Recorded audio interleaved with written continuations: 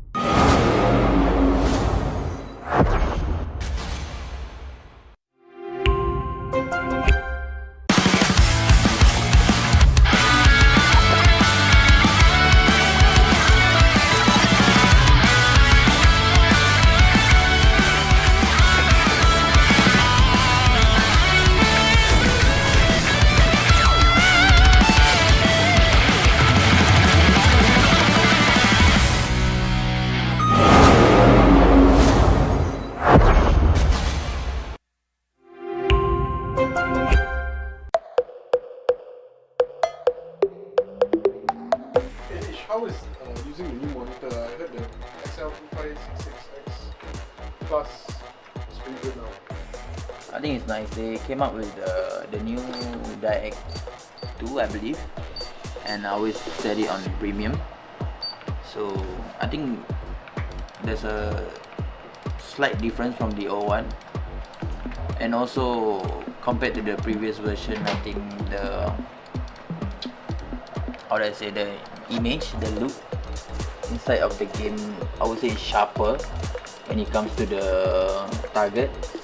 GJ, I heard you're using the new XL2566X Plus from Zoe. I'm using this monitor, and there's a new feature called DirectX 2, which I think you should use. I'm using premium right now.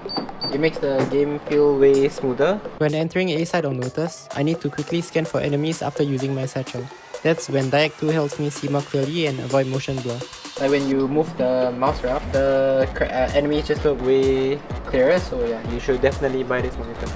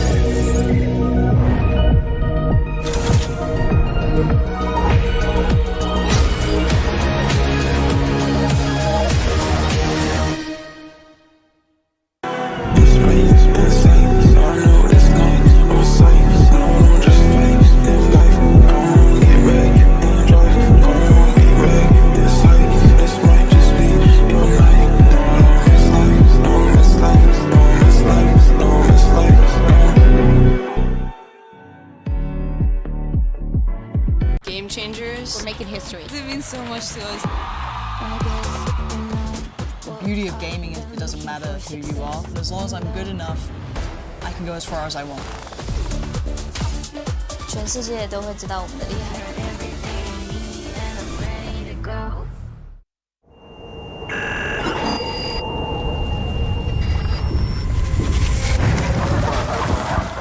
นี่ไม่ใช่เรื่องของเกียรติยศแต่มันคือการก้าวต่อไปแม้ทุกสิ่งรอบตัว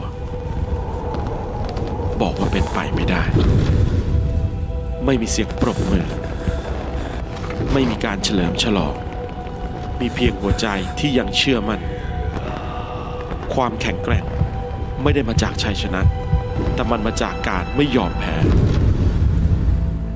แม้เส้นทางจะเต็มไปด้วยอุปสรรค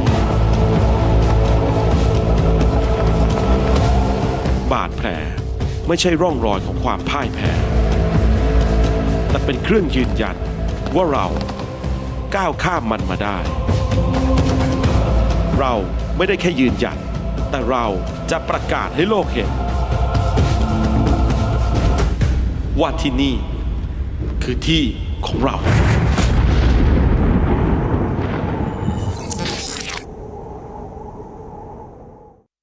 Hey guys, have you ever wondered if the players can hear each other on this stage? There's been a lot of hurls and insults all throughout Ascension.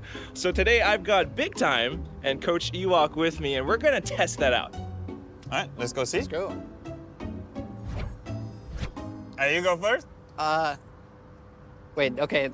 RRQ had enormous growth under you. Hey, Harry Potter, nice coaching career. Try to get your team to playoffs for a chance. I think your coaching philosophy Yeah, I is can hear unique you. and I can hear excellent. exactly what you're saying. Keep You should have talking, gone brother. further in Keep champs. It talking. was Sit unlucky. down already. Sit down. I think you're one of the most underrated coaches in all of VCT. Oh, you're trying to talk You don't now, get the buddy. credit you You're trying to talk deserve. now? Yo, are you standing already? Oh, that's just your height? Ah, I see. Stand up then. Oh, nothing changed. You're an It's the same inspiring height as when leader. You're sitting down? That's embarrassing. You light up every room with your smile and boyish charm. Okay. Keep talking, buddy. You're an excellent coach. I've watched, I love watching RRQ play this year. I think you play one of the most interesting styles in all of VALORANT. You don't get the credit you deserve as a coach. You're excellent at this job. And I hate how good you've been on the broadcast desk. Why can't you do it? It's not You need even to stop fair. doing that, man.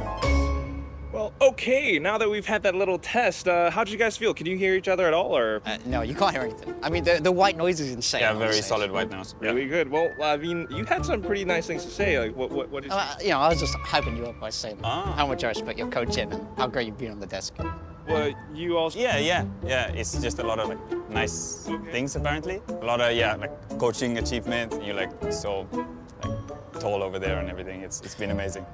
That means a lot. I appreciate that. Yeah. I got you, man. Thank you. Okay. Well, thank you guys for doing this piece of content so much. We'll see you guys next time. Hopefully. Yeah. Thank you. See you guys.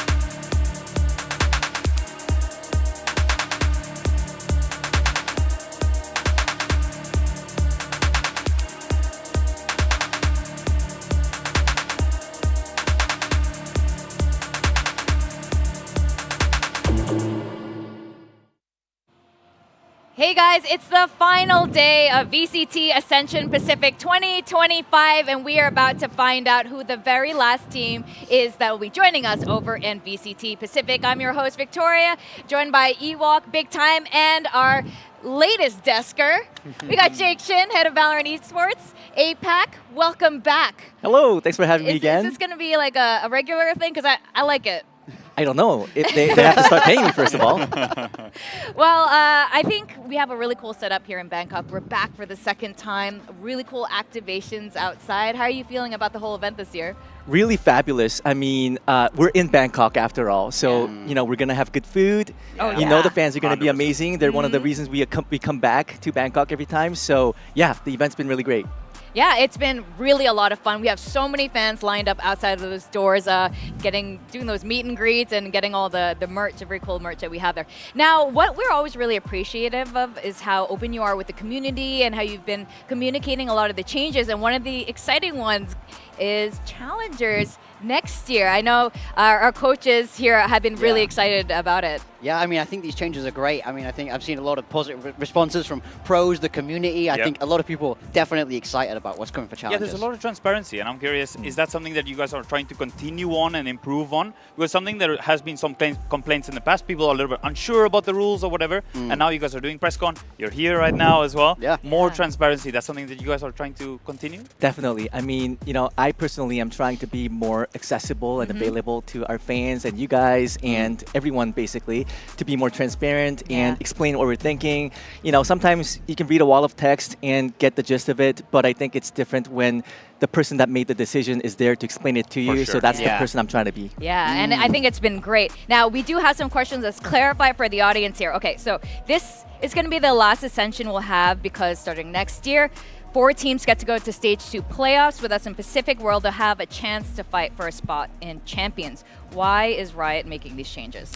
Yeah, so I think the core reason for all of these changes is really just more openness. We want to open up our ecosystem a bit more, and you know, we want to reignite the dream of being a Valorant player and being in a Valorant team. Like, there's so much raw talent in our ecosystem, and we want everybody to have a fair shot at reaching the highest level, and we want there to be no barrier whatsoever. So what that means is, Victoria, it's time to start practicing. I've been waiting for my shot. I have won some prize pool in the community tournaments. I think you too. You might be back. Right? You might be back. I could be might back. be your time. I think it's my time. You can be our coach.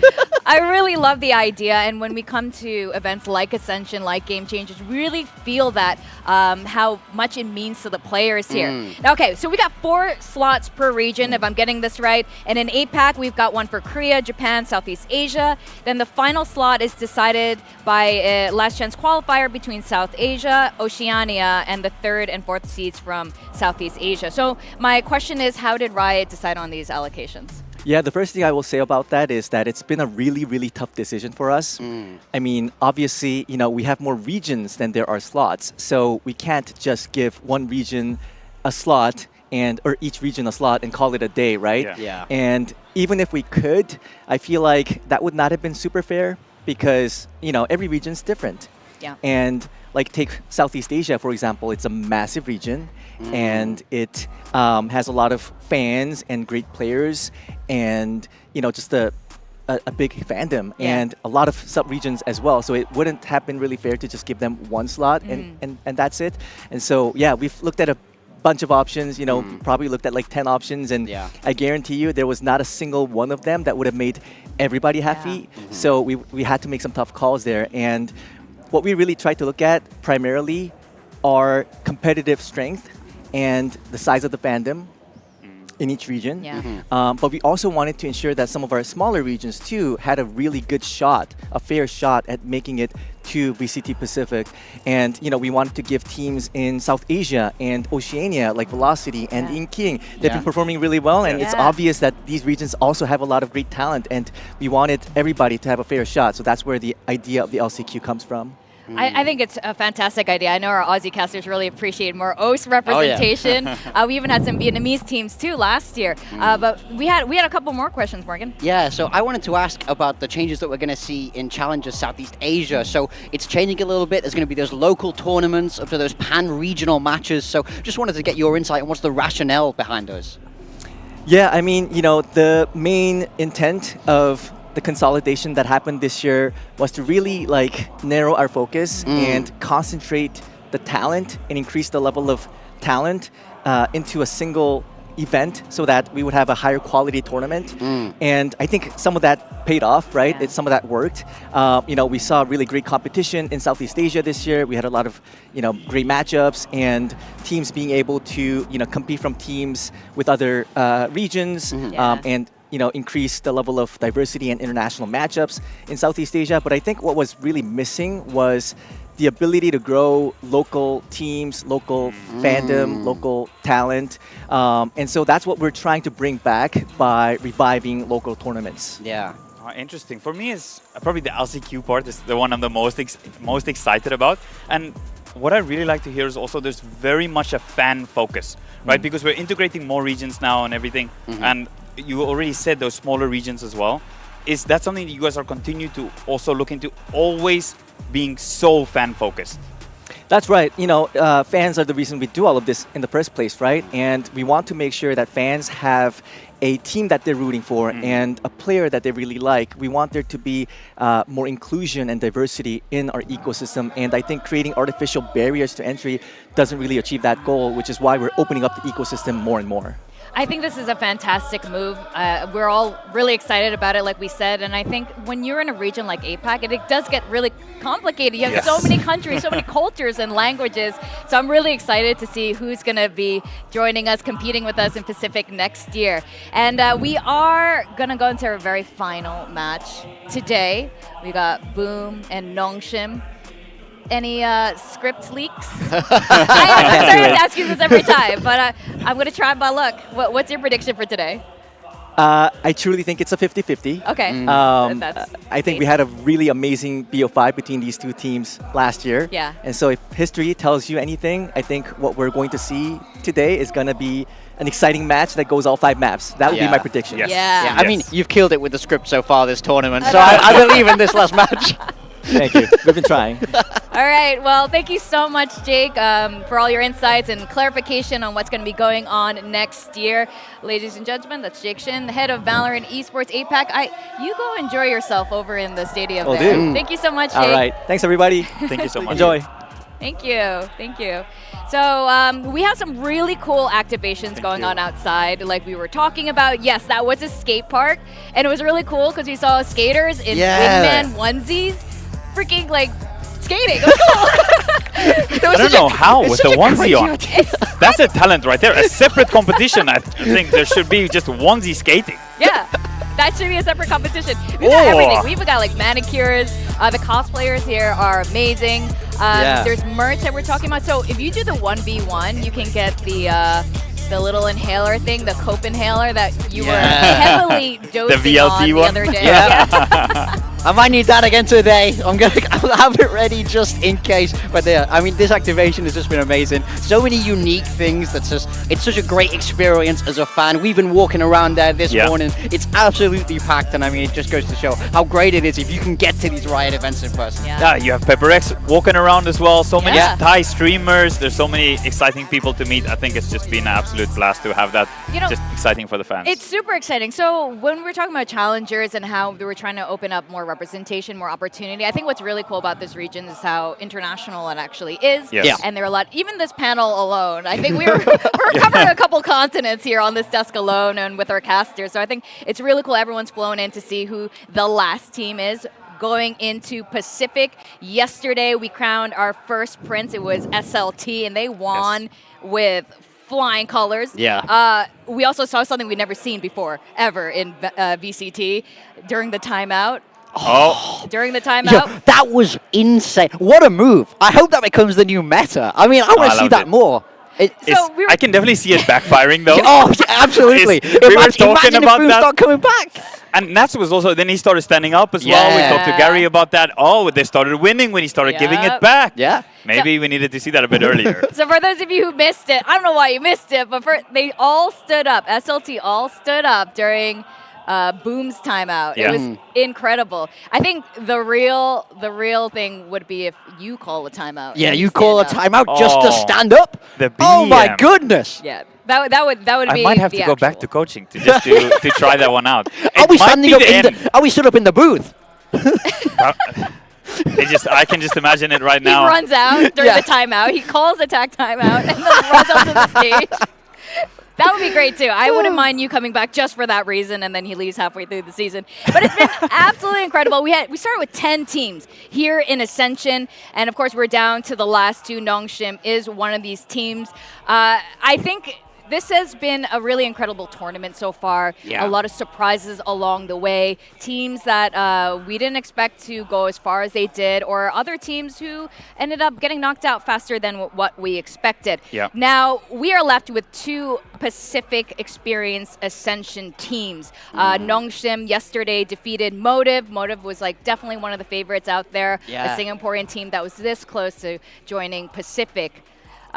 It was a bit sad. You got to hang out with Motive last night. Yeah, I mean, like, you know, they were sad. Obviously, I think this tournament can be crushing if you don't make it all the way because the stakes are so high. But there was also part of them that was like, well, what can you do when Francis gets 27 kills and a half? He put on a generational performance. This Nongshim team really hitting their stride against Motive, looking to carry that into today. So, I mean, I think it's all about what Nongshim shows up. I think that's going to be the most pivotal factor here. The interesting part for me is, Vic, you mentioned a lot, there were upsets, right? And some teams that went a little bit further than we expected, and maybe some not so.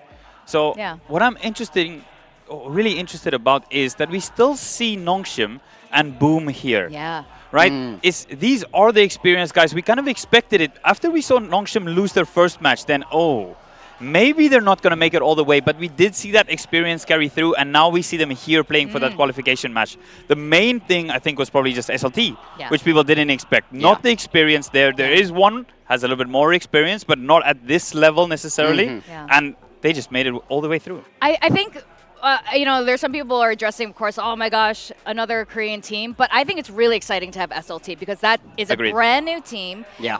These are players we've never seen play on the bigger stages, and they're really young. They couldn't celebrate with beers last night. I love how confident they were in that interview after their win. Yeah. They said the Pacific's going to be just as easy as this. They were feeling confident about carrying this through to the next level. Drinking that Coca-Cola. We got them! I mean, I'm going to be so excited to watch them next year. But today's match is the big one. It's Boom versus Nongshim Red Force. Like you say, Vic, both these teams had a year in Pacific. But I think one thing that I do want to mention is the sort of different routes that they ended up back here. Right? Yeah. So Boom got back to Ascension on championship points after that incredible Stage 1 performance. That's what really got them here. Nongshim, it was making the playoffs in Stage 2. So while these teams seem to be on very similar arcs and trajectories, there's so many little weaves, so many little changes, but ultimately it feels inevitable that this was going to be a qualification 100%. game. I'm so glad we get the rematch. Yes. Oh, yeah. But the part that I am a little bit worried about is that hot streak for Boom was right at the start of the season. Yeah. And they kind of fell off for... That's not a better word for it. It's just what happened. It's on paper, and it's exactly what happened. They did make some changes coming into this Ascension. DOS9, of course, is not with Boom anymore, and Famous has, stepped to the side for Ascension. But we've seen some really good moments come out from this team. But yesterday, especially, I want to look at Berserks and Nats. Yeah, I mean, I think Nats especially, I mean, when we look at Nats in that third map, when things were down, things were getting tough, that's when your back is really against the ropes, and that's when you really have to show who you are. And I love that Nats was the one to stand up and start giving it. He's a newer player to this team, but he didn't seem afraid, and he's doing everything he can to be that hype man to get his team back into it, so I love that. For me, Whitecat is also maybe someone that needs to come out of his shell a little bit more. I'd like Nats to rub off on him a little bit more. Yeah, get some energy. Of course, he's very young, right? He is very inexperienced, but his performance so far is a big reason why they got here. So they need him to continue that. He is very aggressive, but I just hope he doesn't maybe cower away or go into his shell a little bit. We really need him to perform today, and hopefully that the boys can make him feel really comfortable and just get the best out of him. Yeah, so I mean, I think it was NC Slasher was saying that White Cats needs to be leashed because he's, still he's really good, but he's still kind of learning the ropes. Now, Boom has a very interesting history. We go all the way back to 2021. Oh no! Against Korean teams, except for that stage 1 performance that we were talking about, it's not a good record. No, there's a lot of red on your screen right now. I mean, I didn't realize it was quite this bad, to be honest. I had no idea that they'd lost this many times to the Korean teams. That has to be in your mind a little bit, no?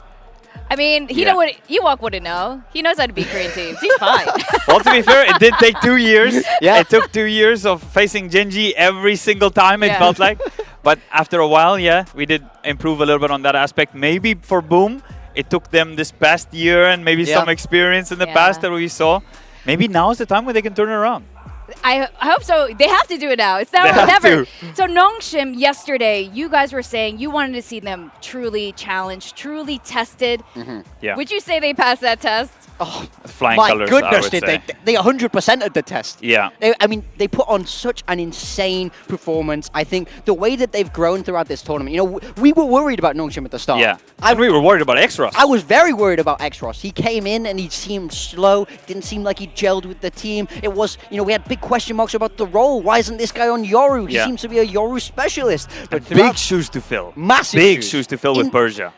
Look at Persia's performance in last year's Ascension. Yeah. He was one of, if not the key reason why they made it 100%. to Pacific. So I respect the move to change it because that takes some cojones. That's like that's a big play. But I think X-Ross has really stepped up to the plate here as this tournament has developed, and I think he's going to be a very exciting player to watch next year if they do manage to make it back to Pacific. 100%. I'm trying to see that experience. This is very good experience for him, Yeah. and the competition's only going to get tougher if they do qualify today. Yeah. So excited to see how we can take that experience, RB especially, if he can take some experience from him and learn. Yeah. That's what I want to see. Oh, absolutely. And it's so interesting because we have experienced players like RB on this side, but he's even been learning from people like Francis on how to IGL his squad. Shiro as well. They both had a little bit of a switch up in roles when it comes to calling on the team. I mean, it's what kind of cosmic coincidence is this that both of these teams go, no, sorry, you're not IGLing anymore. You're actually our main Yoru guy. Yeah. Like, for one team to do that is ludicrous. For two teams to do that is insane. And then for these two players to have to play each other doesn't even make sense. It's blowing my mind. And they've avoided each other the whole tournament so far. They've been hyping us up for this moment to play against each other, right? They played in Pacific. It didn't go Boom's way, but now they're back here. Avoided each other, and now we're going to see the two ex-IGL Yoru boys going at each other. Jake Shin has written a masterclass this tournament. Oh, I don't know how absolutely I spoiled this out. It's so good. I do want to ask you guys, with these changes, do you think they've improved, and how much have they improved since last year when they were on SPG versus Boom until now? This whole, track record, they've surely got so much experience in Pacific. Do we like this? Do we like these changes? Have they gotten better? I do think it's so hard. I wish we could get the two of them to play against each other. But I think overall with the experience they've had, if only... The one thing I think is X-Ross maybe hasn't reached the height of Persia. Yeah. But with both of them making that change with the IGL, I think we've seen a lot more from Francis than we saw last time around. Yes. Right? And we saw more from Shiro than what we saw last time around. Absolutely. Right? So because of the changes, we enabled some of the other players to maybe perform at an even higher level. So then as an overall team, they're just maybe synergizing better and just fragging maybe heavier. So it's hard to say if they're better, but right now it does kind of look like it. I have to agree. I think if you have these teams play their former selves of last year, both these iterations would win from this year. I think both these teams have had enormous growth through Pacific.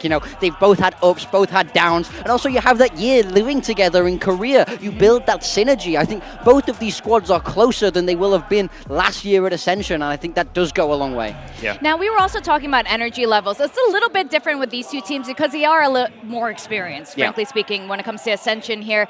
But one thing that I really... Oh, we're going to go to the map veto, which completely Sunset destroyed- out again? Straight up banning Sunset here. Zespi isn't on this roster Yes. anymore, and we're kind of seeing an energy dip coming from Boom. I just don't see that much like pizzazz and flair coming out anymore. For sure, with yeah, the there's a lot roster more change. calm energy. Yeah. And NC Slasher was kind of talking about that they prefer that calm energy. Yeah. But I think sometimes, like for example, yesterday they maybe need a little bit more energy and not so much of that calm energy. I think just that certain times call for certain energy.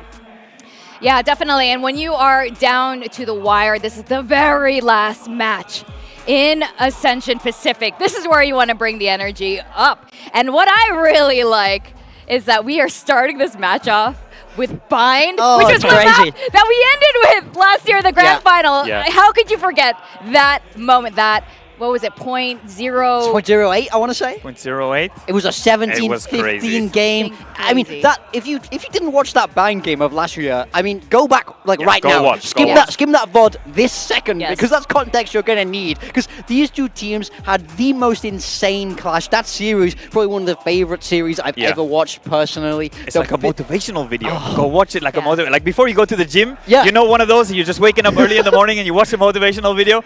Go watch that and then you get energized for this match. Yeah, absolutely. It's one of the top three, I would say, top three VCT games matches of all time. Agreed. Not just, Easily. Not just Ascension. Easily. So I love that they're running it back on Bind first. I love that Boom are going, hey, we have unfinished business with you on this. It's going to be different this time around. And they pick it straight into Nongshim Red Force. Now, overall, it is a little bit of an interesting pick because Nongshim have been pretty rock solid on this map. Yeah, they have. They looked really good yesterday. Yes. I'm curious about how they're going to handle Francis. Because Francis was all over them yesterday. Yeah. Right? Francis looked amazing. To be fair, he was amazing on Lotus as well. Yes. So it's maybe not only a Bind issue.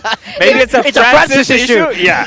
So that's when we're going to look at Shiro. Okay. Right? Okay. Because yesterday, Wayne, I'm sorry, but he wasn't up to the task yesterday to win that head-to-head. Right? There's a couple of times Wayne went down first. Yeah. Right? And I'm sure it hurts him a lot and he feels like he could have done more. Yeah. But I hope Shiro is not feeling like that after today because it's a big task.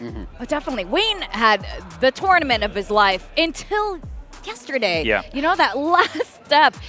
So if he can just step up, join Francis in there, he can use SLT's formula, right? Yeah. 2 people get 20 kills each. That's all you need to win. That's like Valorant's easy if you have like it's just massive. Maybe go into coaching. I've often been told that. Yes. There's been a lot of offers I've heard. Yeah. I heard Araki's looking for a coach. I'll figure it out. Yeah, thanks. Yeah. So hook me up with that one. I do want to thank our sponsors. We got Predator, Intel, Zowie, Imperial World, where we are standing now, TT Racing, and Sindom. Yeah, about that coach talk. Let's talk about our coaches today. They've faced against each other last year. They've been facing against each other over in Pacific. What are some changes we want to see on both of these teams now that they are rematching in 2025? For me, it's interesting that Boom made the change where Fields is now the head coach and Six Fingers goes to like an analyst role, assistant coach role. So I'm curious to see what Fields maybe with a little bit more control. Is there some things that he would have done differently from last time, maybe even in the league? Yeah. What are the changes that he brings in? Yeah. So far, we've seen some pretty good game plans coming out from them. I think it was Motive that mentioned that they felt like Boom was the best prepared against them. Yeah. So a lot of credit for IGLing side there, for NC Slasher and the coaching staff, that they feel like a difficult team to play against at times. Same also from Lou from E-King. Yeah. He said Boom felt very difficult to play against. So I'm curious to see from Boom. I really do think that is something Fields excels at as a coach. I was with Fields last year at Ascension working with him, and I do think he did manage to build fantastic game plans. I mean, I remember playing against SPG last year on this map of Bind, and we came into that feeling incredibly prepared. Didn't go the way I quite wanted it to, but that's a separate point. Just like your coaching career. Exactly. Yep. But the preparation from Fields was very, very good. Yeah. That's the main thing. So I do think he's looking to bring that today. I don't think they'll have picked Bind for no reason, as hyped as we are about it. They will have spotted a weakness in that game against Motive yesterday. I think they'll feel like they can counter Francis, and that's why they're picking this. They want to open up with this, because this is probably where their prep is the most confident. Agreed. Something that Boom has mentioned, NC Slasher in particular, they said that it's not SPG anymore, and this team no longer has the neon that they had last year.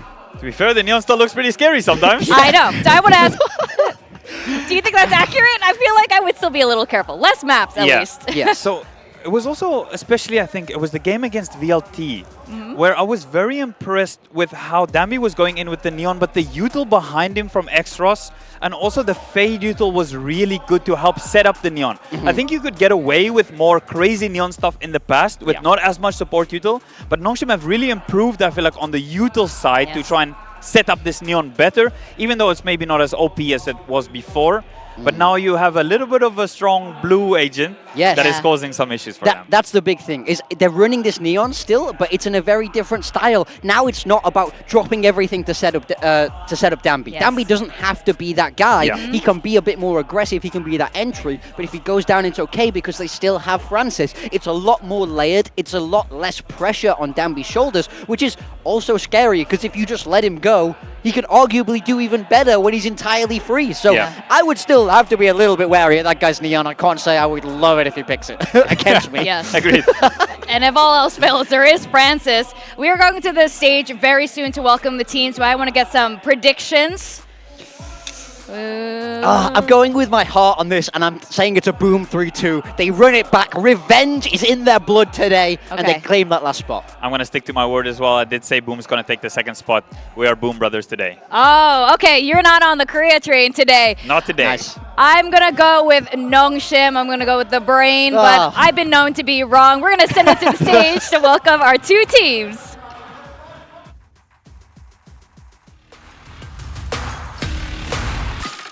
สวัสดีครับสวัสดีทุกๆคนที่อยู่ในฮอลล์ด้วยโอ้โหเยอะมากๆเลยนะครับผม ladies and gentlemen I'm gonna actually attempt to do this one more time since Masters Bangkok but let's do it since it's the final day of Ascension so ladies and gentlemen welcome to VCT Ascension's Pacific กรุงเทพมหานครอมรรัตนโกสินทร์มีอินทรายุทยามหาดิลกภพนพรัตน์ราชธานีบุรีรัมย์อุดมราชนิเวศมหาสถานอมรพิมานอวตารสถิตสกษัตติยวิษณุกรรมประสิทธิ์ Yeah I succeeded ทำได้แก้เขินได้นะครับผม Anyways welcome again to the final day of Ascensions It's always a pleasure to have all of you here with us today สำหรับวันนี้นะครับเป็นแมตช์ที่สำคัญมากเพราะสำหรับตัวของ BME Sport ถือว่าเป็นครั้งสุดท้ายแล้วนะครับโอกาสสุดท้ายในการขึ้นไปสู่ VCT Pacific ส่วนในขณะเดียวกันนะครับนงเชียร์มีสปอร์ตนี้บอกเลยว่าโอ้โห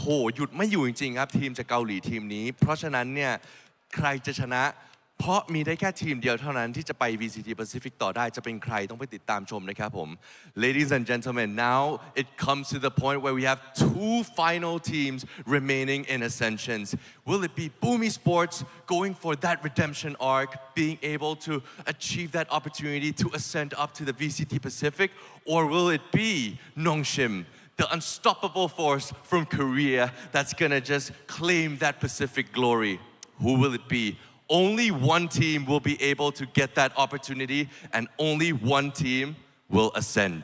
So, ladies and gentlemen, together with me, if you are ready, ขอเสียงหน่อย All right, I'm ready as well. So, to the desk, let's see who can come and take it.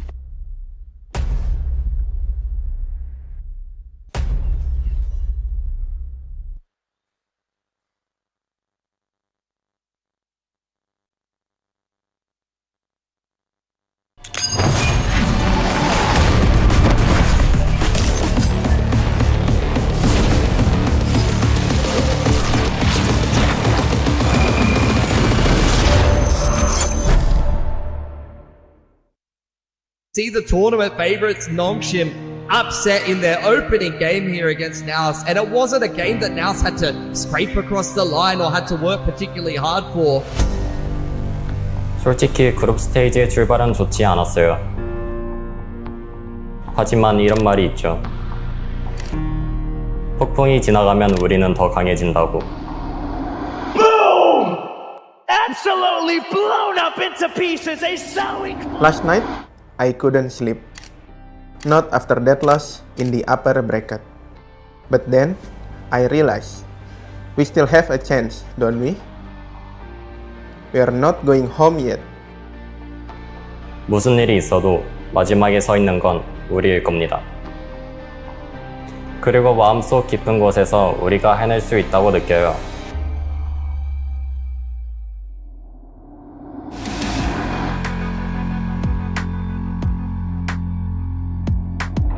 We just need to rise up, give everything we've got, every drop of sweat, every ounce of effort. 이제 단 한 걸음만 남은 것 같아요. Right through the group stage, down to this point, will continue forward with their path back to Ascension.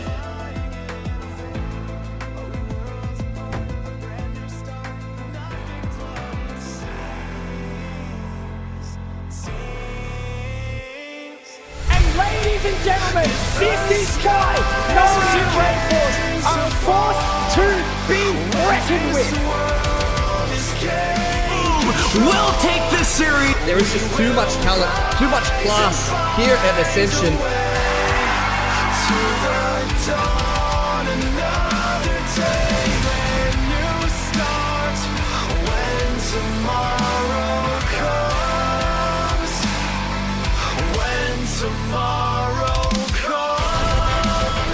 The finish line is right there. Let's take it. 마지막 티켓을 위해 꼭 승리할 겁니다.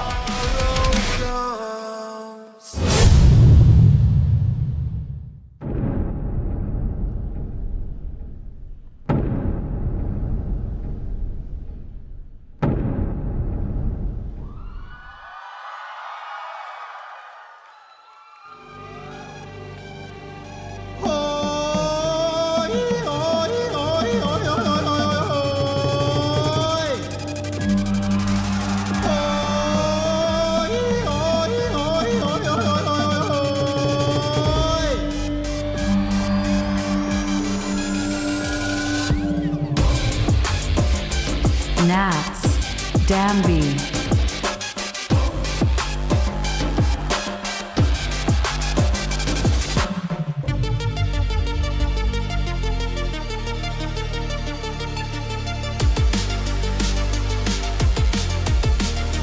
White Cat, Cross.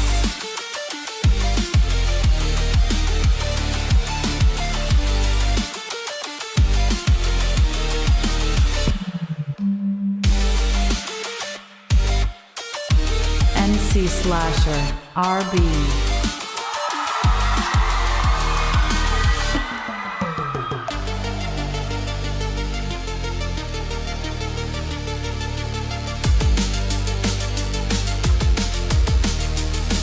Berserk, Francis.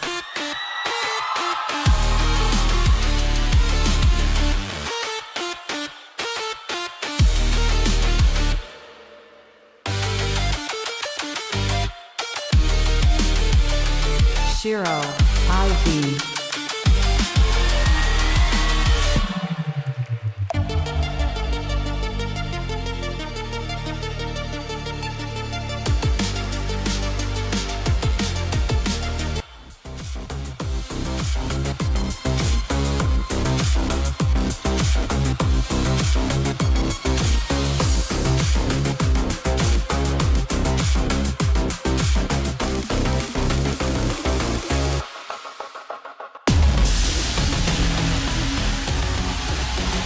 Come and take it live in Bangkok, Thailand. It's the final match of Valorant Champions Tour of Ascension Pacific 2025. Two teams are back to prove their place, to fight once more to ascend. It's Boom and Nongshim Red Force. Yeah, we've seen Nongshim Red Force make this lower bracket run the whole way. They've gone from strength to strength, but Boom here blessed with a second chance. They faltered yesterday, but they can right those wrongs with a win here. This morning I saw Danby in the lift. I asked him what did he feel about yesterday. He said easy. Oh, I asked him what does he think about today. He said easy. I don't know. I love it. They did have a really easy time last year when they were Sinprista Gaming until they faced Boom in that grand finals last year. We went the full distance. We went overtime on that last map of Bind, but we are resetting everything and we are starting with Bind today. Yeah, I mean, 3 things in life are certain: death, taxes, and a banger matchup between these two teams. So I cannot wait to get into it. I love that we start here on Bind. Boom looking to rewrite history. They fell so close to the finish line when we saw them play last in Ascension, so they want to turn that around. We do have the Agent Select coming through. There's no big changes, no surprises. This is a mirror composition, straight up head-to-head Valorant. Straight up head-to-head, we're going to see Shiro versus Francis. That's what I'm looking at. Yeah. I want to see those duelists go at each other. I want to see the operator come out. I want to see who comes out on top. So far, it's been Francis all the way. Can Shiro step it up? He's been super impressive this tournament, but he needs to be that impressive today to take on the GOAT of Francis. They have to definitely step up. They had the IGL role. They had the calling role last time, 2 years ago, and throughout this year. And now they are on the Euro. They are here to fight on that duelist role when we start on Bind. There have definitely been a lot of changes. Both of these teams have grown so much since that Ascension back in Jakarta. And to take us through the very last match of VCT Ascension Pacific, starting on Bind, it's none other than Conky and Komodo.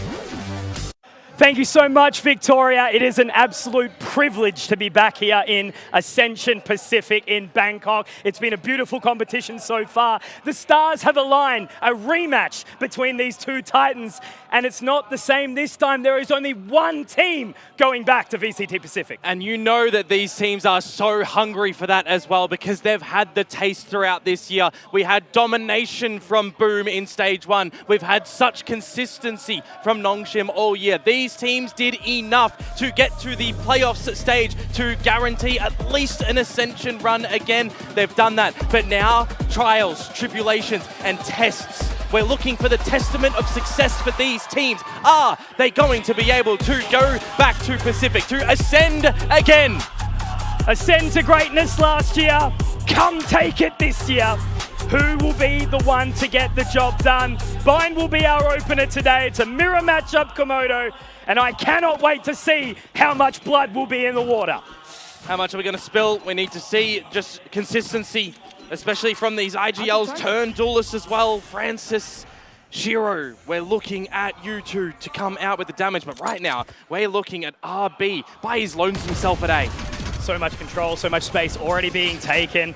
Really looking to try and get that spike down nice and early, but when's RB going to strike? That's the question mark. They've moved so quickly here, Komodo. Just clearing out through the showers, and this flank is already here. Francis good for the first. Awesome stuff, but they're not ready for Berserks. Oh, no. Oh, Berserks, no! The shake on the stage, but Whitecap will find RB back in return. So it's a little bit of a 3v3 here.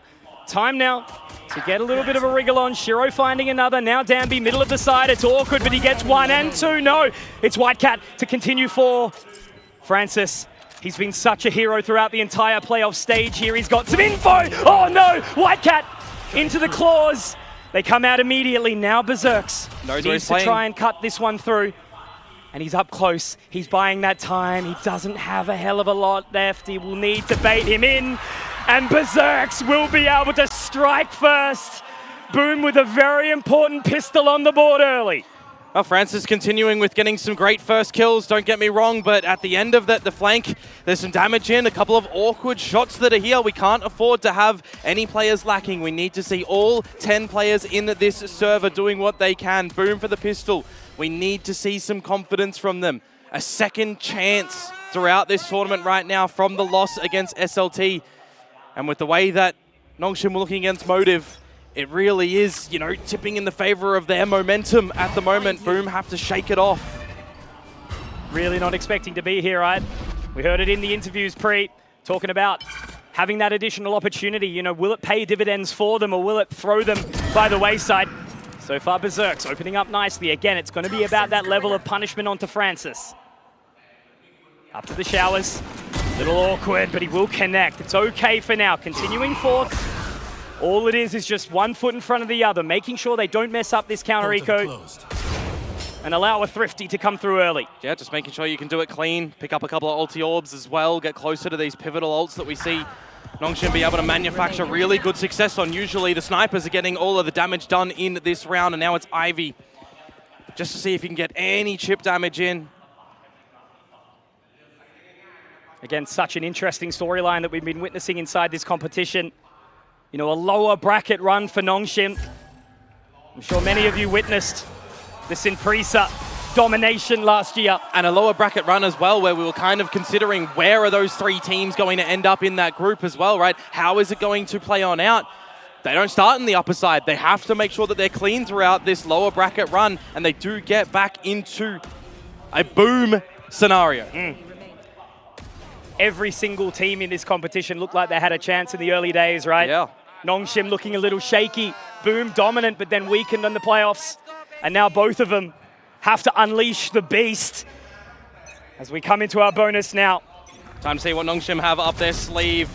The duelists to take control of Shower, Berserks to lay outside, very common. Meanwhile, off yonder, you've got the Fade Util clearing Fountain, and boom, they are just holding nothing back into this A site. They've got to clear out Showers though. Danby already in position, a little shaky there from Shiro, but White will find Bun back, make it 2. That's fantastic. A little bit shaky maybe, Nongshim, the nerves on the stage. RB has to drop Berserks, and he will. Back to it for now, 3 versus 2 scenario. Got a couple of satchels and an incendiary for Nats here. Look towards a little bit of this post plant where they clear the flank and notice that no one's there. That Prowler's going to come in and find absolutely nada.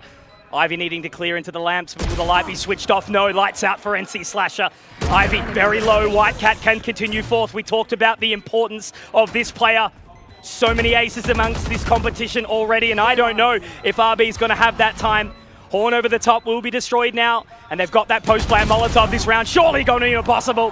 And a multi-frag for White Cat that opens up the bank account early here for Boom, and they're already up out of their seats. If you're looking to boom and you're looking for damage in this tournament at the moment, White Cat is the one you want to put up on that pedestal. You want him to get that gold medal. 3 aces so far, the leader in that regard. Yesterday, all right, a bit different. We didn't get an ace, we broke the streak, but if we're getting multi-frags to still be consistent here, that is going to be massive. And already, the hype is up, the standing up is there. He's looking for an ovation. He needs to keep on going. It was the energy we didn't see from Boom yesterday. It was too late by the time they activated Komodo. Absolutely. White Cat now one away from the showstopper in towards this anti-eco as well. There's a bit of a stacking pressure around this B site, but already being read, already being realized. Got the information straight away, right? 3 out of hookah. They're going to leave Francis in position. They've got the Sheriffs. It's certainly around where they can do some damage, but again, it's just being able to kind of keep them in place right now from Boom. Might be a bit of a case of flipping the names on that scoreboard as well, calling for Nongshim to have a timeout super early to reassess the situation. Playing with fire here, Francis. It's not exactly a player you want to be dancing around with, but they've done well so far again. Looking to make it a clean 4th. They are at the right site, but they just cannot get an angle for success at all, can they? Stim Beacon here. Just the 2 remaining players. Nat's able to make quick work of Ivy here, and it should be clean, but no, Extros does have something to say about it at the very least. And denial of service here already. A very solid opening here from Boom, 4-0. Exactly where they need to be this early in the series. Got to be a little bit of a wake-up call for Nongshim now as well, right? A lot of these matches are not really seeing them on too far of a back foot. They're the one that's just propelling massively forwards. I mean, you got to think of Lotus against Motive, for example, right? The pistol round that they drop, 11 rounds in a row. We're asking the question from Motive. You're a team coming from SEA. You're the team that everyone is putting their hopes on from this region besides Boom to get on back. And they can't come out with any real footing in that series. Now, Nongshim really on the back foot here. This has to be their round. The operator is out for Francis. He's in the TP at the moment. And he's missed the timing on a Shiro. Ivy's managed to get out, but there's already going to be that opening up for White Cat, the showstopper. The show will be denied for Ivy. That's an important member already taken down. Danby now looking for the response, and he will get 2, but make Extros also there. A great response after the opener from White Cat here. Got to get the spike as well. A deficit position for Boom at the moment. This is a delayed bonus of sorts as well, right? The first real big buy for Nongshim to have a crack at it properly. And in this sort of scenario as well, you can turn into a scoping mission from Shiro. You've got access to the drift. If you can get in and set something up for Berserks, it could be quite massive, but Nongshim They'll gamble with the numbers. They'll play together as a pack. It's just that tiny bit of hesitation, right? That's where Nongshim seem to thrive, getting into the heads of the enemy. I mean, you can say the same about Boom from yesterday, right? Indecision at a lot of the turns. It looks wonky, but they've had the night to settle their nerves, to really come together as a unit.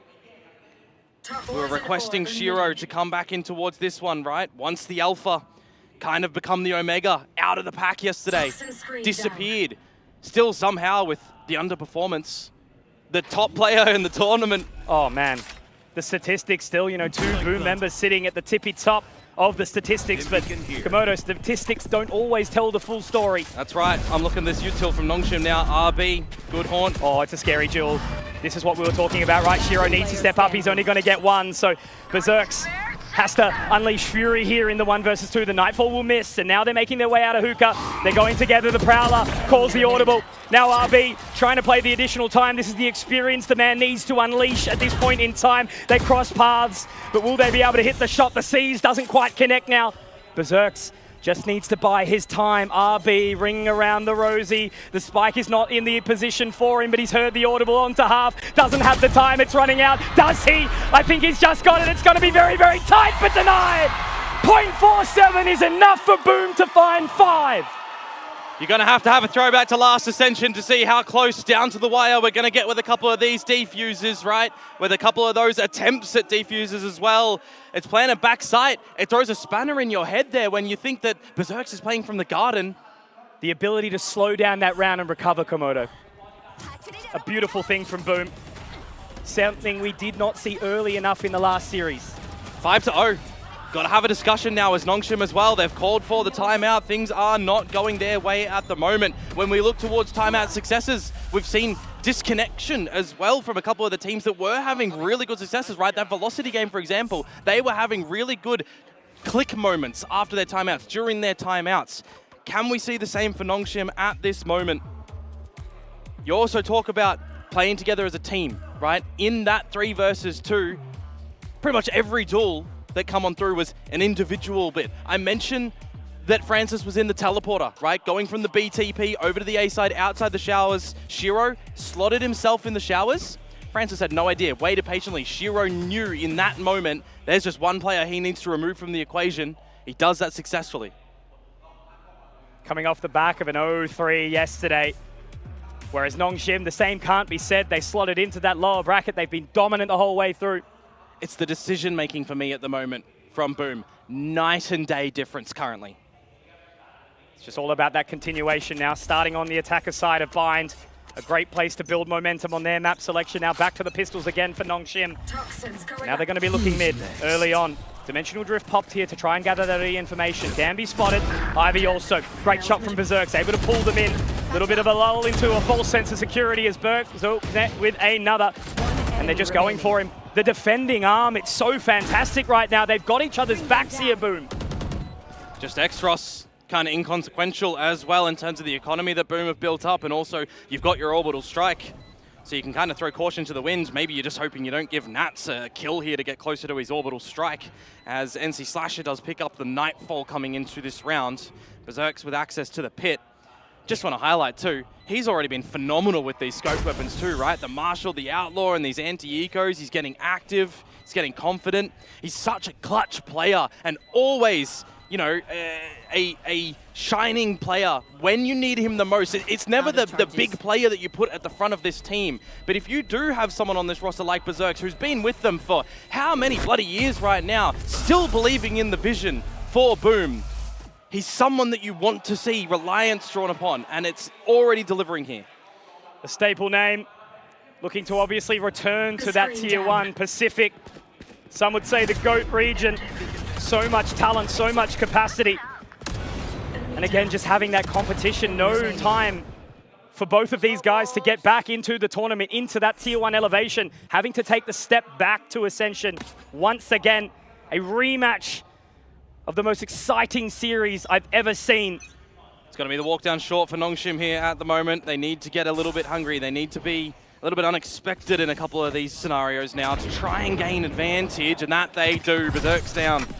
huge opening to the bank account for Danby. A player that is terrifying. But are they going to be able to hold this player lead, right? Francis, pistol round, gets the opener and stuff, but they lose from advantage. 5 versus 3 now. 2 individual kills found.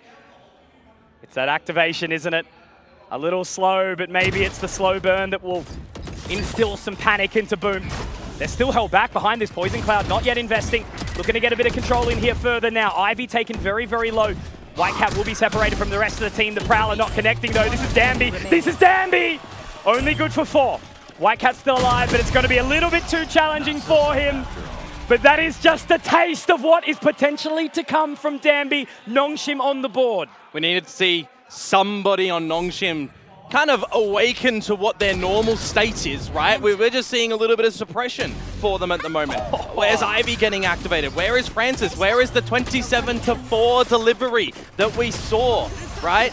These moments, we know what these players are capable of. Right now, Boom's attack is looking ferocious. Nongshim need to wake up. On the back of that timeout, now you're expecting that they start to get one foot in front of the other. Definitely talk about those pause time conversions, right? And that's Nongshim straight back in. But they've still got a hell of a lot to build. Sisyphus rolling that boulder up the hill already. Map number 1. But Francis on the operator. Can switch as well to the dimensional drift if he wants. And he's just being baited into this spot from Shiro. How does he win that? That's the Francis effect, baby. That's a head cracker for sure.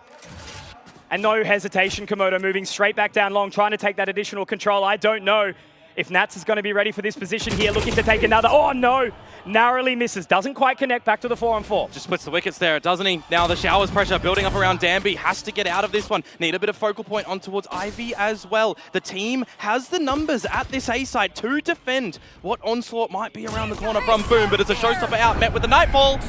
Does connect.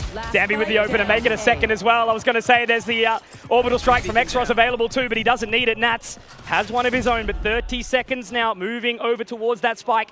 Already through the teleporter. It's going to have to be 2 to try and slip the net. It's a great orbital strike, forcing RB into collision. And now a 3rd on the board. He has to get this ace. But look at the HP that Nats just got taken down to by RB. Oh, Danby's going for the fight though.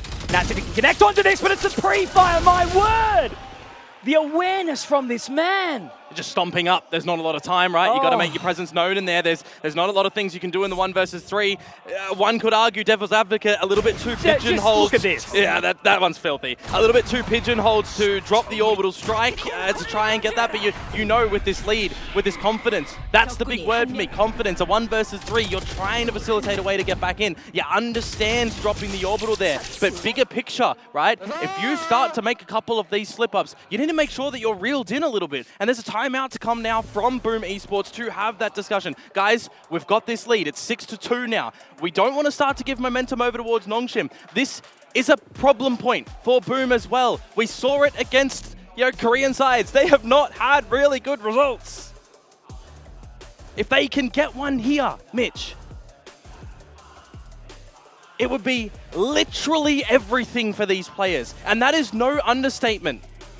Boom, the team that technically wasn't meant to be in Pacific this year, by happenstance and by delivery in performance last Ascension, they do get in. They make everyone's eyes look at them through stage 1. They fall off a little bit during stage 2. Okay, sure, that does happen. But they answer back. They still have a run here in Ascension to get to the upper bracket side. They drop that one. Okay, another minor setback. A chance here to still go back into it. And with the input from Fields and Six Fingers now, you've got to refocus back in towards this map. You have a strong lead. 5 Korean teams potentially to return to Pacific or continued SEA representation. So incredibly important for the regions respectively. Now Danby, again, finding that opening mark. And this is what we talk about, the fear that instills from some of these players. Francis and Danby getting activated. He was a bit hungry for that one, wasn't he? He's got his teammates behind him, but they have an advantage now as Nongshim. They don't need to get too overzealous. This duel's so important here. Just needing to try trade that one out. Danby spotted, Danby caught. Sharp. Maybe a chance now back into this round here for Boom. And it's only one player at this A side at the moment, Exros. Whilst this pick goes in, it will be an avenue for some play in towards the site. And Exros knows that. He's dancing in the pit with Death. Or Francis, I think he actually spotted NC Slasher there as well, so he's just going to call the information, knows that nobody's there, and just nearly, able to deny Berserks. That was super risky to try and catch him off like that, Look because now the lurk goes on in. Oh, I don't know if Ivy actually spotted him here. Oh no, Shiro overcooked. Left it going for too long. And now it's going to have to be the return of Nats here in towards the elbow. NC Slasher also caught, but defending his teammate with honor, with Valor. RB also meeting the demise of Nats. We talked about his late activation yesterday. It was a little too late though, however. And now it's just remaining Exros, 1 point of HP. Berserk's denied though. It would be a little bit bold and brazen for them to drop this one. I don't know if Exros has the time to take it. I mean, he was in the pit for how long? It's just the decay that's come down to him. It is a 1 versus 2, but he's just completely on the other side of the map. An untenable situation. We'll take the operator for the next round, give that one back over towards Francis. It's another round where Nongshim have to take the knee, where space control around the map gets the better of them. They're losing control of everything around the B site, drawing eyes over towards A. Allows Nats to really get in deep into a problem spot. This operator, I mean, will it even be held on to the next round? Yes, it will. Exros will get a couple of good kills. Got to bring some confidence, but in the grand conclusion of the round, it doesn't go Nongshim's way. Boom, guarantee themselves a lead at the half, and they don't allow Nongshim to continue their momentum forward on those two. It was just a confidence play there, wasn't it? Their financial situation is okay, but not perfect for Boom, so a reinvestment does make it a little bit dicey, but it's, again, off the back of those pauses, Komodo, finding some rounds, finding some returning momentum. You're always starting to get a little bit concerned maybe if Nongshim found a third, a fourth. Yeah. But for now, Boom, hold on. And they are going to lead out the half here. Different look towards the operator position as well with a pit. Early. Very early. And Francis is going to pull the trigger as well, get straight out of dodge. And now Danby. Oh, Danby, he does have a little bit of support here in from Exros as well, but Shiro will find him. Whitecat denying as well. This is the Boom that you were waiting, that you were itching for. And now RB does respond. It's a winnable prospect here still for Nongshim if they find another. Nightfall's going to go in. It's going to flush them back in towards Showers. Francis good for the one. We equalize 3 versus 3. Pushing forward. RB now trying to take down Whitecat. This is where it gets dicey. It's just the stinger and the bite hurts. But he's got upgrades. He really does. Has the support from the team as well. Berserk's only with the Outlaw, needing to take point here, needing to connect with a bullet, and he does. Narrowly misses the second, but still alive. Still alive, Komodo. Shiro, the man who'd be willing to activate, the man who we've been asking to step up. He was so good all competition. Now in the gate crash, it's perfectly timed, but he's taken, denied. Berserk's, however, the damage. Ivy, oh, he's holding, he's continuing to try and take this one. It will be the peak. No! Ivy! How does he get away with it? Pros don't fake. It's the experience and the risk when you have a situation like that. Which way do you want to play it? Get the spike half defuse and go for the fight, knowing your opponent is low in HP, seeing what you can do with the trades that come around, but it's the high risk versus high reward. And for this round in Nongshim, that is a breath of fresh air that they needed sorely. You can never give Nongshim an opportunity, Dion. No, you they can't. will take it. But the thing is, they're not really taking too much on towards NC Slasher at the moment, who's still on the donut. Another aggressive play, straight down. The gate crash is absolutely brilliant! Massacre outside the hookah. And now only just the singular. Berserk's also taken. Ultimate replenished here for Danby. This is what I'm talking about. It's the Nongshim effect. It's a great set play to come out from them where their opponents are in the right spot as well. You know, one thing that I was kind of looking at from backside on the day on Friday and on yesterday as well, these teams that are still losing, it's not like they're losing without giving a chance. It's not like they're losing without giving a go. Those teams are still having some really good set plays to come out, and more often than not, it was just at the wrong location. So for Nongshim there, the fact that Boom are, you know, there for the challenge, at least not ready with the weapons and such, it is a good boon to them for now the transition into the last round of this half. Oh, going for it again, and they can hear it. Just getting out immediately. Prowler taken. The fuse will still continue for a little while longer. Oh no, Whitecat. Got him. And I think that's the spike potentially spotted out by them as well. NC Slasher feeling the pain, still yet to get on the board, finally does. And now Exros, he's heard Shiro, but Danby, it doesn't even matter when Danby just continues to find these frags, continuing to open up these opportunities for Nongshim. The only way that you get in the spike back in this sort of situation is using the drift to be able to do so. So at least Shiro has managed to find that. No, during the mask, He gets taken on out, and Berserk, hang on, Komodo. He could do it. There's always a chance. There's always a chance when Berserk lives on. But he's got to be cautious. Exros making his way through the cave. He has to clear, but does he have an idea? Of course. However, it's not going to matter when Exros, you meet his crosshair. And 5 for Nong Shim. I definitely always would put Berserks in a situation to be able to win that. He is currently the clutch leader in this tournament, and you would never put him out. Gets those first 2. You think that he might be able to finish that one off. 7-5 is not a tied scoreline, but it is pretty close, especially if Nong Shim find the pistol round. It's time for a halftime interview now down on the stage.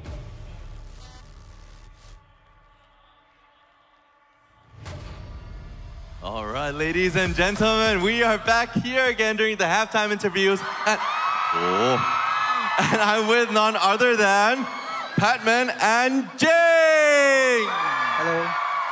Hello. You've been in Thailand for so long already, right? And I believe you know some Thai phrases, so would you mind showing us some Thai?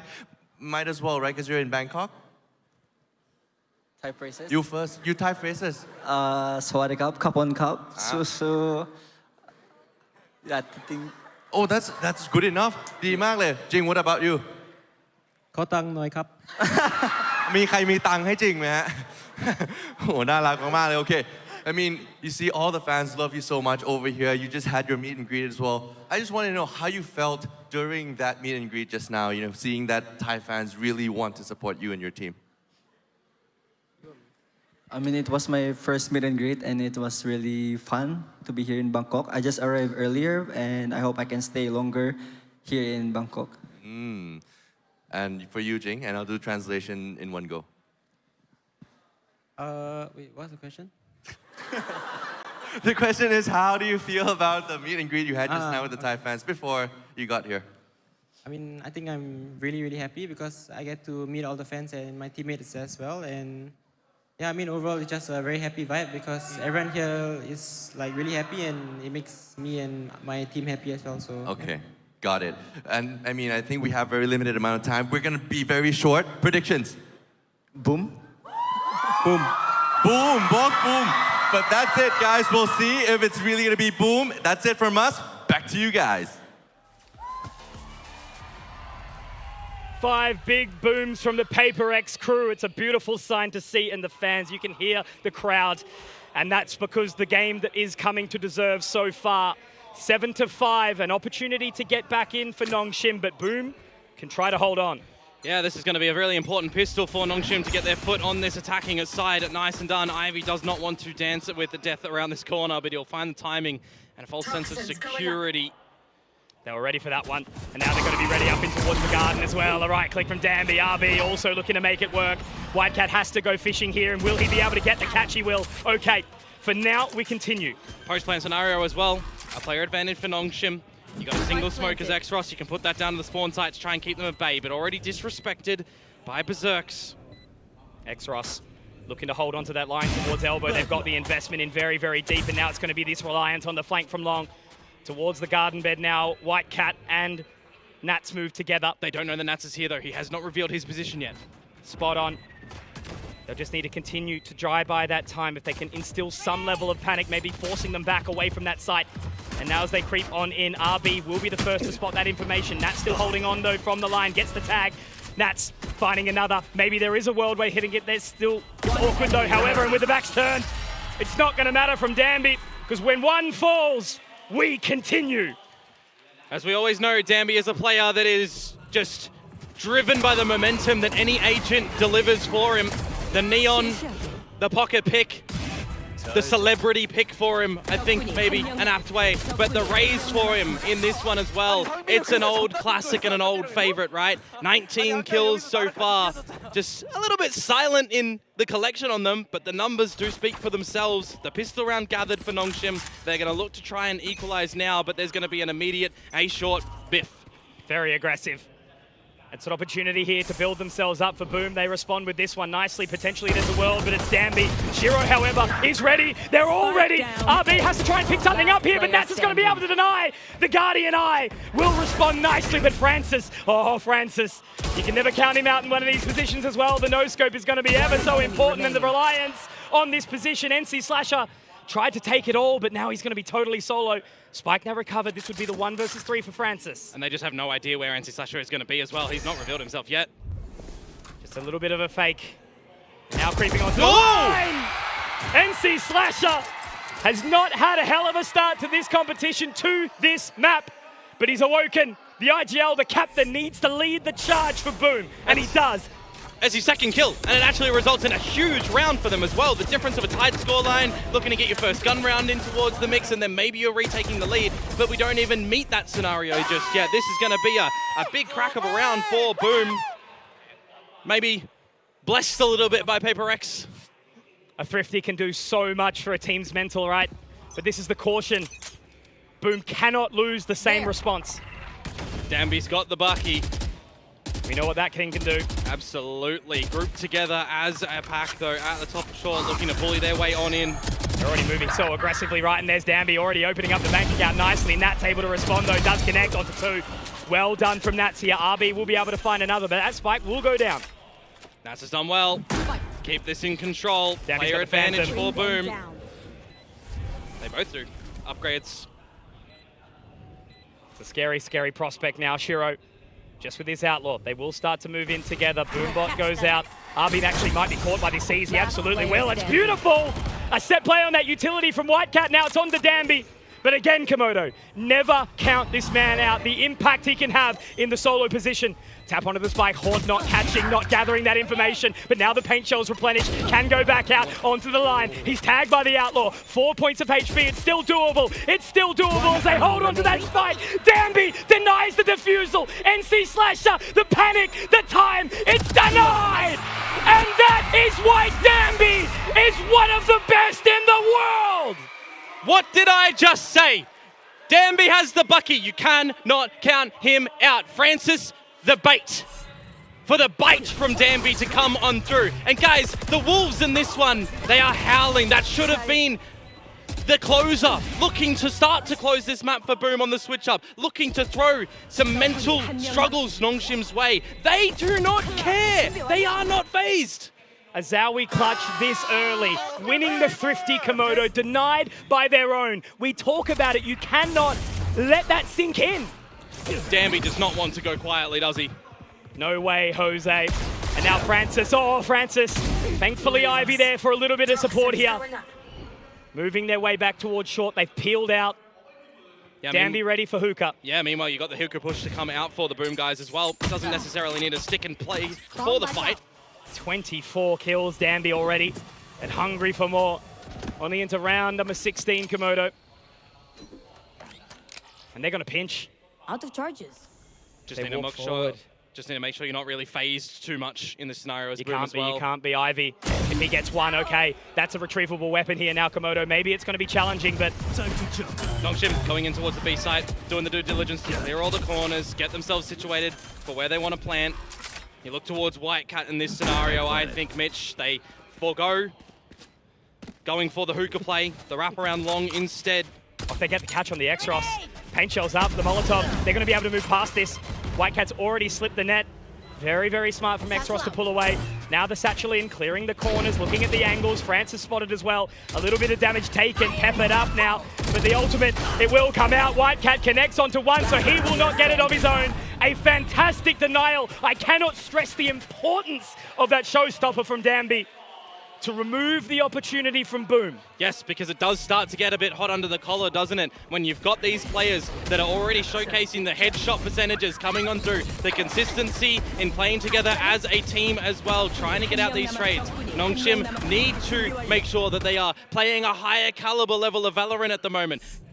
The game against Motive, that does not matter in this series right now. Boom, the fact that they get wiped by SLT does not matter. These teams are looking different today. Boom. Is it going to stop here, though, now that this attacking side from Nongshim is starting to find its feet? An upper bracket run last year from Sin Priest Gaming, now Nongshim. A lower bracket to back it up would be incredible. And now as the utility starts to come out, the Nightfall opens up, gives the information. RB already getting the catch here on Berserks. That spike will go down, but Nazi's up so close. He wants to pop that orbital strike. Shiro waiting so patiently. He gets denied. That's again the Danby effect. He puts it down. No flanks at all coming from Boom at the moment. Meanwhile, NC Slasher still on the other side of the map. I don't think they're going for this. They're going to call for the save. So much respect being given here. It was a 7-5 half now for the first time in this map. Nongshim Red Force, they're going to be taking the lead back, and whilst Whitecat will get a frag, it's not going to matter. It's not going to add to anything. The more they lose here, the struggles increase, the pressure amounts. But thankfully for Nats, he will defend Whitecat's honor. Take the second buckshot. Oh, man. Again, you can already start to see Boom questioning themselves a little bit, right? You know, to come out fighting strength from strength. 5 in a row, winning the bonus, pulling a thrifty, and somehow Nongshim take the lead. Now is the turning point in this one. A swing scenario though, right? The credits are looking empty. You're saving those 2 weapons. You are incentivized to force up behind them. Whitecat with the showstopper, looking gorgeous here. But Danby on the raise, on the attacking side, leading the charge. 27 kills now. Looking for more, looking for the 30 to find the first map in this series. We know between these 2 teams, Bind gets bloody close. Is this going to keep going? Is it going to keep going? 18 and 27. That is a statistic, and just how much he's grown as a player since that year in Pacific. Silence. Sometimes a virtue, sometimes deadly. Oh, Shiro needs that frag, and he will deliver. On the right line, a sinker. Just to build that confidence back. A Shiro that's been somewhat absent outside of the group. Meanwhile, you've got no real space control from Nongshim either, right? No one pushed up towards Showers, not getting a little bit of a lurk on. You do have Whitecat in hookah with the judge. He has to do so much here. It's going to be Danby, the first one to take point. A little raise-on-raise action. And as they're about to creep through, that's an opening from Whitecat. Will it be a further denial? No. The Dink, though, does drop down. Extros to 29, still in the cubby. It is going to be NC Slasher. Has to do it solo here. Will find one, not quite the second. They've got the time. They will get that spike down. And the orbital strike, is it available? Shiro actually finding Francis through the sky smoke here. The Viper's Pit will go down as well. This round's still on for Ivy. Big flank coming out. Nats is going to be here super early. It's not going to matter though. He's inside his domain. They will be able to find him. But he's taken, and that's a great clear. Not really going to be stressed when Shiro's all up in his face. And Boom get the important tying the scoreline. It's the best counter in that scenario as well, right? Dotting I's, crossing T's, making sure that you're leaving no stone unturned. Put in the drift, just turn into the drone. You do not want to give Ivy an opportunity to find double digits, to find a 1 versus 3. An opening kill, very important from Shiro on the line, not covered, from no trades coming on out. I like the idea from Nongshim. They are discovering that NC Slasher is on this B site generally by himself when the rotate's coming over. He's not been fragging too hard here, right? But the fact that he gets 1 kill before getting traded, still holding advantages for the Boom side. Necessary components for this squad. I've got mine, he says, and he certainly does. Again, it's just all about putting a little bit of a cap on some of these players, some of these individuals to break their opportunities up. How long does Shiro decide to hold on this Showers line at the moment? You start to clear a couple of spots over at the B site. Should give you a good idea of what is happening here. Shiro noted in the Showers, but the site fully getting cleared on out. Just trying to keep them interested at this point in time. Danby out, finding Berserks, but it's also another here for Francis. Sure, Berserks gets the one, but already the opening opportunity given to Nongshim. Spike now planted. Rotation through the heavens and the big flank. You think that the showstopper's going to have to come out, and that it does. It absolutely does. They need it. They need it, and it won't connect either outside the lamps. Baited by and the now gate they're clearing the corner. Shiro saving his friend, saving the moment. And now into this 3 versus 3, the deep position from Extros. They need to find him. That post-plant utility could be so important, but RB drops Whitecat. Inside the sky smokes now will be Shiro. Has to be the right click. It's going to be awkward, but NC Slasher finds it. But there's that Molotov. There's that position we're talking about. Do they have the time? The C's that might catch. Extros can be holding on to it, but this is the thing. The time is ticking. Shiro has to hold the line, has to hit this shot, and he does. It's tied. It's tied. He's got it. But it's just enough. And Boom, a desperation recovery. And they take the lead back into their hands. Oh, it gets super close, doesn't it? I like the idea from Francis when he uses that util to get deep in towards the vents. He thinks better of going a little bit further as well. Wants to make sure that he's got his eyes on the prize, the bigger picture for the team. You're thinking that the incendiary, oh, it might be missing, but in that 2 versus 1, the clutch comes out from Boom. They will maintain a lead, but the economy of Nongshim will still be permitting a bit of a buy here. They will still go at it again with an immediate pit deployed by Berserks and no dimensional drift to answer. Are you gonna try and just bully your way through this? When talking about last year's grand final, Quack said that Lightning may not strike twice, but it looked like he potentially could. This game, back and forth as we hit round number 20, 10 and 9. Shiro's repositioned himself yet again to a different angle. Oh, Shiro. Again, such a powerful position, right? He misses the opening shot. He will live on, though, for now. Nightfall goes in to buy some additional time, but that flank is coming around long towards Garden as well. It's super early, though. Nongshim don't necessarily need to try and just force their way into the site. There's a minute to play with. They've got the info. They pulled the ultimate. Completely reset on the round. And now Shiro watching towards the wrong line as well. I think he's been baited out by that one a little bit. Arby can't do anything, mate. He's got a stinger at this range? Hell no. But look, if they pop out a hookah at the right time, right? You know, Shiro's on that line. The paint shells are going to be going out. He actually has to force himself away. 5 points of HP. Lucky to be alive here. And now the information gathered by NC Slasher, but doesn't want to give up his position. Sitting inside the sky smoke, waiting for his time. It's so important, and he will strike. But RB, that stinger, it does have some bite to it. I don't know if this one's going to settle early, though. They're ready to get moving. Around the elbow, already that position. They're up so close and personal right now. Exros opens up nicely here for Nongshim. Shiro onto that line, but it's the fake out that he gets into in.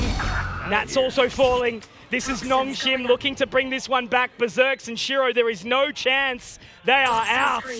And it will be 10-10 in map number 1 this series. Already opening up nicely. Oh, it gets a little bit oppressive when you get in towards the side as Nongshim there, isn't it? A lot of corners that they can just hold together. Lock down all of the ways that Boom would get back in towards a possible retake. The Judge is not the real weapon that you want from Berserks to be able to try and get back into that as well. You just have to call it and go for the save as we do tie up. Had to hit that shot. Yeah, you want to save onto this weapon. He's had some good impact on it, right? The player that we've been looking to just do continual damage time and time again, contributing to the massive successes of Boom in this run at the moment. The leader of the tournament, Shiro. But it does kind of get overshadowed a little bit by the missing performance yesterday.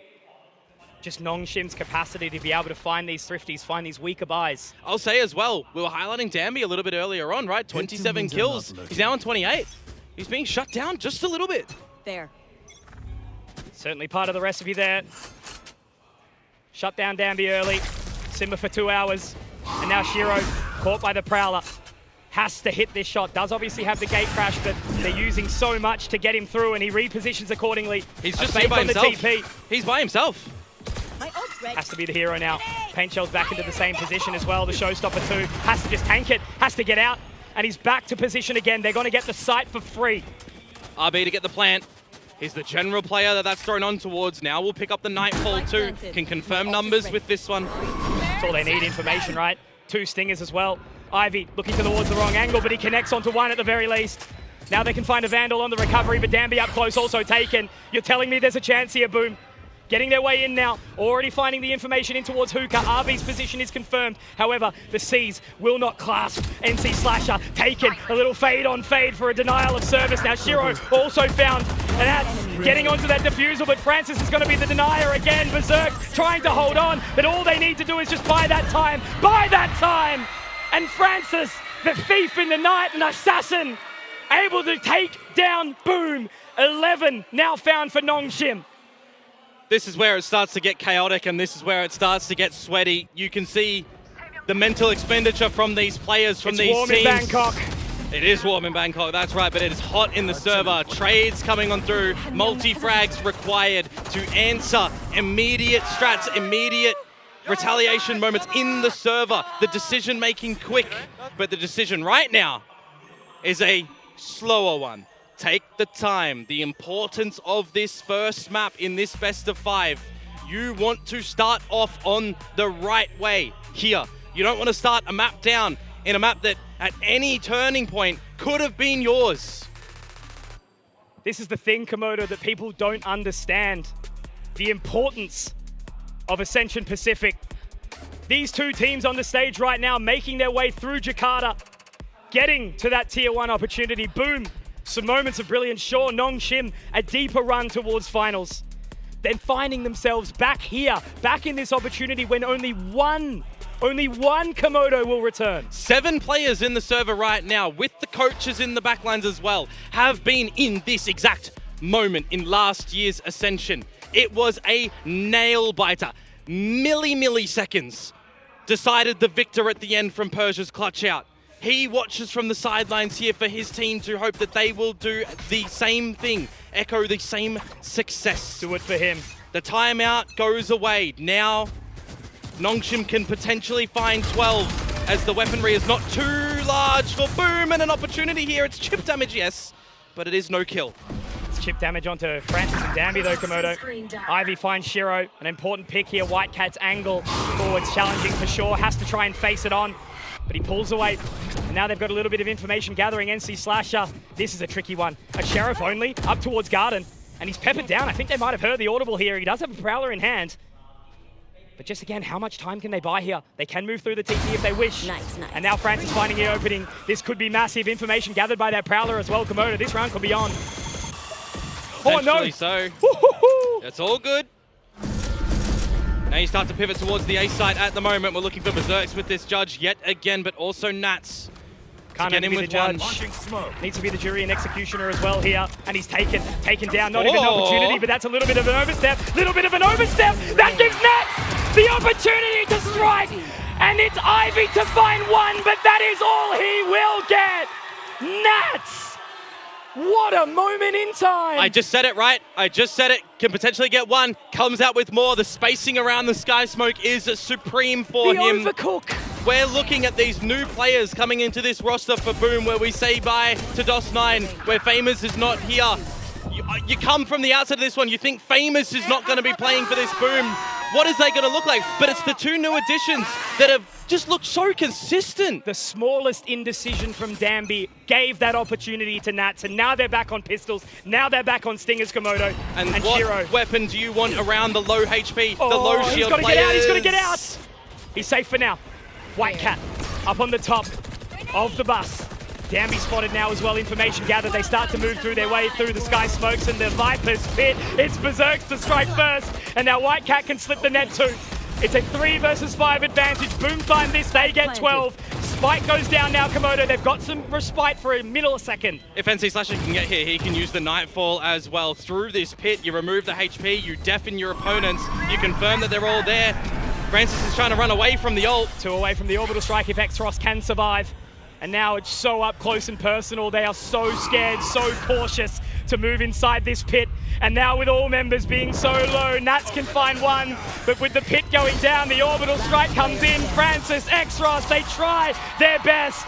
But the opportunity will not be given. Teamwork makes the dream work. And Boom will find map point here on Bind. This is only map 1 in this series. And round number 22 on the back of Boom's timeout has just put them in the driver's seat. They now have one chance to close this map in regulation. Otherwise, we do it again. We go into overtime once more between these two teams at one of the biggest tournaments of their careers. I'm itching for it, Komodo. The desperation feeling for me, the fans, everyone watching at home. And Danby, 27 and what? Yeah, he's still not got a kill in these past couple of rounds. He has just been silent. Moving up close and personal. Oh, Nats. He's going to be able to get the opportunity. That is perfect. Not getting taken by Francis. You will not throw us off this time. Francis now has a chance to hold this on. A 1 versus 4. Francis, all eyes are on you right now. Thousands from around the world to try and hold on to this map here. They're going to buy time. Boom, not wanting to give this opportunity. That's all Francis needs. You know how good he can be here. Pausing, freezing, he creeps up towards mid. That Spike still in vision, still in an obvious spot, but as they move towards the line, it's the swing from Shiro. A man who has been absent in the playoffs. We talked about how the Yoru of Shiro needed to stand up tall. And that will be Boom. Giving themselves the opening, giving themselves the opportunity here to fight their way back to Pacific. Doing what they could not last Ascension. Besting Nongshim, the then Sin Prisa Gaming on this map. It got so close then, but they changed the path. They changed the dimensions in this one. Shiro is back in the server today. Nats as well, topping for them. This team is so damn hungry to finally topple Nongshim Red Boss. They've not been able to do that. We needed one thing, Komodo. One thing only. This series to deliver. And so far, that is exactly what we're getting, exactly what we're witnessing at this point in time. It had to be the Clash of Titans, a battle of the ages. And it's only map number 1 finished, baby. But I'm seeing good signs. And I've got some of the greatest minds here in Valorant to talk you through as to why very, very soon. But again, just another one of those moments of brilliance. So let's break it all down here on the desk, right here, right now. Thank you so much. Thank you. I am a pretty great mind in this game. Oh my God, what a way to start this series on the Bind. It did not disappoint, and I have to say it was as chaotic as the last time we saw this Bind a year ago back in Ascension. Oh my goodness, what a banger game to get us started. I love that Boom went for this aggressive pick of Bind. They said we want a second chance on this map, and they took that chance today, rewriting the wrongs of last year in this exact matchup. They come out swinging, get that big lead. I get a little bit worried Nongshim start coming back, but then they come alive, close out this opening map, and now they're in the driver's seat. Looks like the prep is definitely paying off so far. They did go for the Bind. We were a little bit cautious about that pick. Oh yeah. But it looks really good for them. Boom started so well, and then Nongshim started coming back. And I was a little bit nervous for Boom, to be honest. Some of the clutches not going their way. There was that damn big clutch. I thought it maybe broke the mental from Boom there for map 1. But then they really bounced back after that. They even lost the pistol after the half, and then just looked really good after that, to be honest. They did really well to kind of get away from Francis into the early round for those first couple of rounds they were winning. You can see a very even game. First kills 11 to 13, and we see the scoreline as well, 13 to 11, but for Boom in this case. This was a lot of fun. I think a lot of rounds that should have gone one way suddenly went the other. Yeah. We had a lot of fantastic Francis moments, but Danby absolutely on fire on that raise. Yeah, I mean, Danby was really trying his best, man. He was really trying to get this team across the line, coming in with 28 kills. How many of those were 4Ks, Ewok? He was lighting up the server, but on the other side, I gotta talk about my boy, Nats. I love that he was standing up from round 2. I think that's the game plan today. That's the game plan. It started working for them yesterday at the end, right? It was too late yesterday. So he just decided, okay, I'm doing it every round from the start of the game. I love it. And that's where he gets the MVP. You know what? My favorite bit is that he didn't even get any kills for like the first 3 rounds, where he was stood up anyway. He was bringing the hype. I love it, man. I think this is exactly what he needed. We're hearing about how this young guy is the hype man of this team. There was a little bit of a void there left when Zespew did move away. So I love that they're really filling this back in. I love that Nats is stepping up when it matters most for this Boom squad. I would have given the MVP even if he didn't kill. Yeah. Yes, he's hyping up the boys. Everyone's playing better because of it. I like it. I like the standing up. What do you think of the hyping and standing when you get no kills, Alex? It's the meta right now, right? Thanks to Lysol in Toronto. I think he started a phenomenon. Global phenomenon. I was on the wrong side of that one. It didn't feel great. You're standing out in front of you. Yeah, it's super annoying, actually. Surprisingly annoying. Farming aura.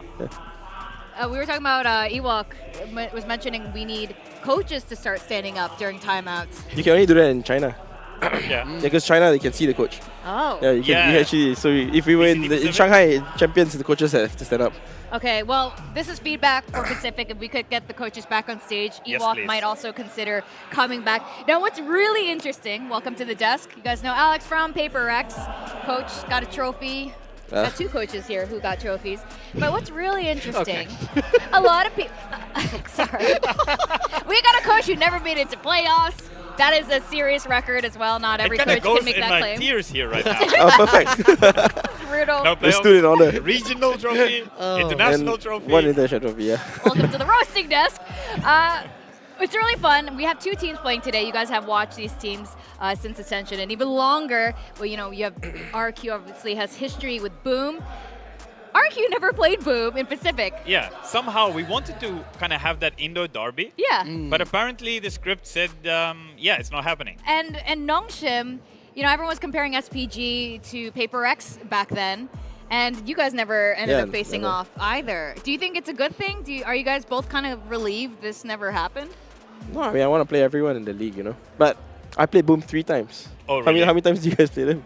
Nongshim? Yeah. Must be 3 I as think well. 3 times as well. Yeah, 3 as well.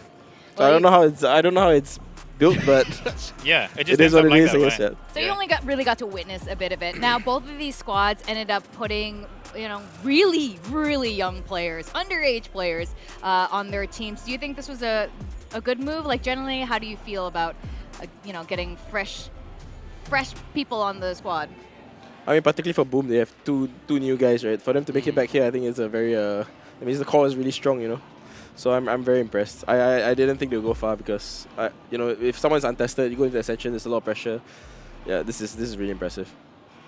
And how about for you, Ewok? For Boom, I think they made good changes. Difficult changes though, because there was a very important part that DOS9 and Famous did play for the team.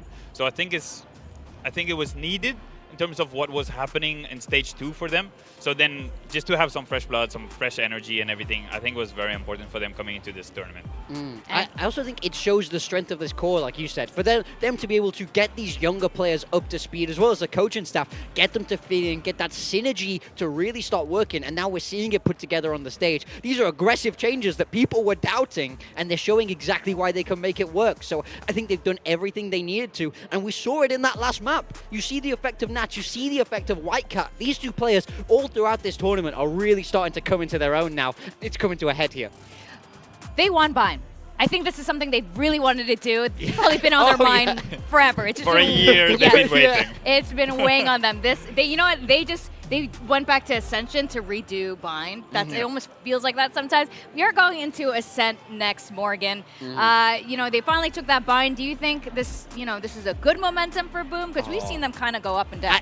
You know, we were talking about this backstage in the green room. When we saw Boom go 6-0 up, I said that was exactly the start that Boom needed. As soon as you settle into this game with a strong start like that, you forget about the woes of yesterday. You forget about those games where you're massively behind because you're so in the moment, you're so easy to get hyped up. Them winning this map, more importantly, the map that was map 5 last year, the map that they ultimately lost on, for them to be able to rewrite history, start off with a win there, it's very easy now to go backstage and you go, hey guys, it's different this time around. We've just seen it. We just won on a map where we lost. There's nothing we can't do now. So this Boom team are going to be fired up. We were worried, right? Because Nongshim's coming in way hotter than Boom, right? They're coming off a loss, and now they're just going onto a map where Nongshim showed that they played so well. To get the win here, even though it doesn't matter the scoreline, right? You'll probably be able to attest to that. It doesn't matter. Scoreline doesn't matter at all in the first half. Yeah, 13-11, 13-0, to be honest, you'll just take it, right? Of course. And I think this one for Nongshim is a little bit harder to reset. Rather than having like a 13-3 easy reset this map 1, I'm kind of a specialist on losing map 1. So I think this one's a little bit harder to reset from. To be honest, it depends what the mental side is for Nongshim, what the coaching staff is like. For me personally, I'd go at this one. We never win map 1 anyway, but we got 11. And it's Bind. If this was us, we don't play Bind. So this is pretty good actually. It is very good. So it's a big win for Boom. Exactly, right? So I think it depends what the conversation right now is for Nongshim. Are they still very positive? Hopefully, they're not too worried about, this is a BO5, don't worry, this is just map 1. I mean, I have 2 questions for you. One is, if you were going back as Boom's coach, what kind of things would you want to be talking about? We're kind of taking a Southeast Asian bias right now. We got a lot of Southeast Asian, people on this desk right now. So if I was Boom's coach? Yeah, I mean, to make sure that this momentum continues, because your team is pretty notorious for winning the first map and then... For the whole stage 1, yeah. So I mean, asking me is probably the wrong idea. But opposite whatever I usually say to the Paper X boys, I guess. But I mean, I usually tell them, I try to make sure they're not going in too hype, you know what I mean? Because when the energy is like up and down, it's very easy to come on a low and then after that just lose a bunch of rounds in a row and just feel like crap. So I will be trying to get them to manage the energy. I'll try and focus them on the next map. Forget about this map. It's great. We won. All right. We have to focus on map 2 now. 0-0. We start again. And hopefully they come in like ready to play again, you know. And map Eat some 5 bananas. is just all the time. Yeah. There's a 2-23 strat. We haven't done that in a while. But yeah, it's about energy, you know. Best of 5s. I think Boom had a best of 5 yesterday. Yeah. I mean, Well, it was fast. Okay, Yeah, it was a fast BO3. Yeah. But then, Worst of 5. yeah, worst of 5. But I mean, it's about energy, you know. Sometimes these things, even Fnatic, you can see Fnatic energy in the grand finals, right? Yeah. Like you never know what happens, and then after it goes to the final map, and you're tired. You have to have enough energy. You have to maintain that. So Nat standing up at the start is great. He needs to be able to maintain that for 5 maps. I mean, I think a really big thing in this map 1 is that they neutralized Francis in the game plan. So that's something I'd be talking about, of like, they won yesterday because this guy went insane. We know how to stop him. We've just shown that we can stop him. So you don't have that fear facing him now as you move forward to Ascent. I'm curious from your POV, Alex, right? For the Ascent, you guys are kind of known for a team that tried a lot of things on Ascent to see what works, what sticks. What do you think about these comps, right? We see Boom playing the Legacy comp, just the default comp, and then we see Nongshim going for that Waylay Yoru. You're a fan of the Waylay Yoru? I am How are you? now a fan that I don't like solo Yoru on this map. So the I fact agree. that they have Yoru Waylay, which is sort of what you're running, it should be a lot better. Yeah. I think I prefer that to whatever I was running in Champions. This solo Euro thing is just not I did my the thing. same. It would probably be different It if we would go be very into another one. different. We have to try again. 100% agree. Last question. Also, I did want to ask in general on that note of solo Yorus. You don't need to give away too much. But solo Yorus, I feel like in tournament style, a lot of time in scrim it's pretty easy to play. Yeah, I but agree. in a match scenario on stage, solo Yorus sometimes feels so difficult For to play. some reason, people play a little bit more careful. Yeah. And because of that, when you're solo, you're forced into a style of contacting them. Yes. You have to walk up and you have to shoot them. So it becomes 50-50. It's very different from scrims. Yeah. But in tournaments, if you lose 50-50, you just lose the map. Yeah. So the T-side becomes so different. Yeah, And I really don't like prefer the teams just playing the double duelist, to be honest, on stage. It's just easy, Yeah, it's so run much it a little bit easier. more So much easier. aggressive. Yeah, easier for the IGL as well. I agree. Now, I have to ask you, you are not leaving the coaching roster. So who would you like to see in Pacific next year? I mean, I think I'd like to see either one, but I prefer Boom because Southeast Asia, you know, like I've competed against them since 2021, and it'll be nice to see them on stage again.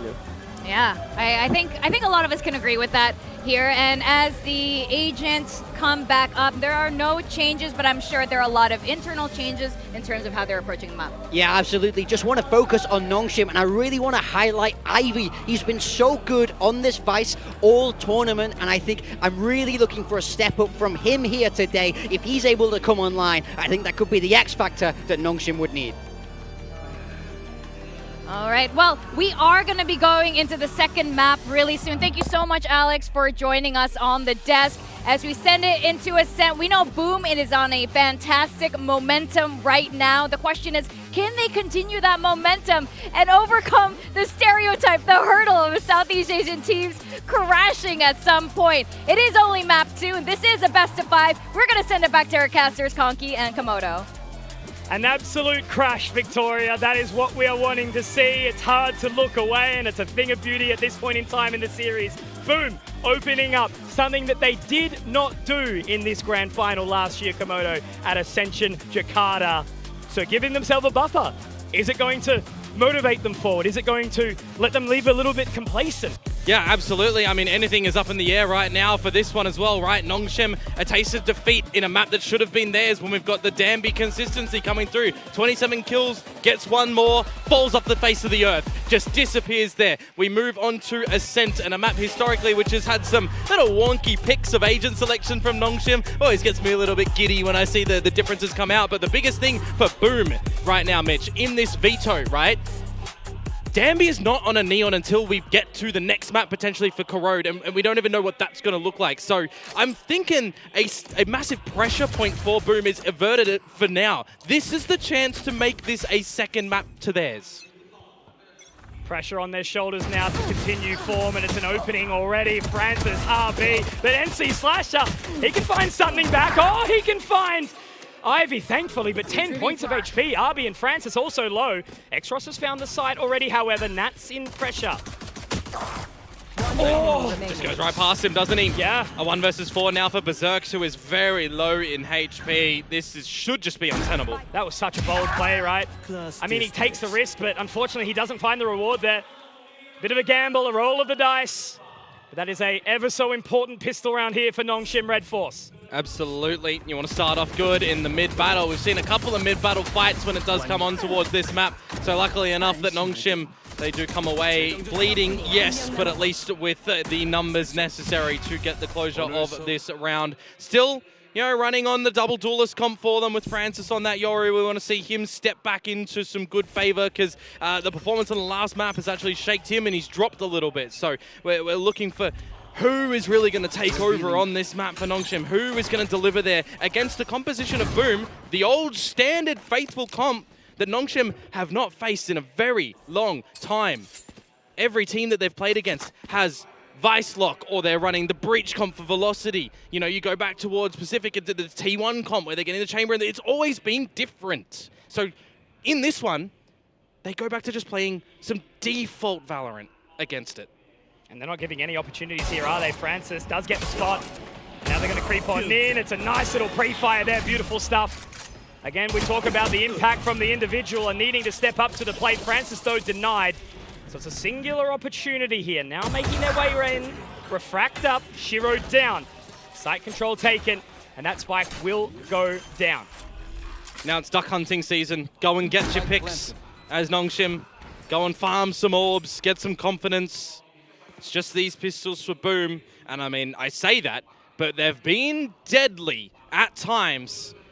A real turning point in the last map after that timeout to put a close to the map, essentially. Could have been seeing a different scoreline, Mitch, if they didn't come out with that round. You just can't take any chances, right? Make no mistakes, because both these teams can capitalize. Now they're just sitting inside that dark cover, waiting if anyone will give them anything. And the answer for that is so far no. Danby up close to Saturate, doesn't quite connect, but it's not going to matter when RB's there to back him up. It's a 2-0 start here for Nongshim. And they haven't lost a hell of a lot for that bonus prep into the third round. This is going to be a big one for them as well. I'm excited to see on this defensive side just the stability that Boom will look to come out with, right? Because you know me, I made this very apparent. When I get a KO in towards the server, I want to see good timing. I want to see good flashes. I want to see good support. We see that from some teams that run it on Bind. There's a little bit of a niche here and there. We get teams on Karo that play it, but when it comes to this map, it is a bread and butter scenario for someone like NC Slasher. Look at the play already. The arc rose up, but Danby overcooking there, not popping the refract. It's a light speed straight into the open arms of Shiro. They try to get something here early, and Berserk's also dropping down. Francis, that is two impactful members of Nongshim down and out for the count. And look at the control that Nats has taken off the back of it, up to mid-top already. And he may very well find some further information here. RB just sort of pressing the narrative around tiles, but he's going to hear these footsteps maybe from Xros. They're just not aware whatsoever that Nats could be slipped in towards this spot. And the problem is as well, 2 players down for Nongshim. It's a complete reset on the round. You're looking for a mistake from Boom now. Will he connect though onto 2? That's going to be the question. They do look to clear it. Inside that dark cover though, RB, good response. An opportunity back now with that Guardian, but Ivy out solo. Hang on a minute.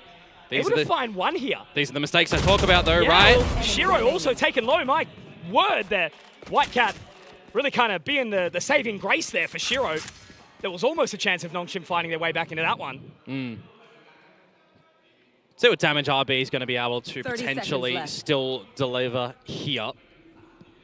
Shiro is low. Not really in a favorable trade spot either for White Cat. Just going to clear out everything. Slow creep in towards the site. Spike plant would be fantastic, but... He's going down silently as well. Oh. 10 seconds left. Done. A one tap for Shiro to boost the confidence. 3 alive for Boom. It almost got a little bit hairy, but there was a fairy on the shoulder there in the form of White Cat. Yeah, you got to look for comfort for both of these teams coming in towards this map as well, right? Because it's been a little bit since we've seen Boom on towards this map. I know historically for them, I had some grievances with Boom when it comes towards this map throughout Pacific. It was very get to the choke point and explode, specifically when they were running that Phoenix composition. They get a little bit Teo-pilled when that happens, and it really doesn't work out for them. So at least I'm wanting to see adjustments in this stage for them here. Well, one thing you will see, Komodo, is the first gun round of this map.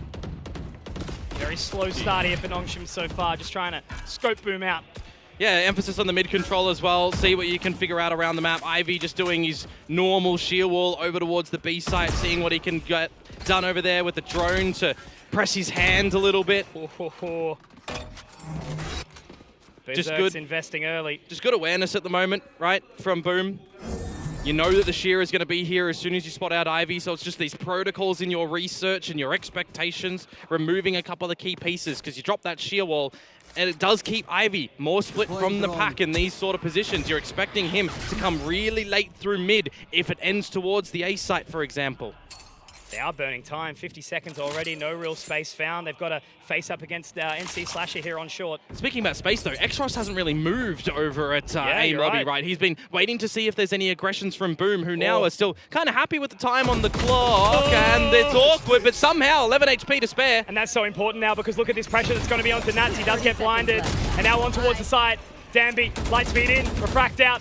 NC Slasher so low in that moment, but Whitecat will find one. 20 seconds now, Spike. It will start to go down. He's going to have to respect that, or will he? They're going through now. Cloudburst out, trying to find that space, but Xros to deny. However, give Whitecat a chance. Always give this man a chance until he is taken by Danby. A great response there. They buy their time, but they earn a third. Yeah, very difficult to get out in that little 1v3 from Whitecat, unfortunately. You see that he gets the trade at the end, but it's to no avail. His teammate's dead over at the rafters. The Cloudburst just giving an angle for Xros to get the double. And he hits his little noggin on the tailwind away as well. Damn me for that one. You're thinking to yourself, RB, always going to be getting the orbs, always going to be getting the plants. Hunter's Fury comes online. Combo available now with the convergent paths. Hold them at bay if you need in a situation like this, though, because you kind of do want them when Boom come out with the weapons again next. You get a little bit closer to Whitecat on the blades as well, Mitch. Yeah. And I remember a couple of times on Team Secret Academy when he goes back onto this jet, it's very, very comfortable for him. This tournament, claw's already out. We've seen him do it. Definitely a player with some serious capacity. Nats, that's a big pick, but RB find its back. That's what he was waiting for last round, right? He was waiting for some sort of A main play to come through from Boom. Already toying with main as well. That sheer is going to go up, and Shiro, we talked about this saved Vandal. Maybe there's a world, maybe there's a way. And Whitecat's going to grab a gun here as well, so you're definitely having a good crack at going in towards this one. Shiro with a recon dart, he gets a kill, there's a Hunter's Fury online. He can start to piece things together. This is an important tool right now. Huge. Whitecat, they don't actually exchange anything, but the Saturate will indeed catch. Danby, just looking to buy some additional time here. Now it fades off, and it's awkward. 6 bullets in the chamber here. They're just playing with this fire. But it's fire in the belly of Danby. Francis to drop Shiro. And it's important as well, right? Because it seems like looking at him when he was walking off the stage earlier, he's a bit frazzled from his tailored performance at the last map, right? Because 27, 28 kills, you're thinking, I'm doing everything I need to get across the line, and then you disappear. You need to make sure those situations don't shake you in this big stage. Not quite 30, flirty, and thriving. Completely shut down was Danby in that previous map. Now onto the Waylay, now a different level of opportunity. He can get in, he can get out, and he sits at the top of the service so far, but look at this investment already from Whitecat. May toy with the shear, and he will, but no dividends paid. It's just the same thing, right? It's making sure that you're removing this to keep the interest of Ivy over here. He's being caught off guard a little bit with these leader pushes from Boom, so it's already in the mental scape for him that he does kind of need to just hold this B site down. Be the owner of it for Nongshim. Still just buying plenty of time, right? You know, there is a level of awareness that Boom might be trying to have a bit of a forward-thinking play here, but it's the old lean and the from the shadows. Feels like you're just going to have to go back to standard protocols and get the drone out from RB to start to clear lobby behind the TP. Info. Straight into the back of Wine. But they will not have a drink just yet. Paranoia available. Hunter's Fury opened up. Oh, if he can connect, he did. He absolutely did, but they've dodged it. And now the Hunter's Fury to come back. RB finding absolutely nada. However, Nat's put into a very uncomfortable situation. And now the convergent paths will be popped. Danby wants to get all up in their grill right now.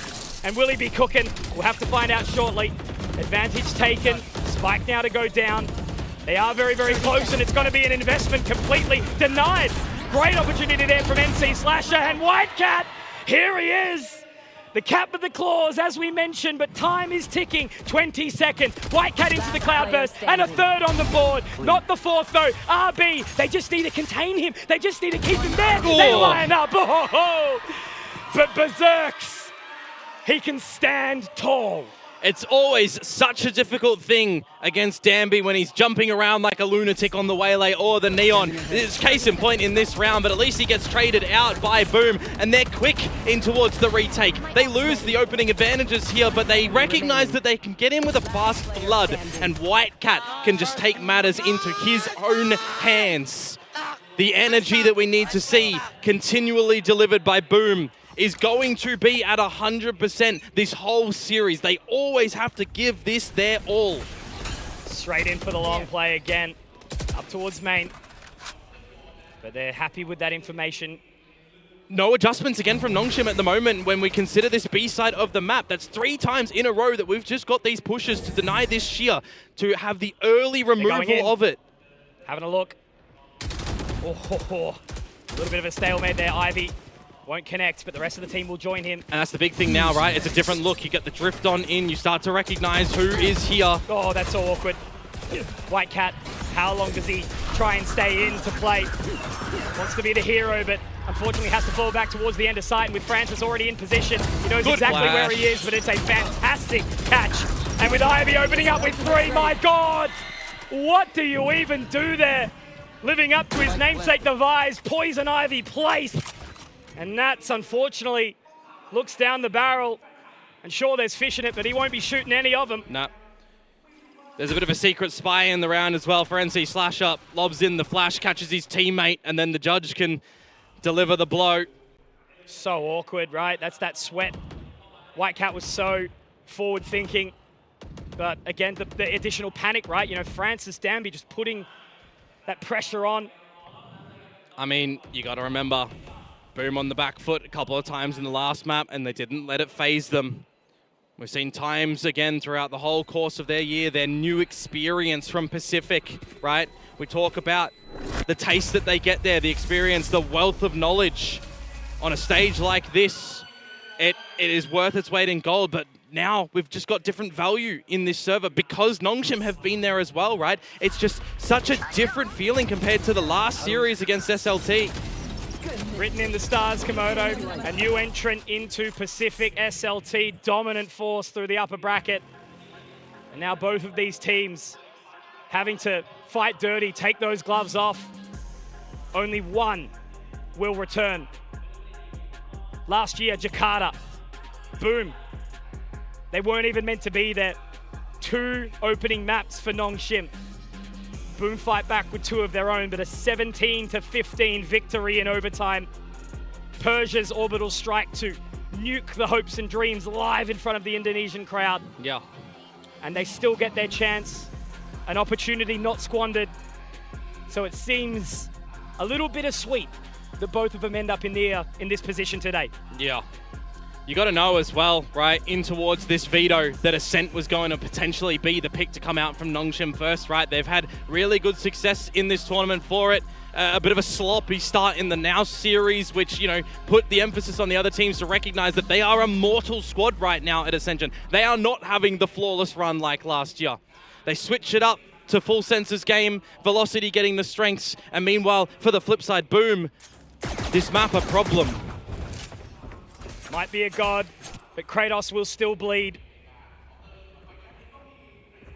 But who is going to be the victor in this war? Timeout now from Boom, goes away. Bladestorm invested. They're trying to maximize potential chances in this one, not guaranteed ones. Ivy adjusting the wall to be a little bit further back at the B side as well. Flash drive over mid, nothing behind it. It's such an interesting round, isn't it? So much potential. The Vandal, the Bladestorm out for Whitecat.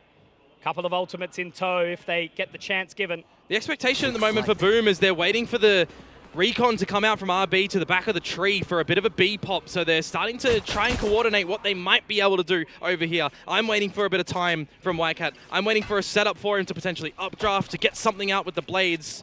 You definitely want to see him try to get an opener. Shiro not going to be baited by this one. They are going to look to clear this, surely, right? Surely they look to clear this. They don't, and Danby can get the saturate out, but at the exact time, Whitecat has invested. He's found the stock, he's updrafted the trade, and Berserk's an NC slasher. These are the thrifties that should not be happening.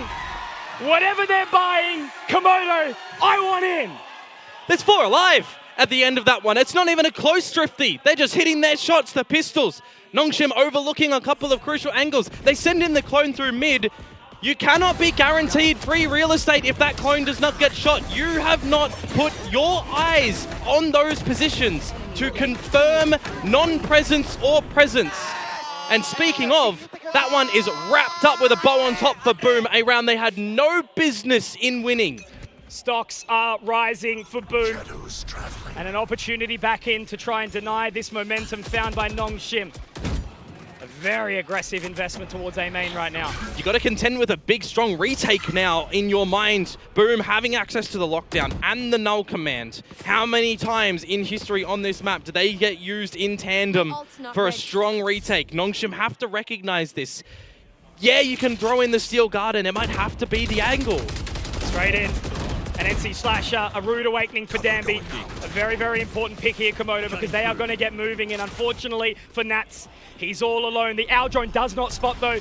Could be absolutely massive here. They do gate crash underneath, though, and Francis will capitalize. Now Shiro forced back. They're going to have to respect this, but Ivy still lurking. Spotted out by the turret. Now Berserk's going on in. Ivy does fine, but Shiro gets one back. Shiro gets no. Also denied. Whitecat. Once again, this young Filipino talent looking to get something, pops the tailwind, but he's out. Doesn't want to go anything further for now. Well, he just knows that Ivy was up the guts of mid, right? So he can be getting flanked. Spike yet to go down, Komodo, 30 seconds. There's such paranoia, though, at the moment as well from Nongshim. They want to be 100%ing the remainder of this round. They know that Whitecat is a force to be reckoned with. They're just waiting patient with the time to get the spike plant down. So this should be the round to Nongshim, unless, and I say that with a bated breath, because Whitecat is looking. Thought he was saving, thought he'd already made the call. Here. He does have an opportunity if one of these heads do peek up. Just has to find the multitude of the 1v1s, as we know, information gathered onto Xros. But I think it might just be a little bit too much of a challenge here for the young prodigy. Whitecat will get out. He'll look to take this operator in towards the next round, and with that, Nongshim are going to collect 6. It's well played out round from Nongshim, don't get me wrong, but I do like the adjustments in the defeat for Boom in this round. They know they have access to those ultimates that I talked about a little bit earlier, right? And they want to go for this little force play over at A, but they also move the turret position. Instead of putting it back over towards main, they put it on the switch to look after mid. They know that Ivy is going to get proactive in a couple of these lurks, or if it's not Ivy, it will be someone else on Nongshim. So the fact that they don't have to worry about mid because the door is not closed by them, the turret can watch it, they can have a little bit of security in trying to facilitate these ultimate plays for an A retake. It's good strategy to come out from them on the defensive side. It's just in the battle execution over on the A side, it doesn't work out. And they change up the positioning of Whitecat now as well. Going to take a more aggressive line in towards main, and I think that's where they're exactly looking to head. There's utility ready as well, Komodo. We could be opening up this round very, very aggressively. Look at him go, but he's denied. They are ready for it. A sixth sense to come out from Nongshim. Weaponry recovered, and unfortunately Whitecat won't be picking that one up. Now the Steel Garden looks to come out. Nats get all up in personal, however, and it's a great response. That's Danby down. But Francis also looking to get another. However, NC Slasher at the back. The machete is out, but so is Francis. And the blood will continue to drip onto the side of A. However, Komodo, that spike is not down. It is in full focus. However, it's a perfect little blind up there. Francis gets the catch, holds them off, and a 4K to ensure the Korean side keep their upward battle going. Oh, trying to do what you can through the steel garden, but I'm more focused on the initial play from Boom. There was a little bit of a lapse for the recon to come on out. Your general players, you're wanting the flash in towards the... you're wanting the flash over to blind the opponent, so the recon dart can scan everyone, and through the smoke, you get your spray. The recon dart came a little bit late, ill timing, but also the fact that we just see that POV... That's crazy, man. It's unfortunate. It's rough. It hurts. It's the Francis effect. He doesn't know. No. He doesn't need to know, Komodo. You just got to keep on keeping on, right? Look into the face of adversity and scream back.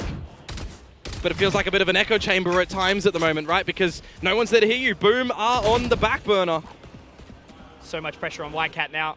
Here's the audible. Berserk to try and break the out drone. They don't know he's here. Danby does find one in the process, but they just pull away. That's smart. Perfect. It is really smart. You know that there's a possible bait and switch play to come out. There's the second flash that goes in to no avail.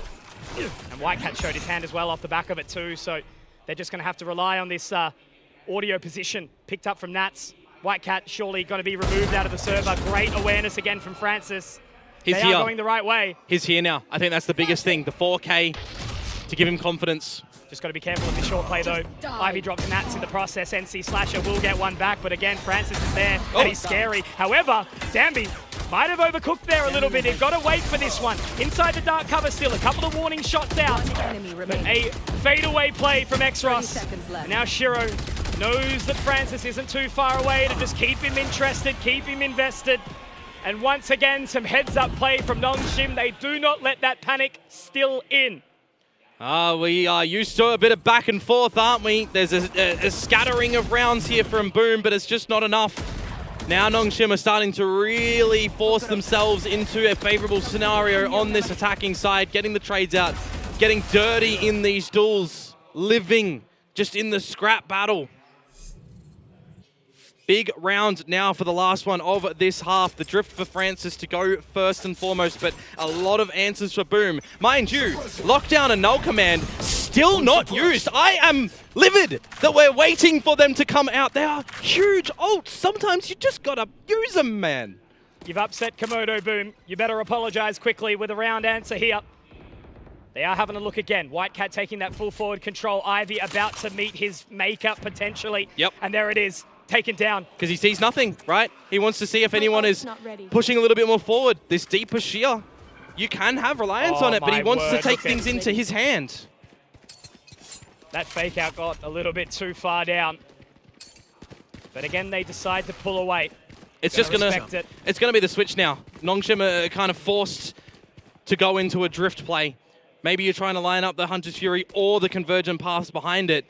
Hell, I wouldn't even mind doing all of the above. Who's next? Drifting towards the A site, TP over towards B when you need to for the team. Try to draw all of Boom over to the A site. They are not budging. Whitecat, it's time for you to awaken, my friend, and they've called it. Oh, that is so smart. Francis gathers all of that information and they have rotated around, but Komodo, I remind you again, they've got 30 seconds. Nats does not allow it though. He will be the iron wall. Hands up, blocking that spike. Danby needs to get moving and he needs to get moving now. There is 15 seconds, but that is not enough when Whitecat gets into the fray. Boom had the awareness and the reads in that round. They knew what the plan was when they get the opening kill. They recognize what Nongshim are doing. And also, in that moment there, X-Ross misses the mid-smoke. There is a huge gap in that bit. But guys, 8-4 with the halftime. Time for a bit of an interview once more.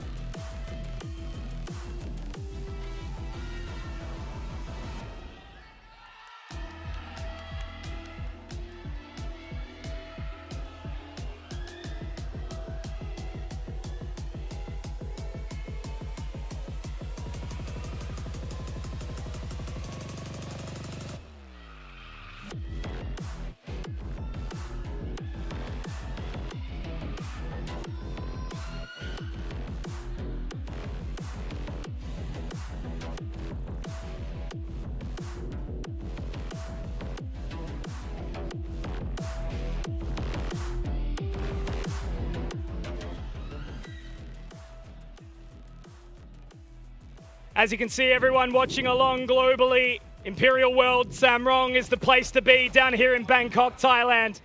And there is one reason and one reason only. It's Boom versus Nong Shim. Couple of scattered pistols across the board in this one as well on this defensive side. The frenzy for RB. Couple of lighter shields and the ghosts to lead the way for Boom. And a bit more of a spread play around the map as well, sending in the drone. They're going to have to contend with this stalling util that Ivy has presentable to us at the B site. And meanwhile, Danby over at the A site there with the waylay in hands with Xros, with no positions real spotted at the beginning of this round. It's up to anyone's call, anyone's feeling. What is the game plan looking like on this pistol? Dart, flash available. 0 point to come online soon. Just waiting. With bated breath, it feels like at this point in time, the Paranoia are out, ready to give Danby an opportunity to get back into this. And they're not going to be looking for it at all. The Tailwind actually giving an opportunity for Danby to get back out of there. And it's 2 already. Looking to make it even a 3rd here. Shiro, though, does get 1 and meets the reload. And now Berserks. It was a late lurk all the way up from mid here. But unfortunately, this uphill battle, it's not just Everest, it's bloody K2 at this point in time, trying to fight up against Nong Shim. And Xros, the newest addition, finds 3 on this Omen. Lights out for Boom. Oh, Whitecat did well to try and dash in front of the Hinder, the Saturate, but unfortunately, the shots just come out. Too many angles to contend with. Danby gets back into the fray. Xros gets into the duels as well. A couple of extra bullets there that he's hitting. It just becomes very difficult for that pistol that's a little bit too one-dimensional for my liking from Boom. What I highlight earlier on, when they play Ascent historically, right? They get to these choke points and they look to explode. Splits, never heard of them. I need to see adjustments for them if they have to have legs in this map. Speaking of legs, they've already been broken a little bit on the way through here. Francis with his famed no-scope weapon. Collateral! Oh yeah! He knows. And so do all you knowers at home. Nats, last man standing, and I don't think he's going to be finding anything at all. 10 on the board for Nong Shim. They itch their way closer to victory here on Ascent. Becomes a little bit hard as well when you're getting both pistol rounds, both follow-up rounds potentially here as well. So if you're getting the bonus, I mean, you got to wonder, is this map done and dusted? Wipe it off and look forward to Corrode that Boom have opted to go for. Or now that we get in towards that bonus round, are we going to be able to get our first buyout, which is looking a little bit less presentable than they would desire. A Bulldog in there, some light shields. They also have to stare down the barrel of Francis on the operator. Scanning ahead. Something that has been absolutely terrifying to even think about. Sure, it's probably been sitting in many of these Boom players' dreams. But as we heard from Nats in that interview, right, we fell asleep and we realized there is another opportunity. There is a chance to go back to Pacific. Same couldn't have been said for Nong Shim, who have had to absolutely tear their way through this lower bracket. Now it's going to be the opening battle, potentially. They buy their time. Whitecat up close. Got to remember, Ivy's utility is all around this site for the Thorns and the Flash to just guarantee his team to get active. Danby, if he had a rifle, that would have been so much better, but it doesn't matter with Francis now activating. NC Slasher by himself down in mid. They're not going to expect that, right? The investment's so early in the bonus. Yep, but it happens, right? That's why you have these initiator agents that can start to formulate ideas. That's one of the powerful scenarios granted to you when you run in with a Sova, with a KO. Up close and personal now. Whitecat already finding his position, and they've just had to sit there. No, no, no, Whitecat! Oh, the nerves, they shake, they itch, and they burn. But thankfully, Shiro able to get one back, but caught by the Saturate. Now Danby with the opportunity, but Shiro will fight back. Maybe potential redemption here in the round, a 3-on-3 as that spike goes down. Yes, the operator is out, but look at the other weapons they have to play with. Nats is in a prime position. Tucked in the cubby, but will anyone be invited? The answer so far is no. It's his treehouse, and he will deny a little bit of a treehouse of horror. Little nightmares! Oh my God, I hope your name is Millhouse, because there's none allowed today. The bane of an existence of a initiator player as well. When you're charged with scoping out the situation and trying to facilitate your team to get in, it's bringing out utility at the wrong time. You got an operator shot that's being attempted by Francis, and you've got RB pulling out the bow and arrow. Bulldog with plenty of bite. A very challenging position to be in, and it's a man who's going to get up loud and proud.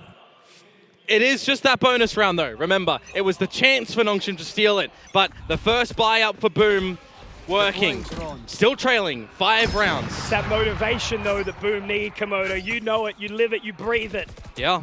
How much passion it can build these players up with. Still charging in with this operator on the defensive side as well, though, right? Francis, very high prize placed on his shoulders. A task that he needs to meet the level of being super consistent with it thus far.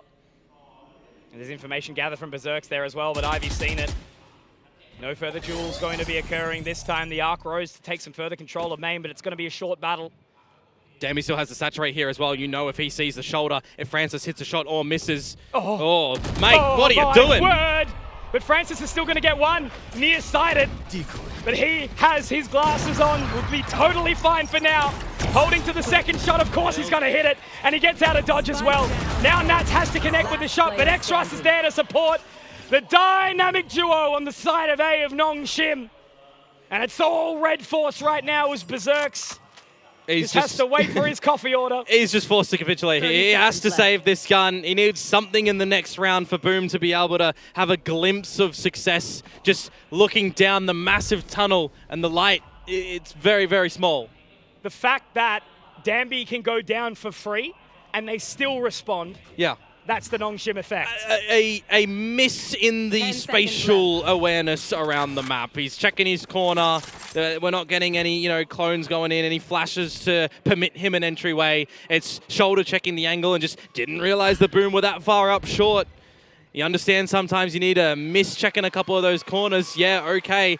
They are lucky enough with the experience and the quick Sharpie from Francis that they can still start to roll in that round. And speaking about rolling, we're really waiting for a key member on the side of Boom to start to get into it. Nats has been a little bit suppressed. He's in the middle of the pack, yes, but the consistency that we've showcased from him so far, it feels like he's going to be, he should be higher. Bit of an outlier. Berserks, NC Slasher, players who you kind of need to rely on, and I think the thing that, we feel like a bit of a broken record at many times in our career, Komodo, it's a 5-person game. You add the coaches in as well, but you can't just have a couple of players stepping up to the plate. Even in the case of Bind, we saw Danby, 27, right? Fell off, Boom gets the win. It doesn't matter. Unless you're all on the same page, you're all listening to that same beat. How much consistency in performance, in multi-fragging, and assistance in clutches, not necessarily the clutches themselves, but the contributing factor to them. Last year in the Ascension run for Boom, Berserks was the name on our tongues, on our lips, time and time again. We cannot afford to have him go quiet. Silence, not always a virtue. Another aggressive play over towards main here. The buy is up. It has to be fast here, but again, Danby can slow it down, can't he? Oh, they're looking for it as well. White Cat certainly aware of that prospect. And now as they creep their way in, Danby thankfully can refract his way away. And he's got the info off the back of it too. Xros repositioning. It scared them. You don't want to go in against the judge, against Danby, who has the saturate. It's Francis. An immediate flip towards the other side of the map, and it's the operator of Francis. Going to get droned on out, force his hands to fall on back.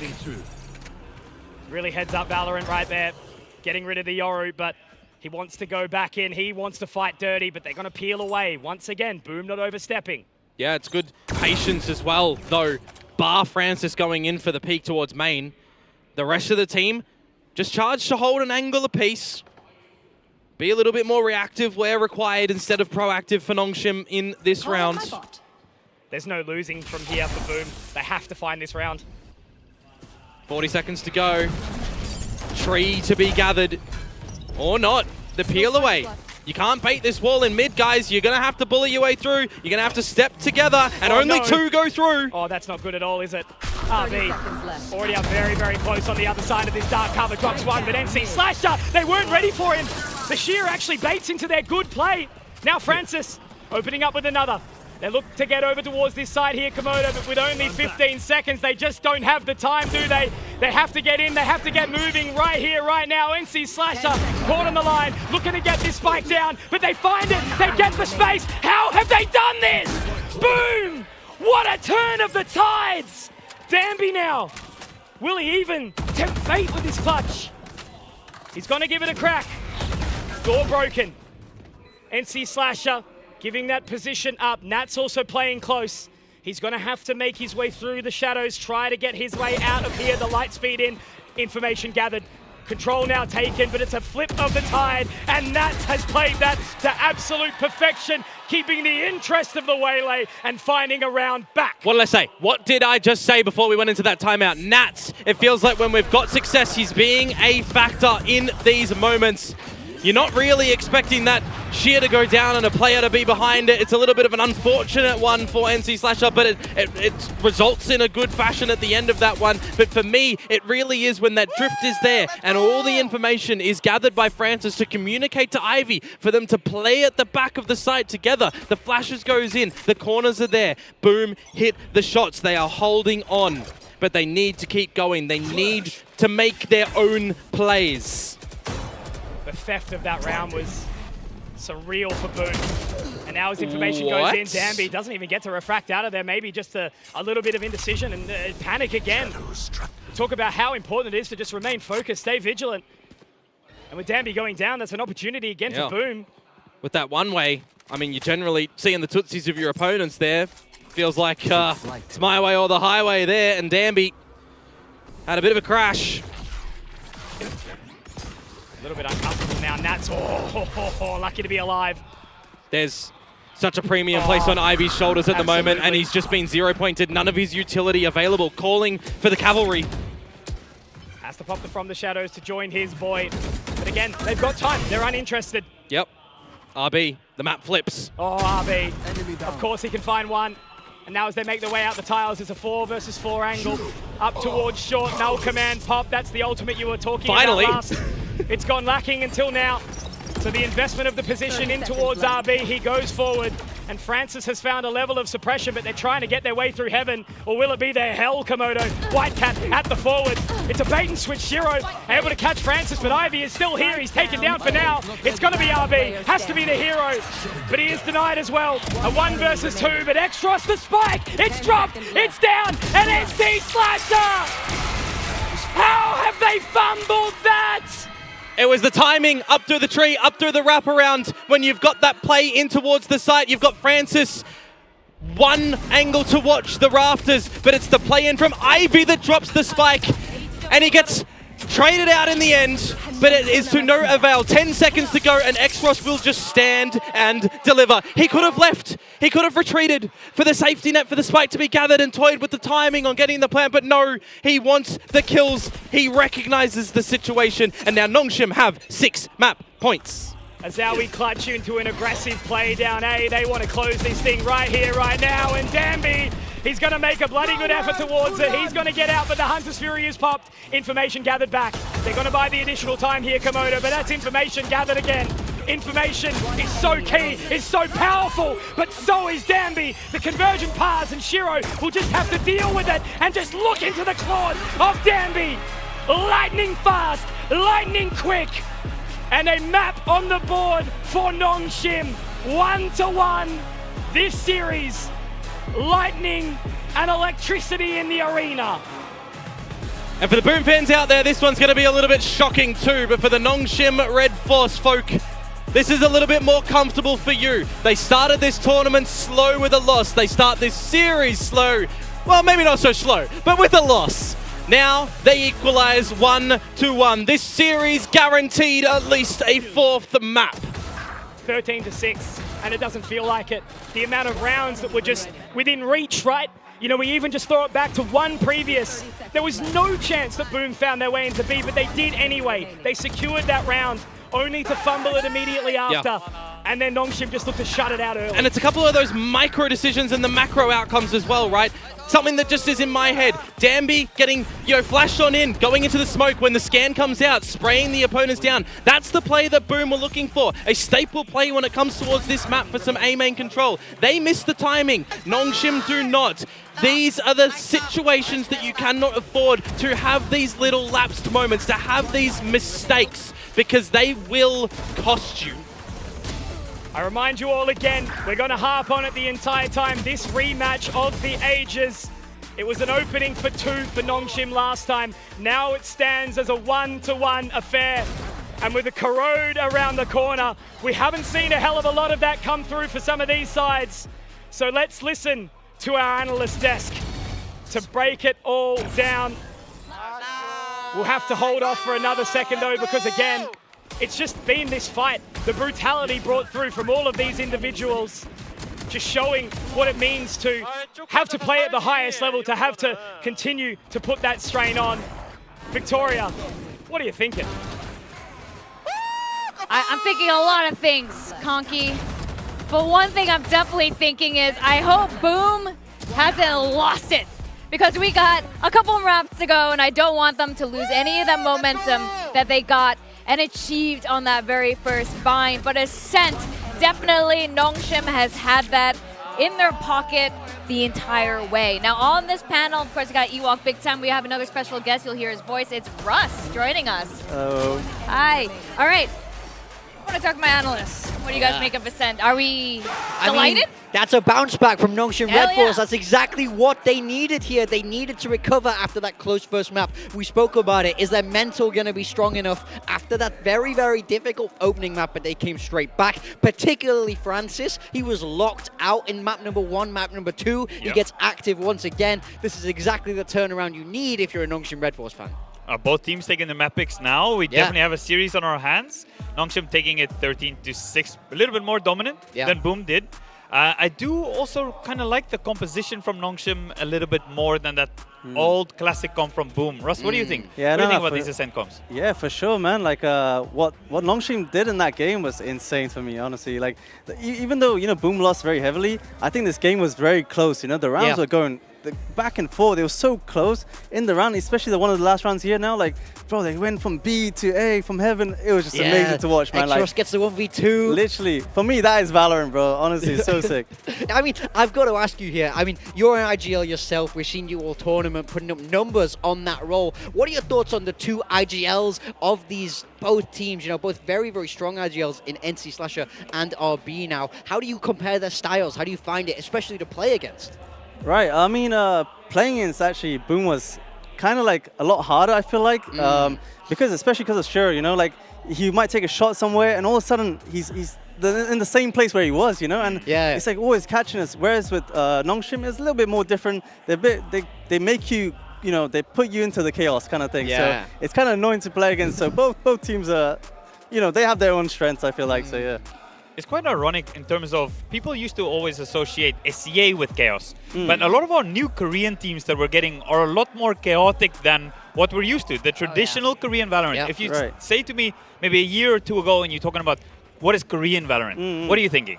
Bro, it was more like very, like the old DRX, like Vision Strikers actually, Breach, Jet. It's very like simple strats and, they attack on their defense, that's how kind of how it is. But nowadays it's like, the Waylay, the Yoru, it's just so many flashes, so many stuns, it's kind of so annoying to play against, man. Yeah, a lot of these new Korean players are so aggressive. It does really seem like the young Korean talent that comes through really like that chaos mode.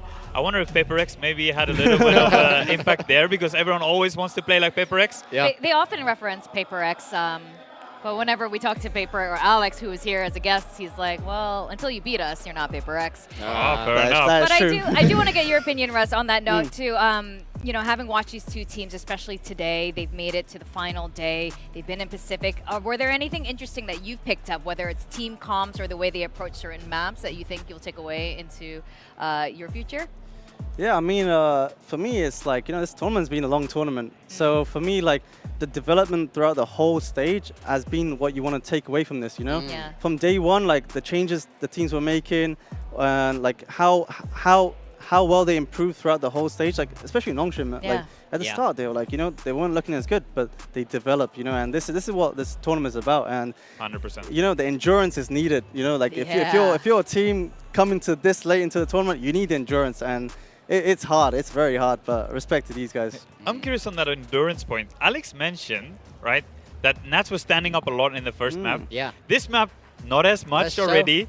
Is he gonna keep? Yeah, he needs to keep that up if Boom's gonna win the series. Yeah, absolutely. You can't come out so strong with the energy, especially if you set yourself up as the hype man of this team. And then if we spoke about this with Naus, right? You can't bring energy every time and then have it drop away because that's very, very noticeable. I mean, we spoke about Boom before. They were always so calm. So, but if they're going to bring energy into this series, especially when they've not been doing it all tournament, I need to see them stick with it. I need to see Nats get himself into the game. At the start of Bind, he was standing up even when he wasn't getting the kills. He didn't even care. Bring that back. If I'm in the back room with him, I'm saying, get the boys fired up. That's what you need. That's what we were talking about earlier. We don't want to burn out too quick on the hype. And I think when you're standing up on round 2 with 0 kills, I mean, that might be considered like a little bit too much too soon.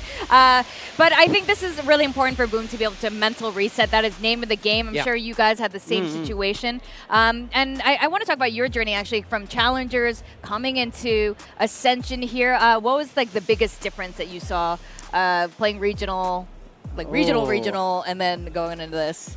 Yeah, I mean, in the regional, like, you play against the same guys all the time, so it's like, you kind of have to change against them a lot, and they get very comfortable with you, So coming into this, I feel like we spiced things up, and we were just like, ready to show off what we actually have, And I think that's the best thing about us, this tournament, so yeah, I was very happy with this.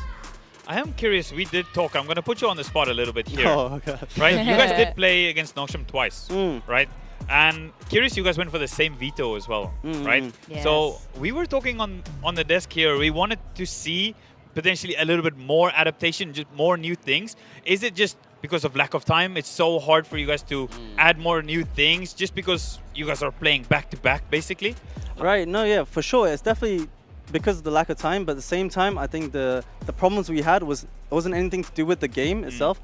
It's more of like we let our foot off the gas pretty much, and I think that was the main reason. After winning the first map, you could see on everyone's face, it was like we're a lot more chill all of a sudden, which we didn't have the intensity that we had throughout the whole tournament. So that's where it kind of like came down a bit. And then obviously going to the Nongshim game the second time, I think we had everything we needed, but they came in hot, man. Yeah. So for us, they shook us up a bit. So yeah. So what do you think Boom need to do today? Now it's back to 1-1. Nongshim have just got all that momentum. Let's say you put yourself in this Boom roster. What are you bringing into map 3? What's the vibe? What's the mentality? So for me, I don't think the coaches or anyone can do anything. It's the individuals themselves, They have to step it up. Like in this tournament, individual is what you need, At the end of the day, you have to adapt.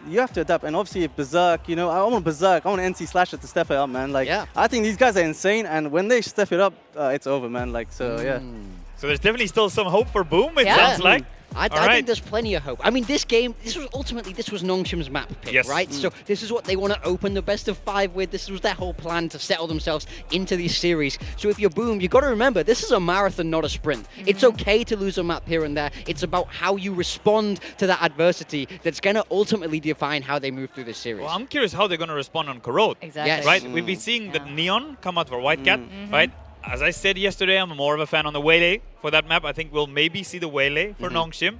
Right, so it's going to be interesting if they can keep pace with Nongshim. I think they're going to be a little bit maybe too much in their face. I'm not sure if Boom can handle that. You guys felt that first hand with Francis going in first, and then you need to deal with Danby after, and the util behind it is really good as well.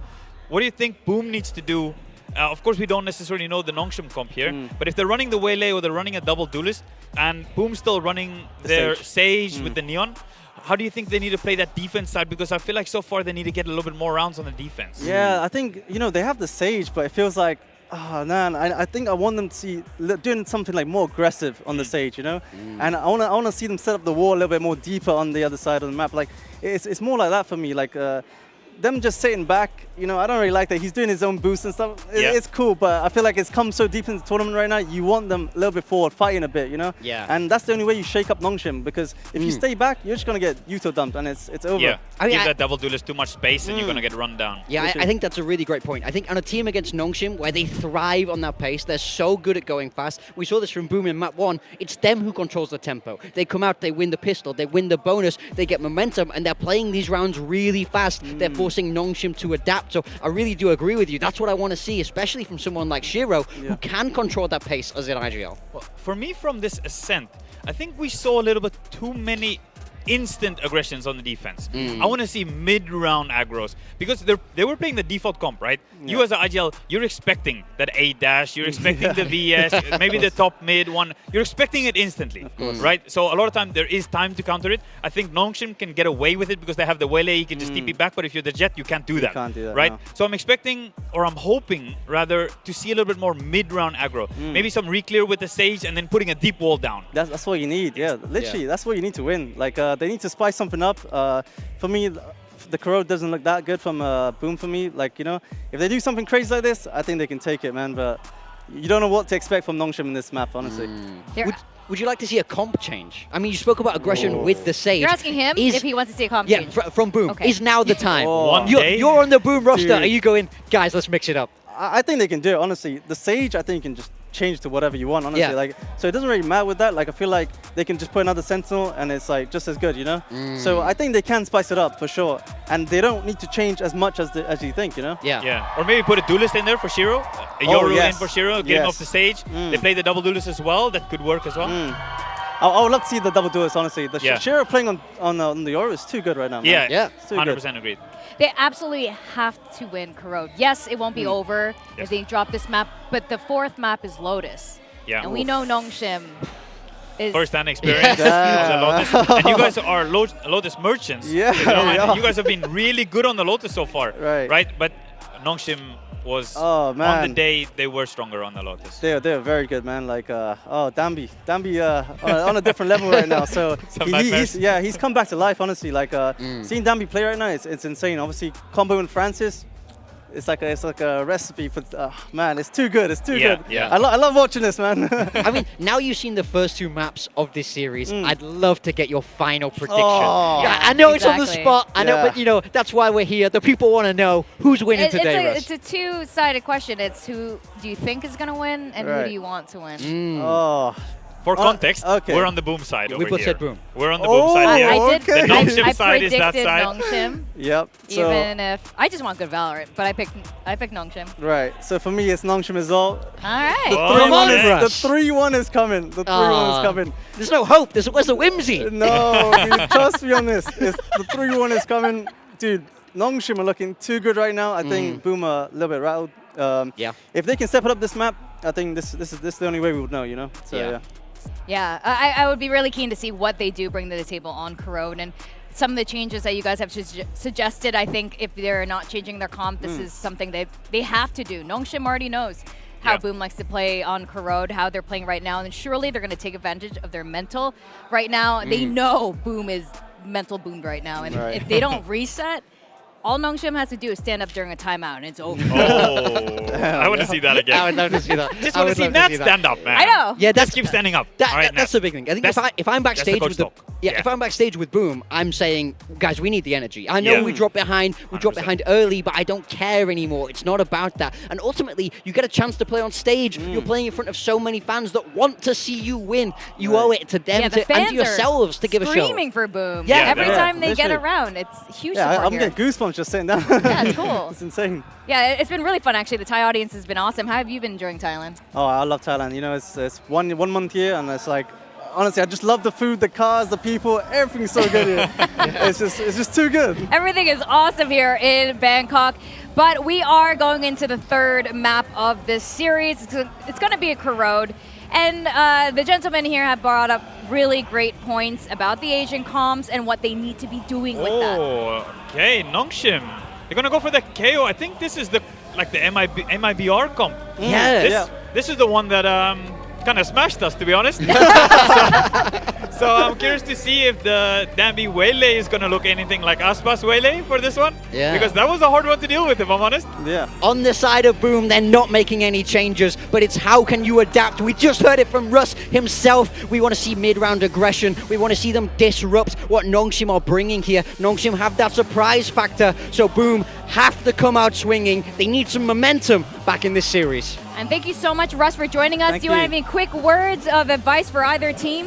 I just hope Boom do something with middle, you know? I think middle is going to set the pace of this game. So if Boom can control middle, they have a good chance of winning. All right, well, I hope they can hear you, and I hope they're thinking the same thing. We're going to send it back to our casters, Conky and Komodo. Komodo, I know you have a hell of a lot to say because this is something that we don't get to see. Corrode, some new exciting territory. Walk me through this bad boy. Global champions, NRG, let's just adopt their comp and changing it in one of the biggest important tournaments of our lives. No sweat, right? No sweat. No, lots of sweat. But hey, look, they're one apiece in this series. This is a map picked out by Nongshim, so you knew that they were going to have a specific dedicated plan coming into this map here. Everything went according to the plan in the last map, you would assume, but we cannot say the same about Boom. 1-1 is the scoreline that stands here in front of you right now. Boom, Nongshim, 1 slot in VCT Pacific, the final Ascension. Who is going to come take it? Corrode, the third map on our stage, and it looks like it's going to be an onslaught towards B. I really wonder if Boom are going to be able to adapt in the mid-rounds in this one as well. It's going to be an emphasis on NC Slasher's calling here as the 0 point over to this site already is going to catch Berserks, but that's where the rest of the team slots in. It's only one Komodo. They don't have the rest of the information. RB, however, has found NC Slasher, and a dink makes it awkward. Nats and Whitecat get a couple back. It was an awesome saturate onto the teammate. However, they're finding frags back. And now as they take control of what was that side, it's Whitecat to get it out. Early flank. Look at how the quick flank. this is. He's so fast. You're exactly right. That's Ivy. Taken down quickly now. But how fast does he want to move? He's got the time. Dark cover now fading. Francis goes for the peek, goes for the spot, gathers the information.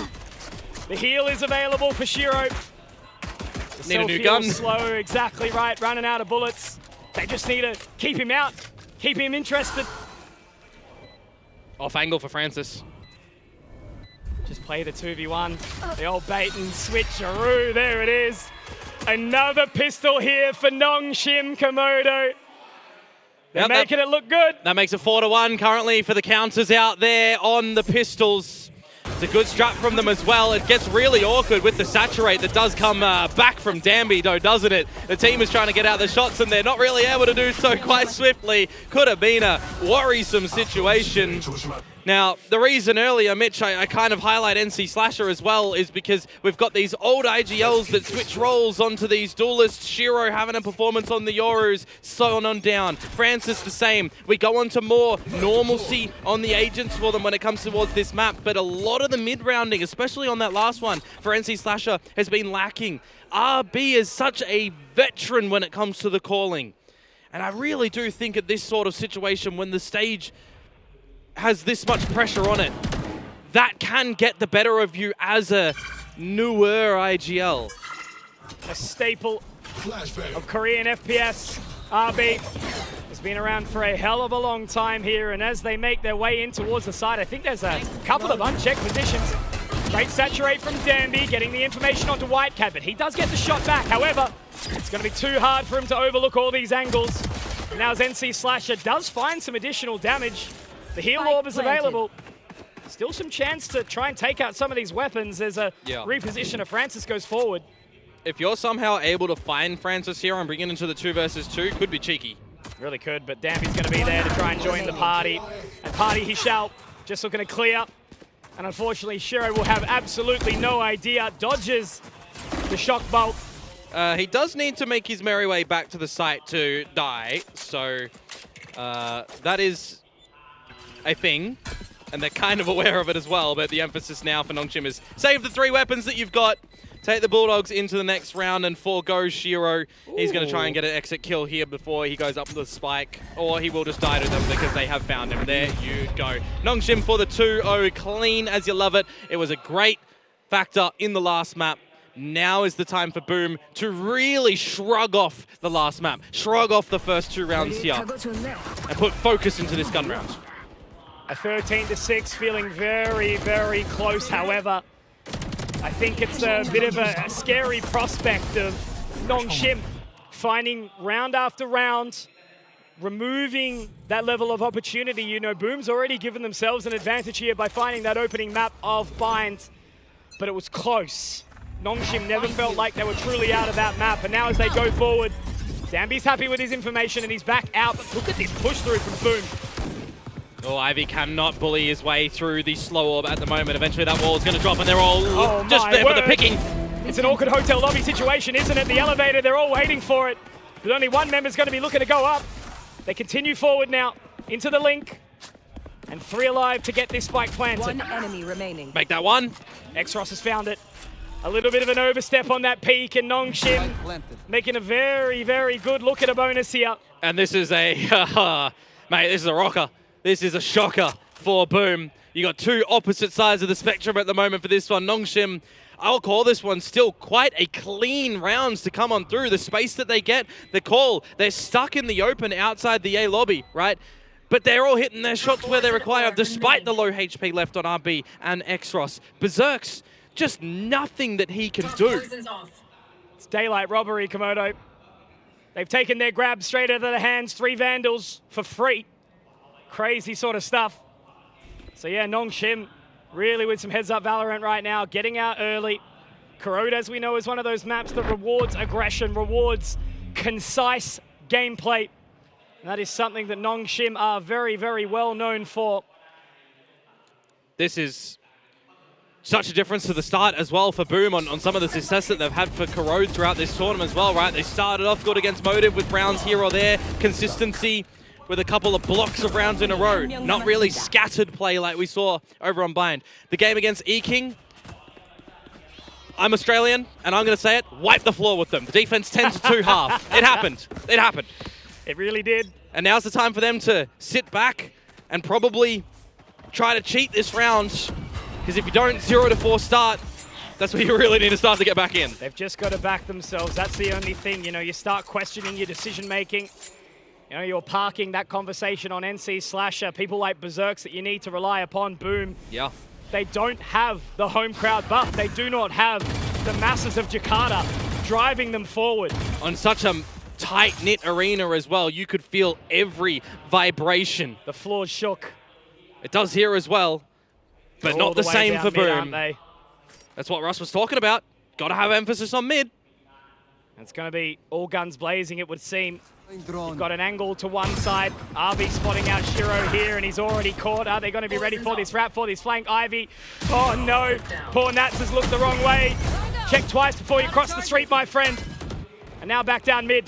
Good positioning here from White Cat, but it's not going to matter when the rest of the team is completely absent without leave. I mean, I always want to give this man a chance, but a reposition, a reapproach where that spike is going to be going down, and Danby just keeping poor White Cat out of the game. And Ivy is just going to close it with the 4K at the end. It really feels like there was an opportunity at the beginning of this map as well when you see the agent selection come through. Boom, they don't have to contend with Danby's Neon again, right? When we saw the beginning of this tournament for the likes of Nongshim, a head scratcher when you've got, you know, the smokes coming out for Danby as such instead. But they renegotiate what they need to do when the agent picks Danby back onto the Neon. Really good success. This time, the Waylay, all right, will contribute it to sort of be a bit of an equal state, but no Neon until later. It's an opportunity for Boom to really draw on that. Not as aggressive as initially thought, but a bit of forward-thinking gunplay out of Boom here. Taking mid, back to the link, over towards the lobby. Because Nongshim, they are absolutely ready to explode now. Danby at the helm once again already. The Saturate does get the catch, but the wall goes down, shut out. No way through the connector today, and White Cat continues the dance around the link. The dark cover now will fade as Nats, the hype man, he finds 2. The desk was talking about how this man needs to stand up, but he sat back down. Xross, the Omen. But it's not even more of an idea right now as he gets another, dropping Shiro. Resurrection will not be available this round, but now they can break the sound. You've got to go silent here. You got to wait for that wall to fall. You don't want to break it and risk there being players on the other side of it. They don't want to overstep though here either, do they, Boom? No. Don't give an opportunity back to Nongshim from deficit, where they have had really good numbers in 4 versus 5s, in 3 versus 5s. From the shadows available, one away from the Hunter's Fury. It is still a very doable round here for Nongshim, but all of Boom are here. They make the advance, don't they? Straight through. The dark cover just to isolate some space, but 20 seconds. Are they going to... No, surely not. They have to go to A. They have to hit this side. Into the dark cover, into the smoke. Whitecat, he's going to get spotted. They'll gather some information immediately, but Komodo with 10 seconds, there's just not enough time for RB to do anything. He sits still, waits for something to just be given to them. But Boom! Nongshim are hungry, they have been starved, rations given. And a round for Boom on the board, desperately needed. Yeah, it was sorely needed, and it kind of all stems from the fact in the beginning that Danby is very narrow focused on removing Shiro from the situation over at the elbow. The fact that he's hindered him, he's trying to get out the shorty, he's trying to get around the corner. The team needed to have a quick trade come on through. Get over there, bail out your boy. And they do that time and time over in that round. Not done just yet. 1-4 stack towards that B site. Currently where Nongshim have majority of their forces. 0 point over to Shiro's spot. Keep him entertained over at A at least, but now the peak at B. They're happy with that info onto Shiro, aren't they? Because now Berserks can play, he can certainly party, and the man has definitely not got 2 left feet. He can boogie, along with the rest of the team. They make it clean, don't they? The old do-si-do as Exros, the only kill for Nongshim. And just as they open the bank account, unfortunately the mortgage is up high for Nongshim. Boom get one back as well. Yeah, wrong percentage rate for them, unfortunately. With high interest, Boom will go with it. The thing is as well, when you have a strat on the defensive side, if your opponents are there, you're really hoping it works out. All eggs thrown in that basket. Boom, shoot. Better there. Easter's a long way away. It's Christmas first. And right now, Boom are looking to get back off that naughty list. Straight in towards it again. It didn't go their way last time. Danby forward thinking they want to go for this play once for Komodo. And this time again, it's Whitecat, 1 and 2. Exros does manage to find one back, but now they're haunted. They get that information. Look at this wrap from Shiro as well. He's so quick, isn't he? And now as that from the shadows will pop down, he's not going to be ready for this at all. Francis also in tow. It's a little bit different from him on the Yoru this time, isn't it? But he does get one back. And now as they try to slip the net, oh no! Boom! Might be going a little bit too far forward. They've given 3 to Francis. You can't be doing that. And now this space. He's up so close, Nats. He has to clear this angle. He has to be aware of it, but he won't be. Instilling fear into the hearts of Boom. Who has been the massive performer all tournament long? Who dropped 27 and 4 on the Yoru? Francis is just doing it again from the corner. In and out. Sending you 6 feet under to get around for Nongshim again that they had no right in winning with how things started. Give him an inch, he'll take more than a mile. You got to keep going though as Boom. You can't let that phase you. You've got a buy again and an operator now out for Whitecat. The overdrive behind it. Building on these ultimates, holding them for Nongshim as well. But how long do we hold them for? No massive mid-walk this time. Silence in the server to begin. A complete change of pace to what we've seen these last couple of rounds. See that nothing is there from the Prowler. Give you an idea that there's a different look around B, but still keep yourselves entertained because you know that the operator is locking down A. If the drone comes out from RB, that's your tell to remove yourself from Link, to get some assistance back over there. Control taken back a B main. There's nothing there. Nobody's home. But at what time do Nongshim realize that they have to take things into their own hands? If you're not droning this spot, you're giving Whitecat a free kill. A silver platter is exactly what this man needs right now. Get that momentum behind him, but instead he's met with an Al drone. No slow for Shiro. Fall away, but he gets straight back in there, and instead it's Lightning fast from Danby. Whitecat has to connect with this shot, but the shrouded step, my God! And he's buying time with the convergent pass. It's not to go full forward and get the kills. It's for the assistance of the team. They needed the protection for the spike to go down. Never go full force, Komodo. Never. Always buy time, always count your blessings. RB keeping this flank in check as well. He's aware of it for sure. NC Slasher does have the Nightfall, but he would give up his hand. However, RB already taking a little bit of a look. Now moving his way in, looks to get that seize down. Does he want to pull the trigger on this ultimate? So far, the answer is no. Decay onto RB, but he's still just going to keep on keeping on. The Haunt goes up, and I think he's done just enough, absolutely. Oh, hang on. Berserks will now have to do it solo. We've talked about his absence. He needs to show some attendance in this school play. And there's 3, but he's not going to be ready for this flank. He's not going to be ready for the time. And time is something that RB will always bring to the table. Just nothing that NC Slasher on that flank could do, unfortunately. If you're RB in that situation as well, I'm bringing out the horns on this one. You see that it's the fate of NC Slasher, who's had a rocky performance here. You feel quite handsome in taking that duel to come out on top. You are just making sure that the rest of your team can focus on the site itself, where Berserks makes it look interesting, but just can't get it done at the end. Perfect time for the timeout. And I think once again, it's just that experience of RB, the amount of extra space he gave to the rest of the team, keeping NC Slasher occupied on that flank. We see a light awakening potentially there for Berserks. But instead, they have to think it out. Allow it to simmer again for a little while longer. Coach Fields, it's time to talk. It's time to get the team back into the server. I mean, you just got to remember at the end of the day, with this newer roster, with this younger roster of the Nongshim side, RB coming into this team with the wealth of experience from the beginning of this game, from the Vision Strikers, from the DRX run, a stint over in CN as well, now back to this team. There's a big task on him. There's a massive responsibility on him for this team as well. They have a decent year. They get to playoffs. There's the chance to Ascension. They cannot afford to let this slip. He wants to stay in the Tier 1 spotlight. Korean royalty at this point. Where are you? Certainly a part of the furniture. And now it's a mid-play. We haven't really seen much of this outside of the initial start. And boom, wanting to get activated.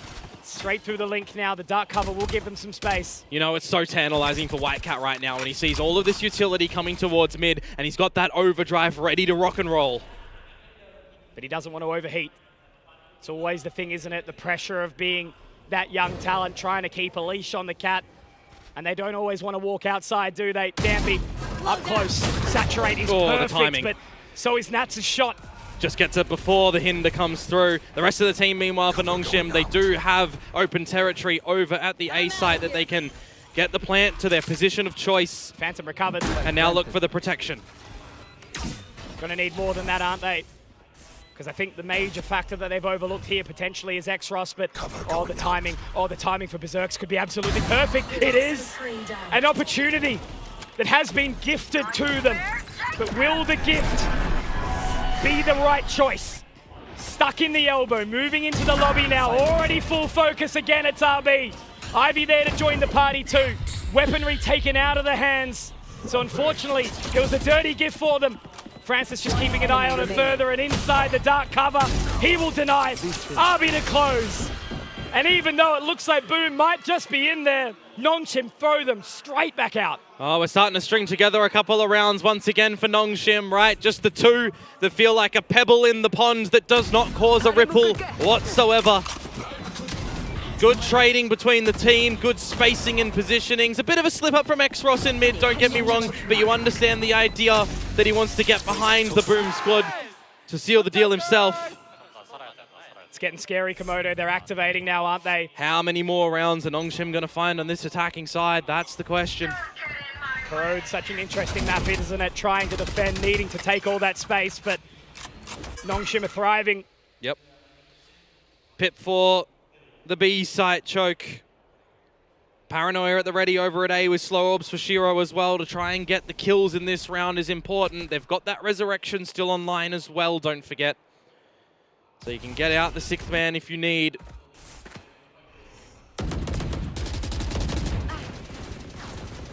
The silence right now for Whitecat, absolutely deafening.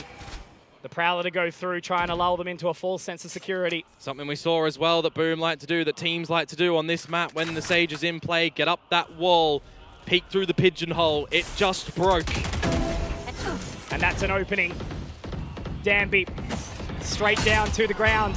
And even denying that 0 point as well. Further information gathered. Oh, Shiro clearly watching Javi's battle. Sage taking a book out of his page. Shiro already finding so much now as Whitecat pushes forward straight through the toxic screen. Denied.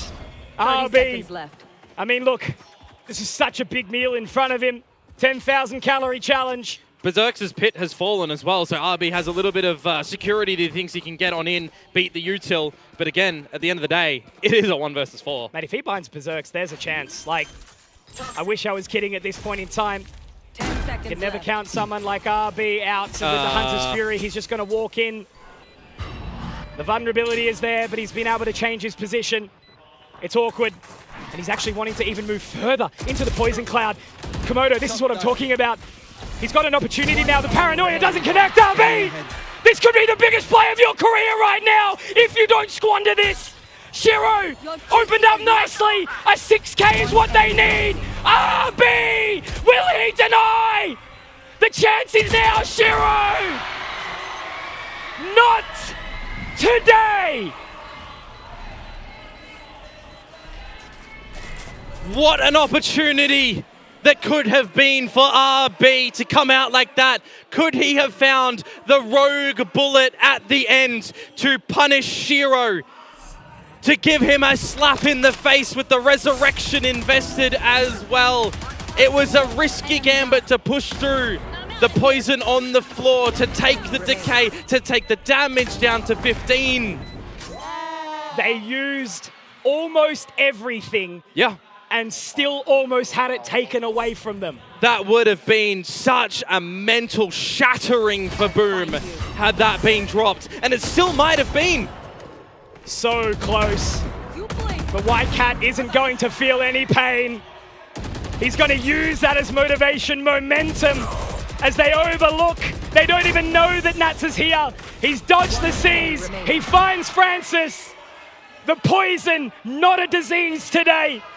But RB back alone again, and well, need I remind you of what we saw previously. However, I feel like the direction's a little different here. They know, they've got that confidence back. It was Shiro, the hero, and now it's 5 alive. Absolutely flawless. End of the day, Nongshim still taking the lead in this half, but it feels like it could have been better. A 10-2 perhaps, a 9-3. Now Boom is starting to figure out a couple of these win conditions in this map, winning the duels in through mid. I won't call it a win condition for the previous round where RB nearly got the almighty play. But if you can still look for a 3rd round in a row here, 7-5 with the promise of the pistol will start to tie things up. And it's a heads-up play again. Last round of the half, and they want to get up close and personal. A little kiss in the night. X-Ross gets one, but Nats says, oh, here we go. Francis still alive. But Nats is going to look straight into the eyes of the demon, the claws of the Hunter's Fury. And it's RB that has to do it again, Of course man. it bloody is, isn't it? You wouldn't have it any other way. But this time, Shiro's got his number. Bangkok! Are you not entertained? 7-5, a good resurgence from Boom at the end of the half to at least keep things close, at least keep things plausible. Give yourself some space for some slip-ups on the exchange. Mate, what sharp shots that Nats is coming out with there as well. Love to see that one. But for now, some silence for this halftime break.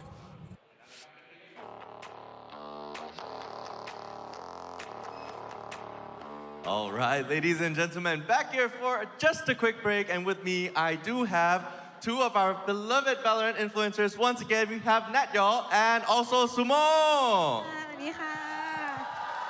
They've been with Valorant for a very, very long time. So first of all, Natyol, การที่มาตรงนี้เห็นแฟนๆเชียร์โอ้โหแบบทีมอย่างเงี้ย e-sport ของเราใน Ascension รู้สึกไงบ้างครับ ค่ะก็รู้สึกดีใจมากค่ะถึงแม้ว่าปีนี้ทีมไทยอาจจะไม่ได้เข้ารอบนะคะแต่ว่าที่แข่งอยู่ตอนนี้ก็เป็นทีมของเอเชียนะคะก็ดีใจที่คนไทยทุกคนยังรัก VALORANT แล้วก็ได้รับเสียงตอบรับขนาดนี้ค่ะ So basically, I asked how she felt, even though there are no Thai teams here playing in the league. But yeah, she's very happy to see that people are very supportive no matter what team it is. So yeah, let's go Thai fans. And for you, Sumo, I would just love to know, you've been in the Valorant scene for quite some time as well. Would love to know how it feels to be able to stand here and see the growth of Valorant throughout the years. รู้สึกยังไงครับผมที่เห็น Valorant เติบโตมาขนาดนี้ในเมื่อเราก็เป็นอินฟลูเอนเซอร์คนแรกๆเหมือนกันก็รู้สึกดีใจมากเลยค่ะเพราะว่าเราเล่นมาตั้งแต่แบบเซิร์ฟเปิดแรกๆเลยแล้วคือ VALORANT เนี่ยอยู่กับเรามานานมากจริงๆแล้วแฟนๆแบบว่าแน่นแฟ้นมาก All right, so yeah, I feel amazing. I mean, I've been playing since the beta, so it feels really nice to see all the fans being so supportive. So, เร็วๆเลยครับ which team's gonna win today? บูมค่ะ บูมครับ บูมเหมือนกันค่ะ บูมเหมือนกันนะครับผม and let's see if Boom can live up to that as well. So please keep it up for them. That is from us, and I'll pass it back to the desk.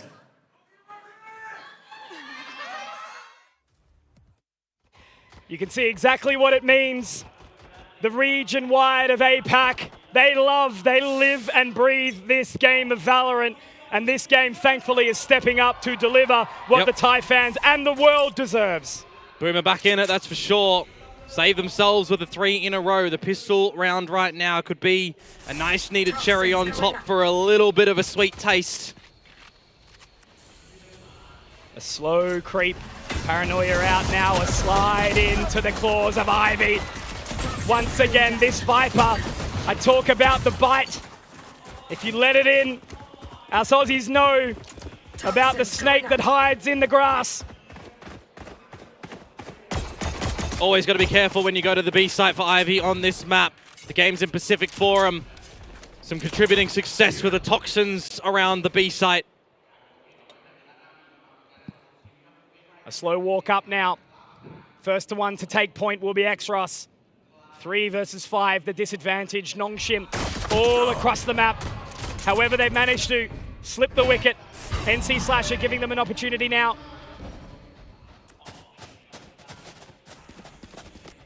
In towards the site. More damage dealt by Berserks. 30 seconds left. As they do try to slot away into this post-plant position. That's going to be able to find Ivy in the process. It's still a 2 versus 2 Komodo, I remind you. But once again, it's Francis. He's been the hero throughout so much of this competition for Nongshim. But they're so far apart. They're so locked into this location. And they're not giving him any opportunity right now. He's just going to have to wait. Try to flash his way up into the high heavens! What in the world? Self-sufficiency to come through from Francis on the KO here as well. Can play it like the Yoru in certain moments with these flashes, lining them up. I like the idea from Boom as well, though. That's the problem in these sort of things. All it can take sometimes is a mistake, a misstep from one team, or some individual brilliance and luck and control within the chaos in this one. Backwards and forwards, good ideas to push the halls from Boom to try and put things in their favor. But Francis wants none of it. We've been casting this game since its inception.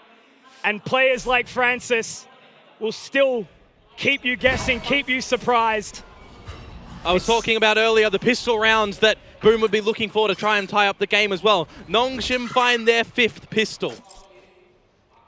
5-1. A terrifying prospect. However, it is still so hard to determine who is steering this ship.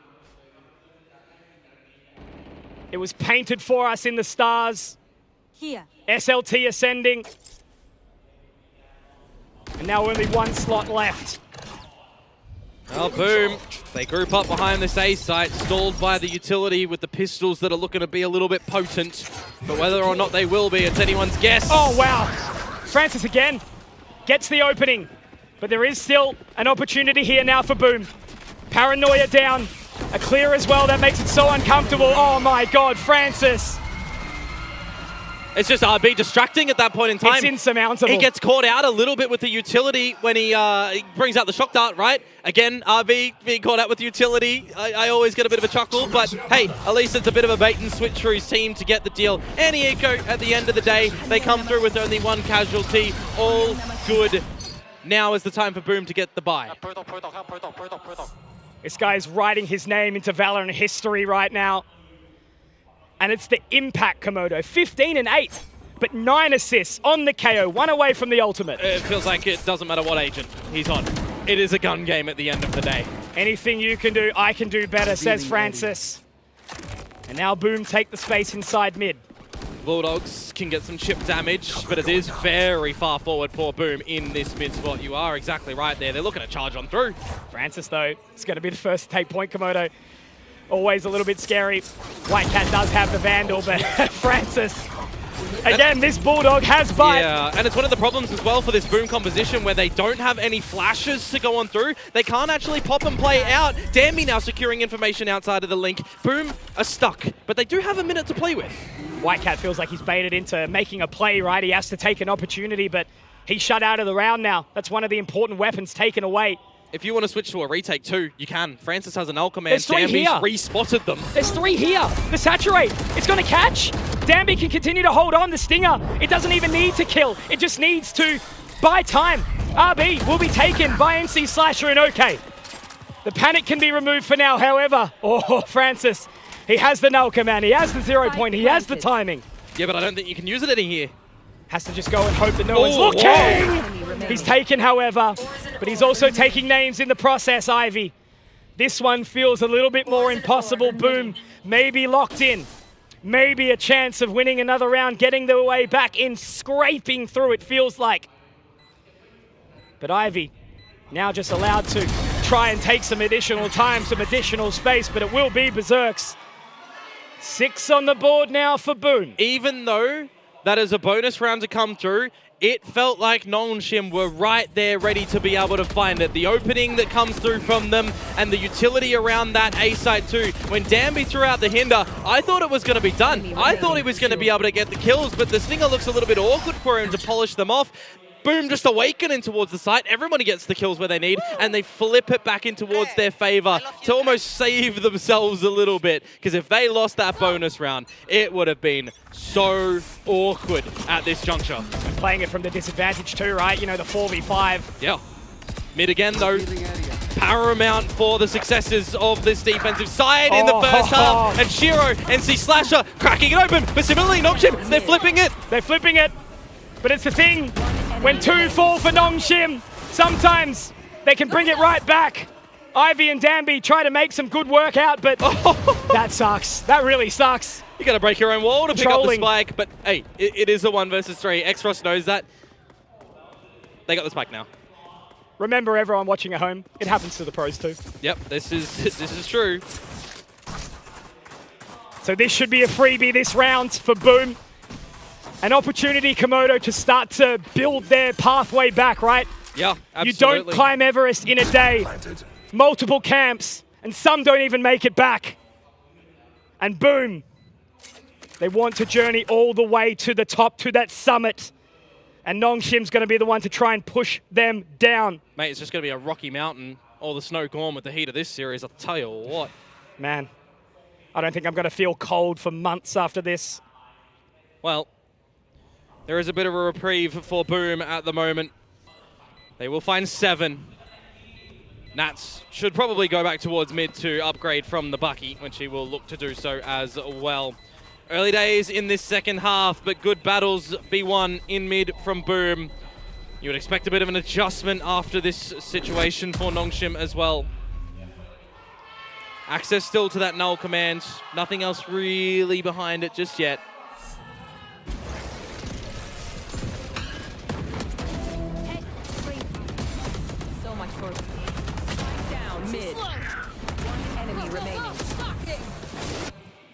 There is going to be a buy-up to come into this round as well for Nongshim.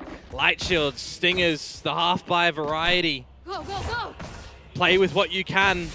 Boom, an opportunity here to start to string something together on this attacking side. Mid focal point yet again for White Cat, who has been ever so oppressive here. Caught though, immediately by that 0 point, and he's happy to pull away. But the control that Nongshim have been able to find out of that, there's so much free real estate here, and it's expensive as we know. I think they're going to be able to slip the net so fast, aren't they? They're careful, but they do flash through. So that's going to give some information in. Now they try to take that control of the site. They will be given it, they will be respected, and that spike will go down. It's going to be an old classic 5-on-5. Oh, you feel like you got to use the null command in this bit and then just go for a big old battle. Close proximity. The Stingers, they want to fight. They want to fight. All the way in towards spawn right now. The light speed over the top. RB does get one back, but it's okay for now, or is it? It's RB again. And again, that Stinger in the right hands. That wall has been broken. The link spot now open for grabs for Nongshim. Oh, but look NC at NC Slasher. He doesn't know, does he? Francis gets one, but NC Slasher, can he hold on? No! RB! But it's an effort by committee as well for Nongshim, right? They have the numbers towards spawn. They wait patiently in link, destroy the wall, make the Stingers work. That is a problem spot for Boom. I would say a bit of a misread. Had they known the Stingers were there, you're not pushing for close proximity space where the utility can really come out from RB. From the rest of them as well. Nongshim steal the round. And now the buy for Boom is looking lesser, but still enough to answer back with what you were just dealt. It's not Jova just yet, Komodo. This game has got legs, and Shiro is getting to look over and up the tippy top. It's going to be that forward-thinking play towards mid, and the position from Danby, it's overlooked. Oh, but look at what's happening over at the site. You're right. They've managed to make their way through. Berserks has got all this control. They don't know. Komodo, they don't know. Danby, he's given it the trigger finger. Oh, Berserks! I was waiting for you! He has awoken, the beast has returned to the server. And Ivy is going to have a long time to think about the rest of this round. There's just something about Boom on this map at the moment and mid, Conky, that they are finding the right resources, the right kills, and the space around the map that gets relinquished by Nongshim. And they slip themselves in. Berserk's finally able to do that, to be the linchpin in the round. How he was able to find that in and amongst the chaos towards mid is just nothing short of incredible. It's something that teams have generally been aware of against Boom, right? When they're running into these ones. But when you come in towards this map, in this moment too, there was such a premium for Nongshim to have the focal point to challenge in mid. They're a team that will want to go for these fights. They have the pop and shove plays as well that you can come out with Francis getting the flashes, with Danby getting in there for the saturates, but kind of leaving a little bit to be desired. Nina potentially even have a chit-chat soon. So we'll wait and see on the back of this save that Ivy will take the Vandal on over, where you're still not really, you know, built up a massive repository of credits either.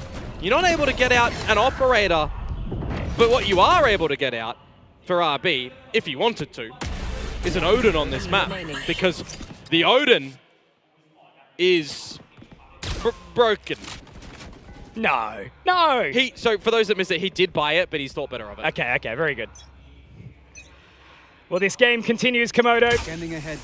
It's delivering exactly what we expected. And that's the thing. Even a little shake, a little misstep, it's okay. We're not going to hold it to him. Just feel that Ivy would throw it in reverse if he knew what was around the corner right now. All 5 members of Boom. So many ultimates, man. And now that pressure. Ivy sitting in the corner again. The Hunter's Fury, the Null Command, but White Cat has slipped the net. He's found an entry point here, Komodo, and now that's making Francis feel uncomfortable. Dropped in the Null Command. But that will continue to pulse, continue to put pressure as Berserks finds Francis, and he can bring his buddy back in NC Slasher. But they're ready. They want to fight right now, but they're not going to be allowed in just yet. White Cat gets one, but RB fights back. And now held. They're going to go through. They want to get this space back, and they do get the tag up, but NC Slasher brought back from the dead. There's just nothing you can do here as RB. It's got to be another save situation. Boom together as a team. I made reference to it in Pacific, when Corrode was first brought into the map pool, they did play it very similarly to their Ascent, where they generally got to the choke points and exploded. It worked this time. That's 3 rounds now. Boom has forced the hand of Nongshim for a save. Yeah. To make them stew in it, to make them think, and hours. It takes hours for a good ragu. Hang on. If he can't take this, it would certainly even add additional pressure to Nongshim, but despite these saves, they hold that lead. And they hold double digits. And the thing is as well, RB was the only one to get the kills in that round from Nongshim. They were frazzled with Whitecat getting in towards the side. Ivy's dropping the utility, it doesn't come out. Francis feels he has to do the null command, but they've missed the timing on it. And I'll highlight something as well right now that is a massive obscurity here. It is a problem. That's funny. There is a problem in the server right now for Nongshim. There is a very powerful player that we feel is waiting to arrive to this party.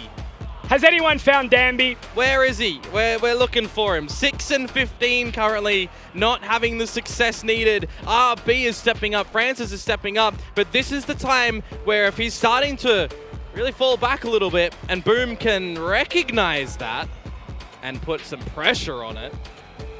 They spoke about the Danby Neon. There was always the question mark. What was going to be brought out on Corrode? He goes for the Waylay. And sure, he's not the problem, but we know what Nongshim looks like when Danby is cooking. We have said his name so many times, shouted it from the rooftops. Yep. Just like Boom needed NC Slasher, needed Berserks, Nongshim need their Danby. Yeah, well, I mean, the thing is, again, if you look at it right now, Whitecat and Nat still propelling forward. They have been so impactful. We want to keep on seeing this. But now as the timeout fades away and we get back into a fresh round, will Nongshim lose this and see another equalization? A different look for Boom in this round for the beginning of it. Still a bit of focus in through mid. 0.2 confirm 1. You got to cut some corners as Nongshim as well when you do have this lesser weaponry. Very spread. A little bit more thin towards the A side of the map. It's only Xros defending towards this side of A at this point in time, and that is definitely where Boom seem to have their vision. Yeah. They can even get in towards the site free of charge if they keep on this current pathway. Oh, only with the Sheriff 2. RB will join the party. And I guess that's pretty scary. However, he didn't bring a present, didn't bring the potato salad, so he's going to be sent home. As Shiro finds Xros and... Yeah, Xros is using the paranoia, revealing his position for a position left unknown. Danby does pick up the Phantom. Always a chance here to have him reactivate, but Whitecat is going to completely destroy those chances. Francis looking to do the same, picks up the weapon, but inside that dark cover, he would have to be an assassin in the night. And that's not going to be happening this time because you've got this young Filipino prodigy Whitecat. Innocence in the name. Fear is the game. I was just looking back on things as well for Nongshim. Feels like when the Neon of Danby is on this map of Corrode, he really can't get things happening. It feels like maybe it's just an Achilles heel map at the moment, but that's not to pull away from what we're seeing in its entirety because Boom are making Nongshim work for these rounds. 3 in a row, 5 in the last 6. Is this now the turning point on this map? You've built up a lot of good, strong ultimates on this attacking side as well, and you're going back to this B site where Ivy's utility just feels so inconsequential. RB's done it. He's managed to stem the bleeding just for a second, pushing back Whitecat. But look at the space that Nats has been able to find in and amongst the chaos. Danby's looking for it in towards the spawns as well. Similarly for Xros, they'll eventually figure out that it was a bit of a ruse, a bit of a fake, but he'll meet with the team in through mid. It's going to be a big breakout attempt. And with RB going down, the ultimate can be pulled. Nightfall goes through. And that's going to send Ivy packing. For the pit to go out from Berserks as well. You've got some protection now. But that's not where the retake is actually going to be coming through from Nongshim. It's still a 4-on-4 Komodo. Anything can happen at this point in time. The rotation in for the long flank. There's a lot of utility right now for Nongshim, and Danby has Convergent Pass. You know he wants to absolutely cover the site in slow. A jailbreak. It's going to be absolutely necessary. And with Francis, the strong guard finding the first, he's not going to let these prisoners out. No, no, no, White Cat. Oh, it's awkward. And he's caught now by the fragment. Ivy's able to take him down. It's left to the 2 versus 4 here. It's going to be NC Slash. It'll open up with 1, make it 2, but as that pit fades, Nongshim, they've lost a few, but when the pressure is high, they will be able to find the success. 11 to hold on. It's the flip immediately after that first frag where they try to go for a hunt on towards Nats. When RB oversteps in towards the link and dies, you know that you've lost containment of the site. Step back. Posture yourselves for a retake. You've got the paths to go on in, and it's very level-headed retakes to come on through from Francis as well. Good utility, good assistance on the team for this KO agent. 17 assists there. Boom. I like the idea on how they got on, don't get me wrong, how they got into that site. But it's a little bit red now. Certainly can make you shake up a little bit as White Cat, right? He's been so sharp all game. They're missing some crucial shots onto Danby. Mid again, once more for Boom. Very far forward, but what do you want to do with it? B Fion's unattainable with the pit over towards the main choke. Danby still safe. This could be his time to shine. Yeah, 0 Point's going to be finding Berserks, but the big focal point here is at Danby. Only 1.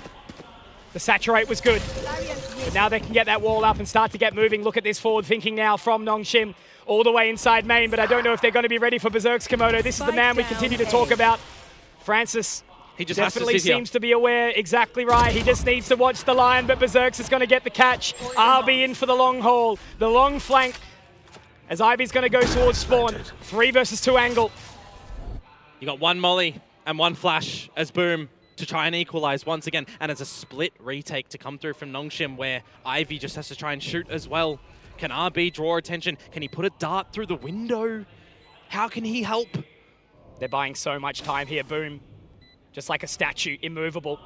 They've all got their positions locked and loaded. Berserks able to drop RB, and now it's on to Ivy, who will be blinded by the paranoia. 11-11 Komodo, make a wish. I wish for good Valorant, Mitchell. And it's been delivered on your doorstep. Absolutely, we will require all rounds to figure out this map in Corrode, just like the map that opened up the series. Danby with the judge. Could not be the jury and the executor. Very, very important 1v1s in this round as well for Boom to be winning to close. And now, at the tail end of this one, Nongshim are going for the force-up. They have decided that they feel they need to. I love the energy from Nats. He is bringing this team alive. Mid, again, just so convincingly controlled by Boom from the get-go. Giving yourselves so many options as well. Just keeps Danby interested in link, keeps RB interested at the top of mid. If Nongshim lose this Komodo, it could be absolutely game over with that economy. When you consider how strong they were in the beginning of their own attacking side as well, right? As we said, mortals can bleed. No, gods can bleed. They're looking mortal right here, Nongshim. Well, mortals can bleed. Of course. My heart's bleeding right now. Moving on into the side. White Cat keeping interest, but Ivy able to find 1. He does go down in the end. Just a decoy as White Cat drops RB. Now Danby looking to push through. He does get spotted by Nats, but he's been able to at least find around the angle. Saturate goes in, does get the catch. There's 1, but Nats gets the trade. Francis, X-Ross. There's an opportunity to get back into this one, sure, but I don't like their chances. Watching inside the dark cover. Francis gets 1, but Nats denies. All onto Francis now. Information gathered by the 0 Point, but he walks straight into the crosshair of Berserks. X marks the spot, and that is map point for Boom. Finding the treasure that they need. And now we have a hunt on, a bounty placed on Nongshim's head to remove 5 of them and get another map, albeit damn bloody close. Poetic. And I say damn for a reason, because the disparity from our duelists in this map is immense. White Cat at the top on Boom. Danby at the bottom on Nongshim. The neon is vibin'. A full moon right now. The werewolves of Boom have awoken. We talked about it earlier in this map of Corrode. There is no Jakarta crowd. There is no Seoul crowd. These two teams are on islands of their own. Bangkok is their arena. The crowd split down the middle, 50-50. And right now, it's the second time in this series we need all rounds of regulation. You say 50-50, and that's exactly what it feels like, a coin flip, and you don't know heads or tails which way to make it. Timeout from Nongshim. Is this the one to give you all the information you need to try and push this into OT? Because it's pennies that you are playing with. It's a couple of dollars, light shields. And look at the two Scopy boys that Boom have. Those Outlaws are going to shred you. And Berserks did it on bind with that gun. He's looking to do it again here in the next 1 minute 40 seconds. One more shot for Nongshim to try and drag themselves out of this mess. And it's going to be Danby trying to make his way forward. The Saturate does connect, but unfortunately Francis is forced away. It's the team Saturate again. Awkward, uncomfortable. This is the thing. They're panicking, they're sweating, and it's hot here in Thailand. Humid even. Francis went away from the null command. He would love to really become robot in this one, but he's just going to pay the price in a trade from Nats. If Danby could activate, it would be right here, right now. This is his moment to shine, his moment to show brilliance, and why everyone needs to remember his name. They're going to be walking his way, Komodo. Extra spotted as well, by the way, on that jump on peak. It's just going to be the call of arms for Boom to regroup together and look to get in towards this site of A. They still have access to the From Shadows from Nats, but you mentioned Danby for a good reason, because They're not ready. Is looking to get jiggy with it on this flank. There is no way, Berserks. He's taken point, he's taken the mark! And he shut down the flank, denied. Danby will not awaken just yet, but it's still a 3 versus 3 here, Komodo. 25 seconds. Exros in position. Takes one, but RB, he is still here. Can he continue to be the hero for this team? He's dropped one, but Shiro, it's not enough! And Corrode will continue to go the distance! A couple of these last rounds as well. Nongshim toing and froing with bad buys to okay buys, nothing substantial. And now they will have a bit of a better breath as they can finally formulate some better weaponry and all the utility. A reset, we go into overtime between these two titans through the Ascension time. It would have been rude to have one of these teams step up and hit it out the park. This is the Valorant that everyone watching deserves. As we hit overtime, map number 3. No elimination on the cards just yet. And what differences now can Nongshim do to seal this attacking side around? Or maybe more importantly, what can Boom do on the defensive side that we've seen be a little bit so lacking? Silence to begin. Toxins going up. It can be deafening, Komodo. Potentially a false sense of security here as Boom takes space. Towards the A site, the full lean for Nongshim. Seeing the wall, knowing that Shiro might be behind it, but what else could be here as well? If it falls and he's in the open. It's a tantalizing prospect, isn't it? Danby, oh no! He just hasn't been able to have a break, has he? Damage dealt, but no frag secured. Ivy dropping Shiro. You've got to reset. You absolutely have to reset. All of the utility that just is a barrage raining hellfire down on you. You've got to go there, and there's still no space that Nongshim would feel comfortable in right now, because you've got mid on lock still from where NC Slasher is. You've got the line over at A, and you still now have Berserks over at B. This is a really good setup for 30 seconds to go, man. Berserks almost took the bait, but he's not going to be lulled in this time. They have to go to A. There is only one option right now for Nongshim, and they're weakened. 4 versus 4 still. And inside to the link they go. It's going to be a battle as NC Slasher unable to connect on the first, but he does hit the second. However, it's Francis.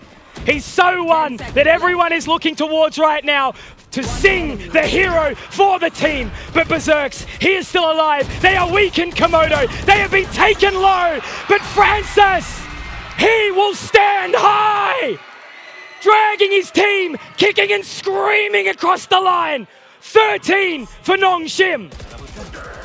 Francis is just wanting to be the guy this tournament, where previously we would be looking at Shiro being that one. And while I highlight earlier, Mitch, that Whitecat and Danby are at the opposite sides of the spectrum, Francis and Shiro are in the exact same Venn diagram.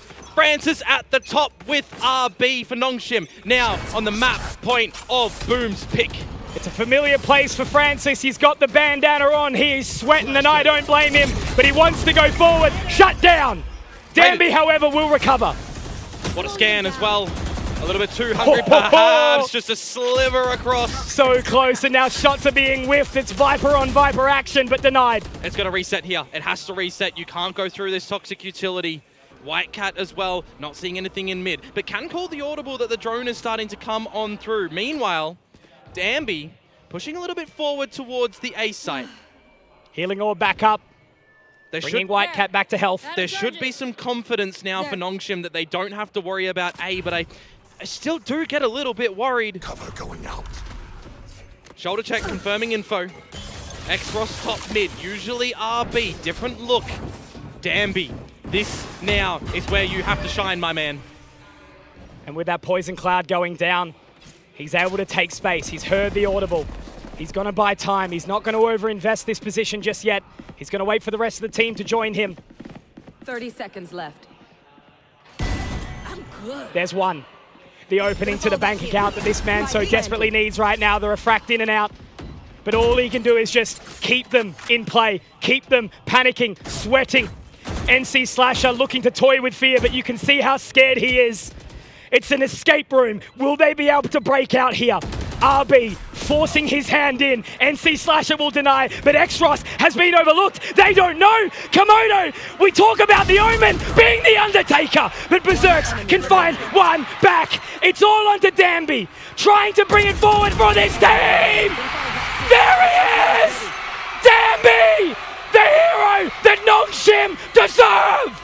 Where have you been this whole damn map? Who bloody cares now? Nongshim get this map 14-12. Danby, decisive blow. Out from the shadows, he will strike in a backwards and forwards adventure for the times. These two teams will always deliver when it comes to Ascension, and this crowd is so excited for it. Nongshim Red Force 2-1 up now in this series. What an incredible turn of events from Danby, the Sherpa, to just carry the bags up the mountain as the rest of the teams, they get their glory, they get their guts. But when everyone else falls, Danby will make sure that the rest of the team gets what they deserve. Beautiful heads-up play, and it's such an important time to take it. And now what it means, where we get to, it is a map advantage for Nongshim. But we got in a Lotus next as well. Does that really change things here? Potentially so. Everyone, you're going to have to stick around for sure to see how this series goes, because are we going to get to a fifth and final map again, just like last year at Ascension Jakarta, or has Nongshim just scraped on by with this overtime win to try and now put themselves in that driver's seat to drive off into the sunset on Lotus? It's not the same script either. It was 2 for Nongshim last time. Boom responded with 2 of their own, and then it all went the way to 17-15 on binds. But right now, I don't care. Throw your predictions out the window. Rip that script up, because this game is going to be one for the ages. But for now, we need a moment to simmer, a moment to chill out, to get inside the minds of Pacific. Bring it back, guys. What in overtime. We could see it coming. It was building up there in that second half as Boom was climbing steadily round by round, and they were so close to closing it, but we had some amazing heroics, amazing timing from Nongshim to make sure that didn't happen, especially at the very end there. Danby positioning himself in a way he could get those last 2 kills. Yeah. It is heartbreaking, I have to say, as a Boom fan to watch that unfold. Oh my goodness, for this map to go to overtime, for Boom to lose it in this fashion, it's crushing. I'm absolutely heartbroken for them right now because that was their map. All the way through, they could have won that. You think about the Pistols this series, they're 5-1 down in the Pistols. Think about the Francis 1v2 clutch. It doesn't even make sense. This Boom team needed this map. It's going to be tough now. It's a mountain to climb for them. Nongshim feeling better than ever, Ewok. Right now, we just saw Boom walk past us here. We heard a loud yell from someone. I think there's a lot of frustration there, just especially how that map just ended. Yeah. It's going to be interesting to see how they can come back after that, considering that we're going to Lotus and how good Nongshim looked on Lotus. Yeah, Nongshim has looked fantastic on Lotus, not just in this event, but before this event. Ewok, of course, would know that all too well. But before any of that, this corrode was so important for Boom to win. It's not over yet. Boom could do I wouldn't even say the unthinkable, but they could do great things on Lotus. They haven't shown too much Lotus in general, but Francis, of course, continuing to be that MVP throughout this tournament. The first time he's picking up something different than the Yoru this event. Yeah. And he plays the KO Bilski. You actually mentioned something about his KO in the past. We do have a friend here that you'll see very soon. Hi guys. Yes. Yeah, a little bit nervous. Let me introduce his first time at the desk. Yeah, I'm definitely underdressed, that's for sure. I mean, I'm getting diffed in the fashion department. But I do like your t-shirt that you're wearing here. It's a little bit of a throwback. Ascension Jakarta shirt here. I feel better That now. is some crazy massage. It's like shaking the whole ground here. That was definitely a Thai massage. This man's been putting in a few apprenticeships while he's been over here in Bangkok, that's for sure. I am wearing the Jakarta shirt because this game is a little bit of a throwback. And look, you were talking about the KO. That's something that we saw over in Pacific. I remember that game where Francis whips out the KO against GE and just goes ballistic on Bind. He definitely had that in mind in this game, and it started off well, but you could tell that that wasn't still quite enough to win cleanly against Boom. They showed a lot of class in that game. Yeah, they did. I mean, I don't even know if we should talk about Lotus yet. Do you have any remarks about Kuro before we move on to Lotus? I do. It's something me and Ewok were kind of discussing in the green room a little bit. I love Nongshim's flexibility to bring in a different comp. Yep. Francis choosing to be able to bring in back on the flashy net a little bit of mix of an info rather than just spamming the Yoru all tournament long to give a different look. And I think Boom, there were a couple of moments where that definitely caught them off a little bit. They were getting caught by the bursts of the underarm flashes through some of those smokes and things like that. So sometimes it's quite hard to load into agent selectors, see a little bit of an adjustment for your opponent and adapt on the fly. They still weren't playing anti-flash. They were getting caught by some of these plays. Yeah, they were a little bit slow at the start to adapt. But I have to say, when they moved over towards the attack side, I actually really liked that they didn't really get picked off in mid. Quite a couple of times they go forward, they put the Viper wall up, and they make sure they don't get picked off in mid when that knife is there. They also don't exec instantly as a group, either straight A or straight B, because it's so important you don't just get heavy tagged by that knife. So I think the adjustment later on was really good against the KO. Yeah, I mean, but that's almost what worries me, is I felt like they adapted well to that KO. On the defender side, they had that mid-round aggression, that second wave aggression that we wanted to see from them. So they did everything right this game, and they still lost. That's what scares me, because what's left in the tank for this Boom team? You just put up a great performance. The young players, White Cat, Nats, had great games. Ultimately, they didn't throw that game away. They weren't terrible. Nongshim just outclassed them when it matters most. So they have to dig deep as we move towards map 4. I'm a little bit worried that every now and again when we see a close round, it comes back to a Nongshim player stepping up in the clutch. We've seen a couple of clutches from Boom, but how often it's been some miraculous thing. We saw the 1v2 on the pistol. We see something from Nongshim that they step up as an individual to win those crucial rounds, and not enough from Boom, because we saw, as you said, it was very even. They're doing the right things. We saw 14-12 on first kill from both sides. So we're talking a very even game. But those crucial rounds so often are still going Nongshim's way. I think one thing I'm seeing here that has really been consistent when it comes to Nongshim is how consistent they are, how calm they are. I don't see any freaking out. There are no highs and low pattern that we're seeing. frankly come out from Boom throughout this entire tournament. I think this is really going to matter when you want to play in the big leagues again. This is something you need to work on, and clearly Nongshim has been. Yeah, they've earned that experience over in VCT Pacific. I think RB being the big brother figure, the calming presence, he's had a lot of experience, been around since the very, very start. And I think that his kind of leadership style does kind of bring a little bit more calm across the whole team, even if they are playing this explosive style and things are coming right down to the wire in these clutch moments. Yeah, the Waylay unfortunately didn't look too great for Danby right now, but he did get that clutch right at the end. Yes. Right, so I think there's maybe a lot of momentum for him. We saw the boys hugging him afterwards, so I think he maybe there's a little bit of relief there, right? So you can see there was maybe a little bit of like an off game for him, but Boom still couldn't take it. He's off. Their star duelist is off. Francis is killing on the KO, but the duelist is off and they still couldn't take it. Okay. So as we go towards Lotus, I just want to provide a little bit of copium for the Boom fans out there. Okay. They need it. Bind, they had that ante. They shut down Francis. They really understood how to read their opponent when they had enough VODs to watch. And if there's one thing about Nongshim's Lotus, yes, they look good on it, but they've shown a lot. Yeah. I mean, I wanted to pick up on that just before you hop in there, is that I want to harken back to what Russ was saying on your last desk, is he's already played against that style. He wanted to see some more adaptation. You actually saw that in Jakarta from Boom with Berserk swapping up the choice of Senti to catch Danby and his pacing off guard.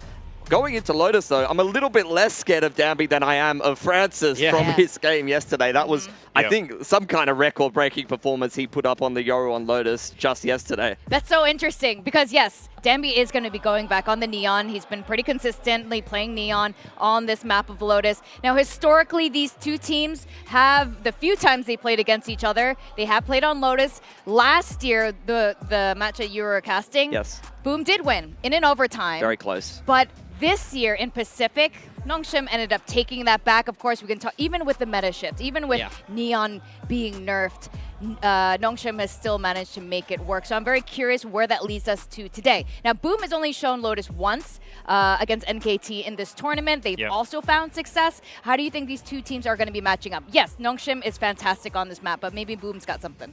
I think to reiterate on what we said yesterday is the solution is we then need to stop Francis from just taking A for free on the attack side for Nongshim.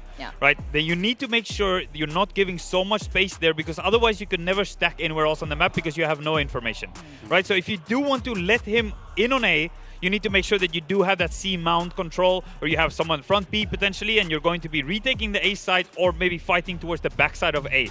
They can't be giving A away. Francis is just peeking with the operator for free, and they can just pivot towards C anytime they want. I agree. They need to shut down both the aggressive lurk from Francis on the go, force out the gate crash, be aware of Ivy cutting rotations in the middle of the map. And also, I'd love to, again, see a Senti change or some kind of different setups for when we head into the late round. Make it impossible for Nongshim to actually take the site and pull off the exec. Make their life a little bit harder, because it feels like whenever they're put into that post plant and they get space, they always aggress into waterfall or over onto spawn side, and that's where Francis just had free farm yesterday. Yeah, but once again, I'm a Coach Fields believer. I feel like the fact that we're able to stand here on this desk and break down, you know, what the Francis's tendencies, they're quite obvious when you watch this game. So I think Boom will have stuff prepared, but that's what they need to do. They need to show early on that they can shut down Francis. They need to get momentum. I want to see them win a pistol, for crying out loud. I want to see them win an anti-eco. That's all they need. They need these small things to go right. Think about it in Corrode. Francis doesn't win that clutch. It's a different game, and we're saying different things on this desk. I just think they need something to start going their way, but the prep is good. That's what I'm really optimistic for here. Honestly, that's a large part of it. They should have won Corrode, right? But they started too little, too late, and this keeps happening. We don't want to... Even if Boom wins this, I don't want to see it in overtime. They need to get early really fast. They have all the answers. This is the comp they used last time. And from what I see, they do have the pieces to make it work as long as they anti-shot. Yeah, they do have the Vice there that is really good against the Neon. So I'm curious to see if they're going to stay with that. Pilsky, you mentioned maybe a Senti change. There are other options, but the Vice, I think, is not a bad option to be able to deal with the Neon. It's not so easy for the Neon to just send it in through the Thorns or whatever. The problem is, while it deals well with the Neon, it doesn't deal well with the Yoru. Yes, true. So it's very easy for him to bait that wall. Yeah, exactly. So it's a real double-edged sword here. Whichever way you go, you're going to get punished when they have such an effective double duelist. I mean, I have to say, I want to see the Cypher because they don't actually have great tools to be able to break some of these trips and make their way, work their way through it. You can really change up your setups. I love the deep cams and things like that could really help them kind of play some more gamble stacky setups that Nongshim will have to adapt to for once. The only problem for me with the Cypher is sometimes when the enemy team is playing really slow, the Cypher feels really good because of you have that more information. Sure. But if they're just sending it onto the seaside, I don't even know if the trips are enough, to be honest. Okay. Just because you can put up that Viper orb, right? And you can maybe get a Viper molly in there, but if you don't have a Killjoy molly, there's not enough. I do think the trips, they do help a lot to try and kill that Neon, but if you can't kill the Neon, he's going to run down the Cypher every single time. Well, I think we have some really interesting ideas from 3 coaches from this panel right now, and they've got a lot. I mean, we are right next to the Boom coaching booth. I wonder if Fields picked up on any of that right now, and here comes the comp. So they haven't changed their agent comp as of yet. Yeah, I think already you're looking at the fact that Francis is running down the Yoru. That is something that Boom have got to be prepared for. You've seen him just slide out onto that A-line time and time again, right? Yep. It's been so easy for him. He's just having a field day, to be honest. I think Boom's going to have to take care of that for sure. Yeah, I mean, I think a lot of the pressure falls onto Shiro's shoulders on this Viper to be able to put a stop to that Neon, this double duelist. I need to see a big step up from Boom. It's now or never to make it to Pacific. Well, thank you so much, gentlemen, and Pilsky for joining us. What's your prediction for this? I'm feeling like Nongshim have got this on wraps there.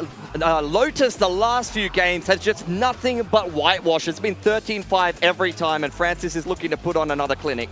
All right, well, I might have to agree with you on this one. We are going to send it to the casters, and we're going to find out if everything ends here and we ascend Nongshim back into Pacific, or Boom is just going to keep fighting. Let's give it back to our casters, Conky and Komodo. Well, Victoria, there has never been a more do-or-die time in Boom's career to get back towards Pacific. They've tasted greatness. They've tasted the glory of what it's like to be in one of the most competitive regions in the world. And well, if they go down here on Lotus, they will not be able to taste that delicacy again. It's just very well deserving as well that we have pretty much whitewash series from the outsets in this bracket system as well. 2-0s for every single series, 3-0 in the upper bracket. But when we do get the rematch from last year's Ascension, we don't get a whitewash. We don't get a one-side affair. We get a distance played game. So for the story in this one, Mitch, surely Boom have anti-stratted the hell out of Nongshim after they've shown this map 4 times and put on a clinic. I like your optimism, Komodo. So moving straight in over towards Mound, they've already got a little bit of that information gathered. Danby taking control, taking point. Pistol, pistol, pistol, the name of the game for Boom. Can you double them up or not? Mound control for Nongshim, not inserting anything over towards the A side of things either as NC Slasher No way. doubles up. Okay! What an opening, but it's all a little bit of a ruse, Komodo. They're trying to make their way towards that site of C, and Danby, oh, he's lulled into a false sense of security, isn't he? Shut down immediately, X-Ross last man standing. 1 versus 5 for the newest member of Nongshim as well. Don't favor the chances. He's got a long time to think about it, doesn't he? They're it's not always even, a little uncomfortable. They haven't even seen him and they're just peppering him down. They don't need to. A little bit of a sixth sense at this point in time, it would feel. We talk about how teams need to have some sort of awakening, right? It can happen in plenty of different moments in one's career. And right now, 6 or 5-2. Pistols have not been Boom's forte. They've got one back.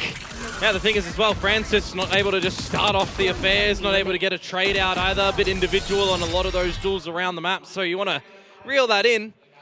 For Boom though, importantly, to just start off a map and give yourselves a lot of space. In a lot of these previous maps, a round or two in space difference could have resulted in a completely different end scoreline. And they're going quick as well, straight through the door. Danby, punished, denied. Francis though, does get one back. Still an opportunity here. Whitecat is solo on this site. And they've got a long way for the rotation as well, Komodo. Fade will join the fray in NC Slasher. And he's already had a decent start to this map. Yeah, there is one flash for Francis, but do you even want to use it, or do you just want to swing together as a full team? It's going to be scary, actually. I'm a little bit worried, to be quite honest, but no, never mind. What am I worried about, Komodo? White Cat's here, and he will shut them right down.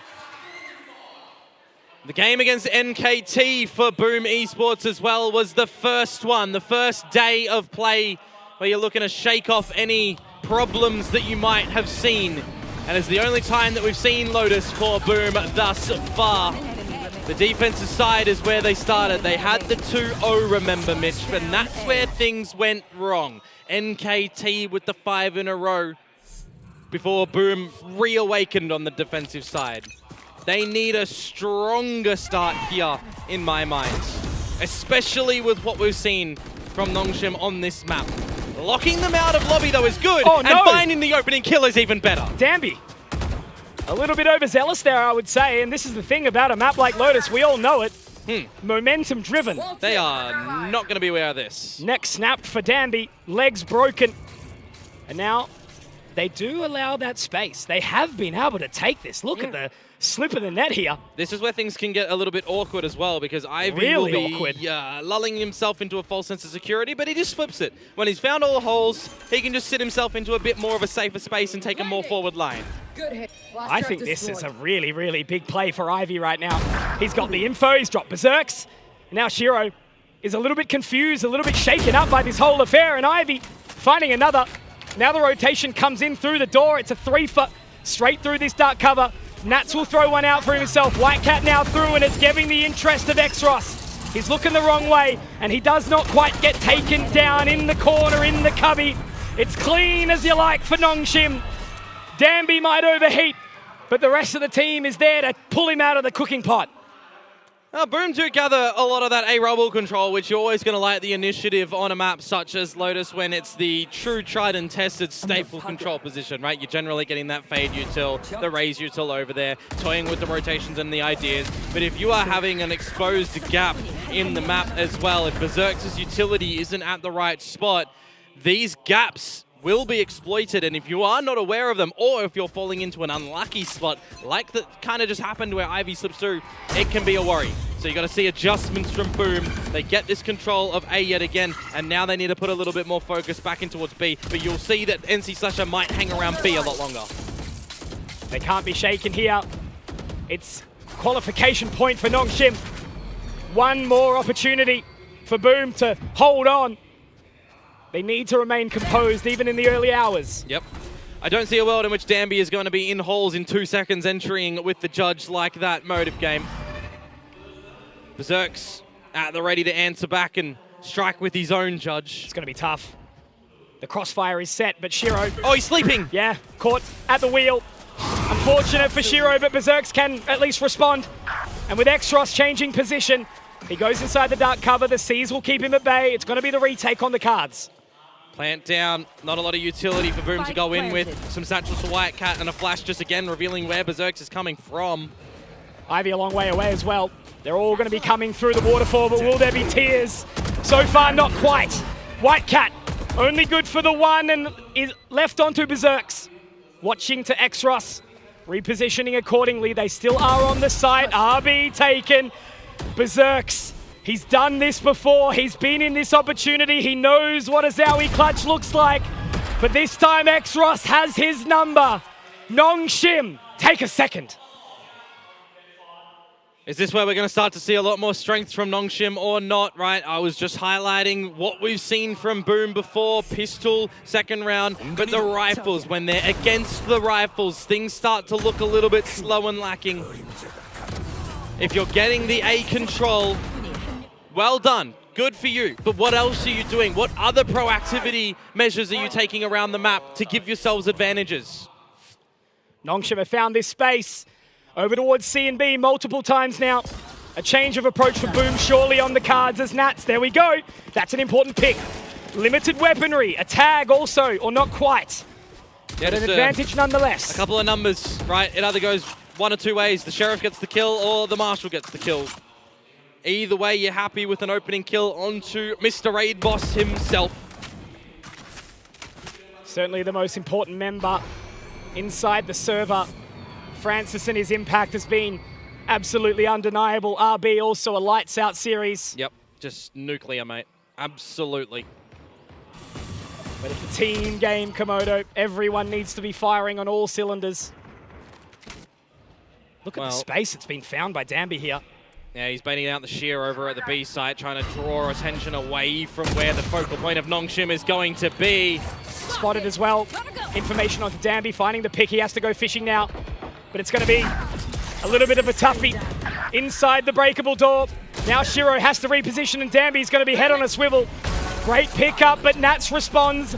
Paranoia, perfect, but it's not going to matter with RB. It's only a near sight, remember. If you're up close and personal to give each other a kiss, well, they can see you. Absolutely. And now a recovery of weapon. Berserks takes the Vandal, but what can he do with it here? 1 versus 2, C's on the floor. Eventually Haunt to come online just there as well. Oh, he does. No way. Evade it. This could be big. If he gets a catch onto RB here, but he's got info. Saw him. Great jump spot, Arcros now. Oh, no. Doesn't go the distance. And it's that little shake that allows Nongshim to take the lead back. Yeah, it's one of those what-if scenarios. It goes on the other wall in the intended spot, right? You get out the flash and you're probably just respecting it anyway from Nongshim. Just an eco. Just an eco, That's remember. true, but damage, which will keep things in check if we start to swing things back in the favor of Boom.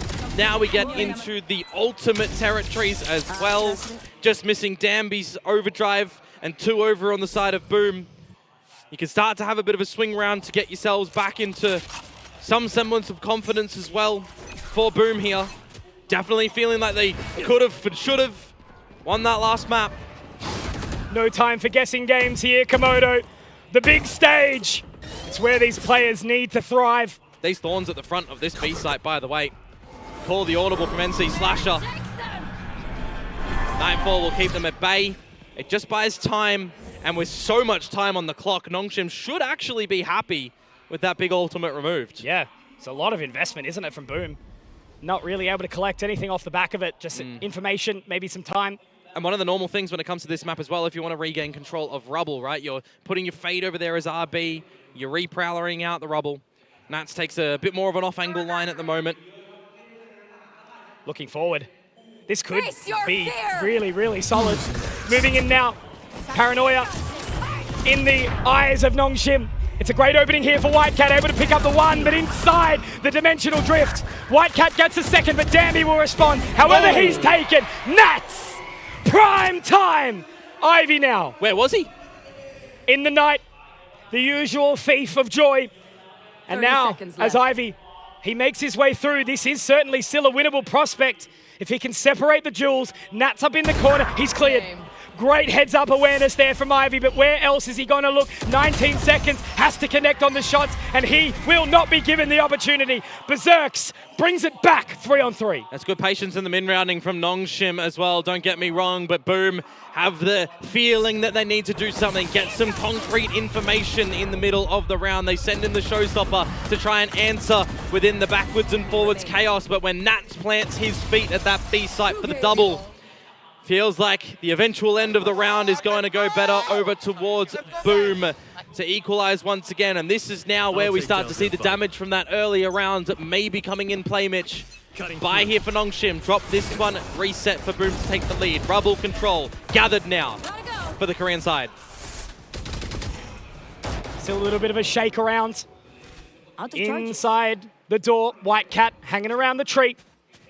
So they pull out. It's just going to be an insert play. Happy to leave Francis there. And he can get out of dodge if he needs to with a gate crash as well.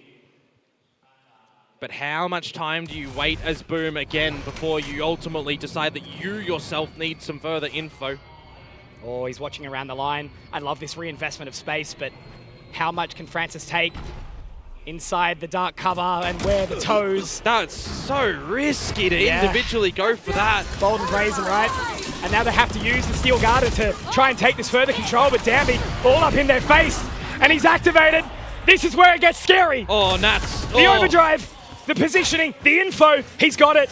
But now he pulls away, doesn't go too far. He's so lucky, Nats, that he cancels or gets killed on that just in the nick of time.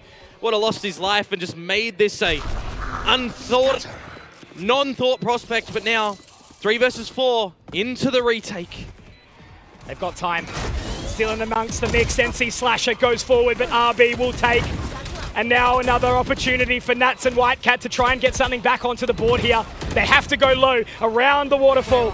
And as that horn gathers information, well, RB, he gathers skulls. 2 found, 4th for Nongshim. He's quick with it at the end there. He didn't technically need to, but he can, and he sure as well bloody delivered. Great timing, by the way, from the Steel Garden going out from Ivy. Mid-duel where Danby's sliding in, your opponent gets their gun removed. It is just such an awkward feeling on Boom's side when that happens. Feel like you needed to get the kill just before it, and now we have laughter, we have happiness, we have smiles from Nongshim. We saw how much that propelled SLT yesterday against Boom, who have reawoken into today and not let yesterday get the better of them. But I remind you, this is Boom's 2nd chance at victory in this tournament. It slipped between their fingers yesterday in a meteorite that SLT dropped on them. The young blood. They knew how to get activated. They knew how to entertain. And this is somewhere where Boom have been before. As you mentioned, they lose that first opportunity to the young blood. Now they come back. They fight on familiar grounds to a famous opponent. It's a legacy battle between these two organizations, the players. It's such a poetic moment in time, this lower final. Well, heard it from Big Time a little bit earlier, right? Trying to find an eco, trying to find an anti-eco. Well, we're being poised with the first for Boom. They do have a Steel Garden of their own, so some upgraded pistols in tow for Nongshim might be necessary. Depends on the situation and where we're going to end, because Boom have just called for the stack over at the A site with all 5 members. And when you don't hear this Vice utility over at the C site, you kind of realize what is happening. I was going to say, man, it should be an easy round for Nongshim, and I didn't mean that easy. Well, yeah. Francis just stared at them. Is this the time, though, where Nongshim overthink things and go into a new trap? I don't know. Oh, it certainly could be, man. Knife. I'll let the crowd do the talking on that one. How you like them apples? Oh, man. To have the gusto, the confidence, the ego. We talk about what it means to be the best striker. You need that ego. Kicking goals, man. Francis at it again. Straight into the net. Nongshim looking for 6. A buy for Boom. An operator and an Odin will present themselves in the server when we get back in. It is the time for them to figure it out on this defensive side. Boom well acquainted with taunts of their opponents. Can't let it get the better of them. It's actually playing with fire a little bit, isn't it here? Running out of bullets. We'll need to get that reload, and NC Slasher being the only one at the A site for now. Shiro will join the fray, but look how quickly they're moving. Danby denied. Oh my. Maybe overheating again. This has been a potential problem from Danby, but it's not going to matter when Francis is able to take names for you, support the fake out, and all up in the faces. Sure, Whitecat can respond, but Nongshim have found the site. It's just a 3 versus 3. Within all that as well, we're still in an equal state where we've got no lurk inset by Nongshim at the moment. That's why you're going to see there's 2 members on this A side of Boom still look for something. No spike down, they're up so close. Still a chance to get back into this round. They're buying their time. C's will get the catch onto both these players, but now Berserk's looking to push forward, but obviously that little catch, the leash, holding them back. RB peppered up, but still alive. Now Ivy needing to be the one to rely upon, but Nats has given up the hand. That is Whitecat, though, getting the catch back. RB, 7 points of HP, but he's been here before. He's been here before. Ho, ho, ho. But no, no, no, not today, Nongshim. Nats is still here. Pressure is at an all-time high in the server on that stage at the moment, and in that 3 versus 3, Nongshim not going for the plant, not also calling for an audible scenario to push their members to the back of the site to retake some space.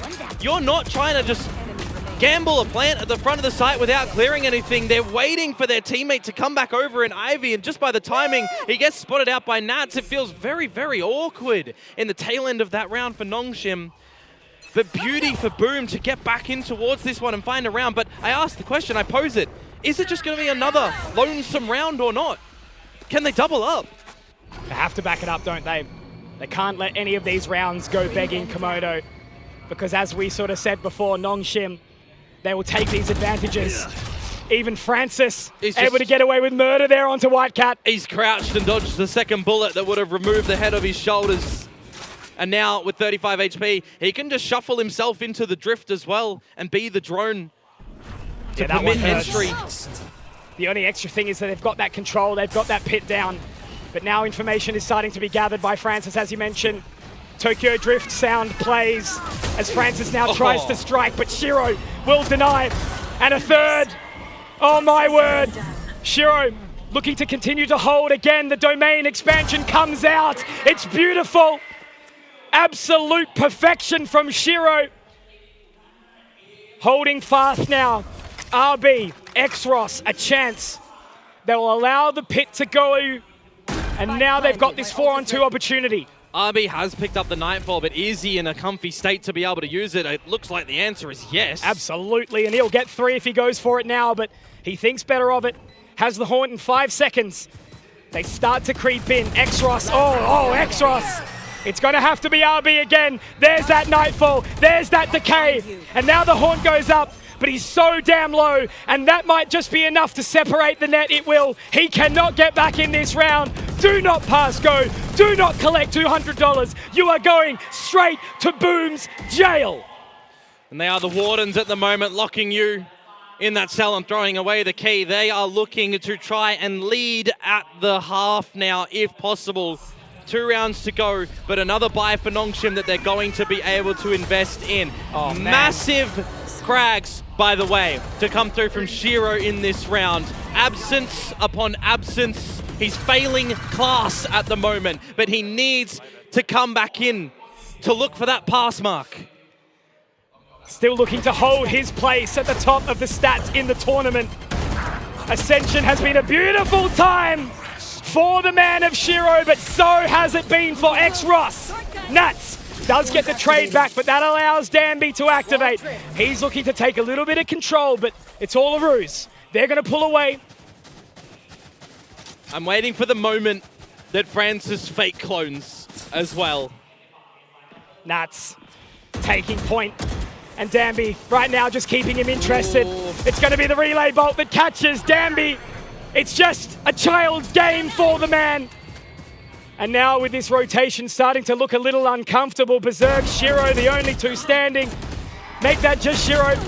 Danby will go down, but RB will be able to back it up, and that's 6 for Nongshim Red Force. The conditioning factor at the moment as well. Boom are always going to have to be aware of a potential flank, of a potential space that they've overlooked, that someone on Nongshim, namely Ivy, is going to get in toward. Really good allocation and isolation in the mid-rounding for Nongshim in that round. Taking duels together as a team, always in the advantage. And now we move into the last round of the half. Need to not wait for things to happen, Boom.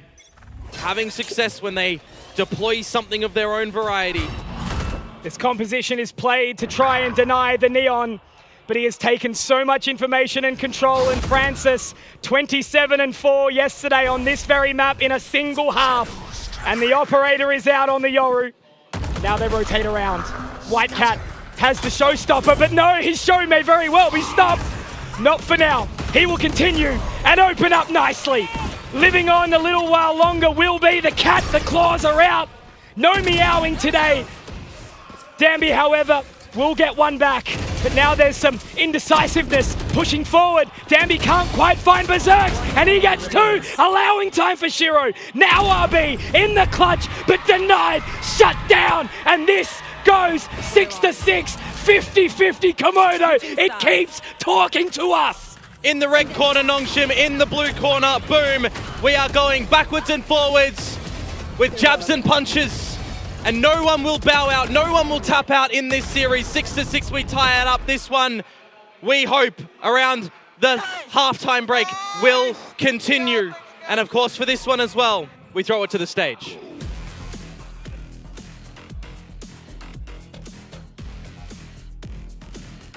All right, what a match. And now, of course, halftime interviews. Just to make you a little less stressed about the intense game, I'm here with J-Jas. Hello, สวัสดีครับทุกคน สวัสดีครับ Okay, we're going to be doing an interview in English, right? Because, you know, you're Thai, but again, your English is really, really good as well. First of all, great to have you here in Ascensions and all Valorant events in Thailand, pretty much. How do you feel about this time, the matches, the fans, the vibes? The vibes here are amazing. It's always amazing to have a Thai crowd. People here are always rooting, like, no matter what team is here. And generally, thank you to Riot Games for having another event in Thailand. Yes, sir. All right, great. But again, Jat, we've seen the matches. It's super, super intense. Yeah. I would love to know, because I see you sitting there talking to a lot of people on your stream as well.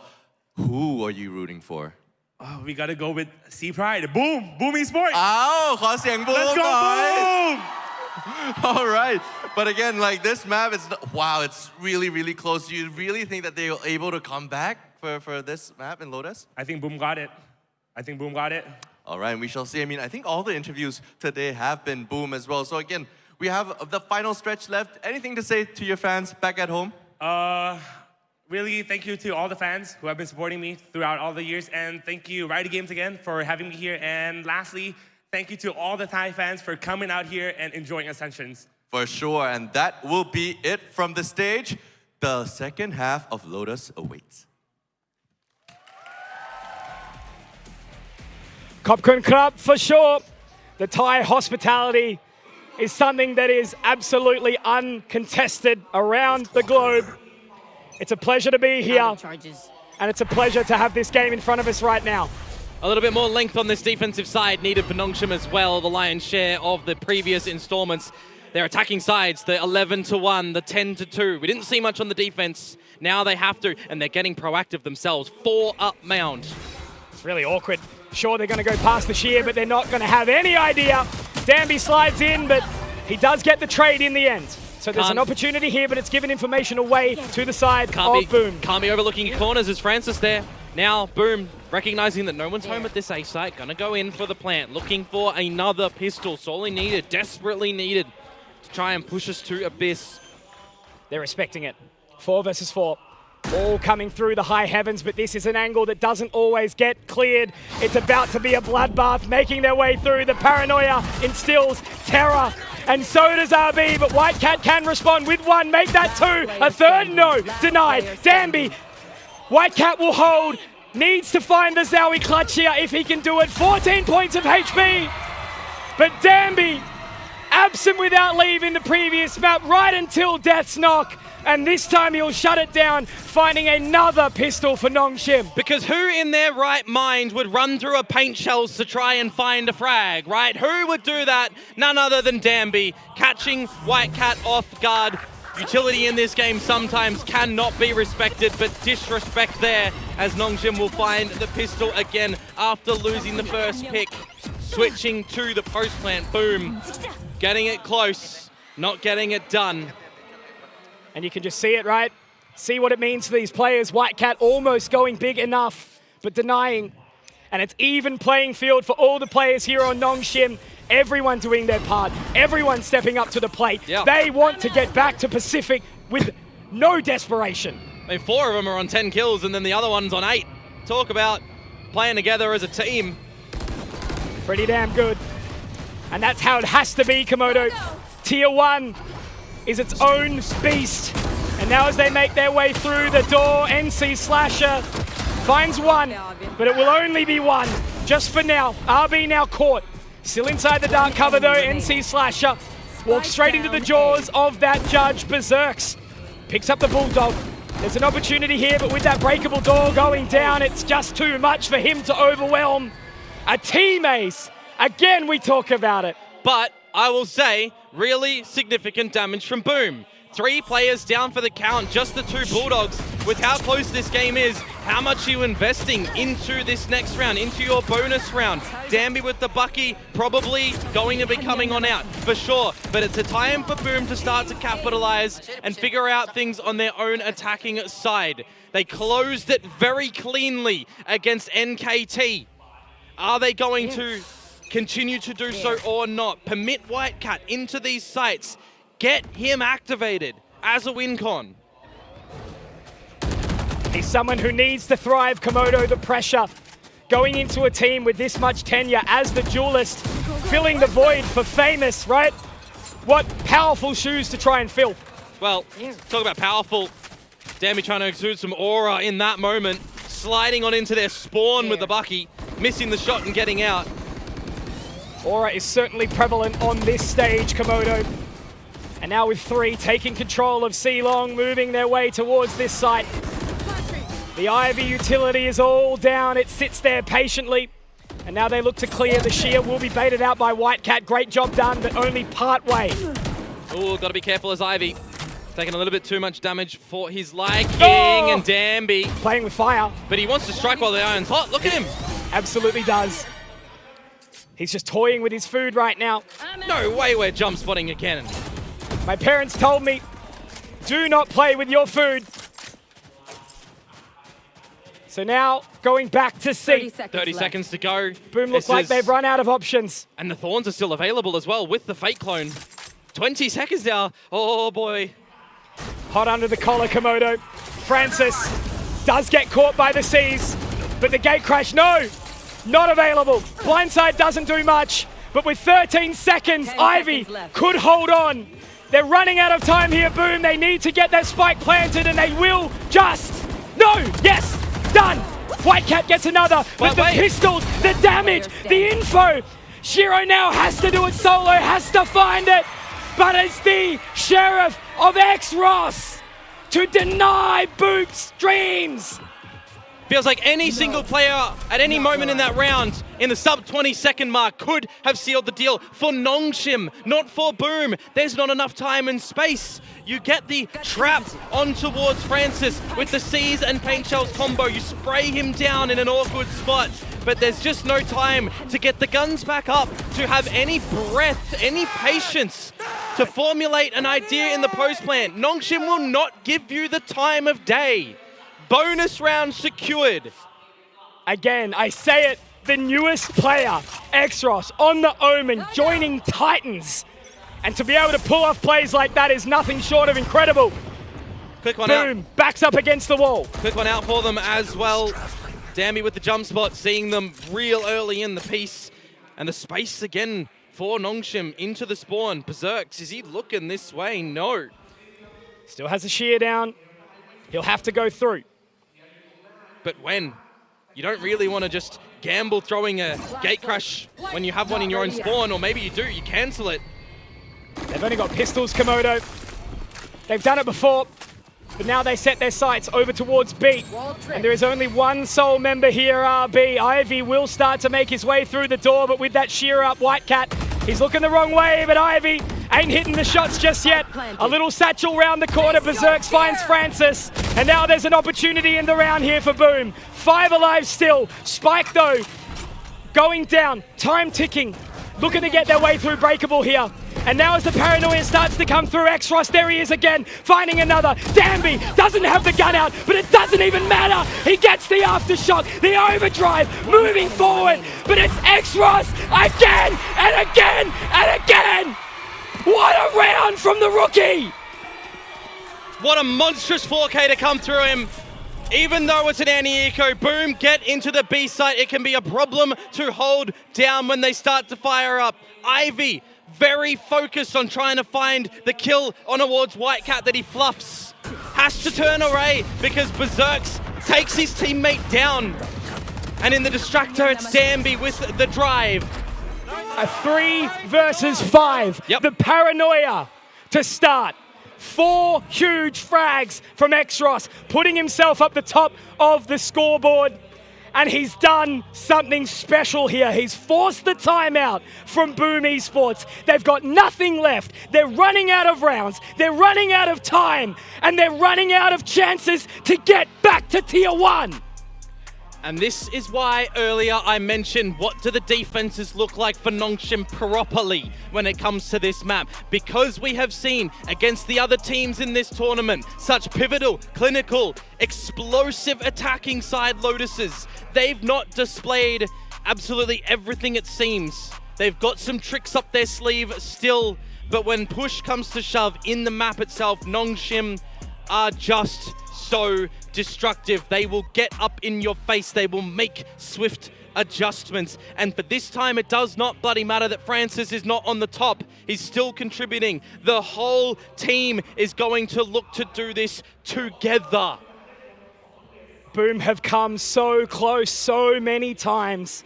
But Nongshim, I don't know what it is in the air in Korea, but they know how to play this game. There is a reason we could be 3 rounds away from finding 5 teams from that region inside Pacific. Just an info play for now, and straight back out. Oh, you talk about info play, but the duelists are wanting to go in. Oh, is that a kill? That is disgusting, and they're looking for more. Francis Danby. So much. NC Slasher though responds just for a second. However, once again, X-Ross is still alive. Lights out again for Boom. Only 2 more rounds.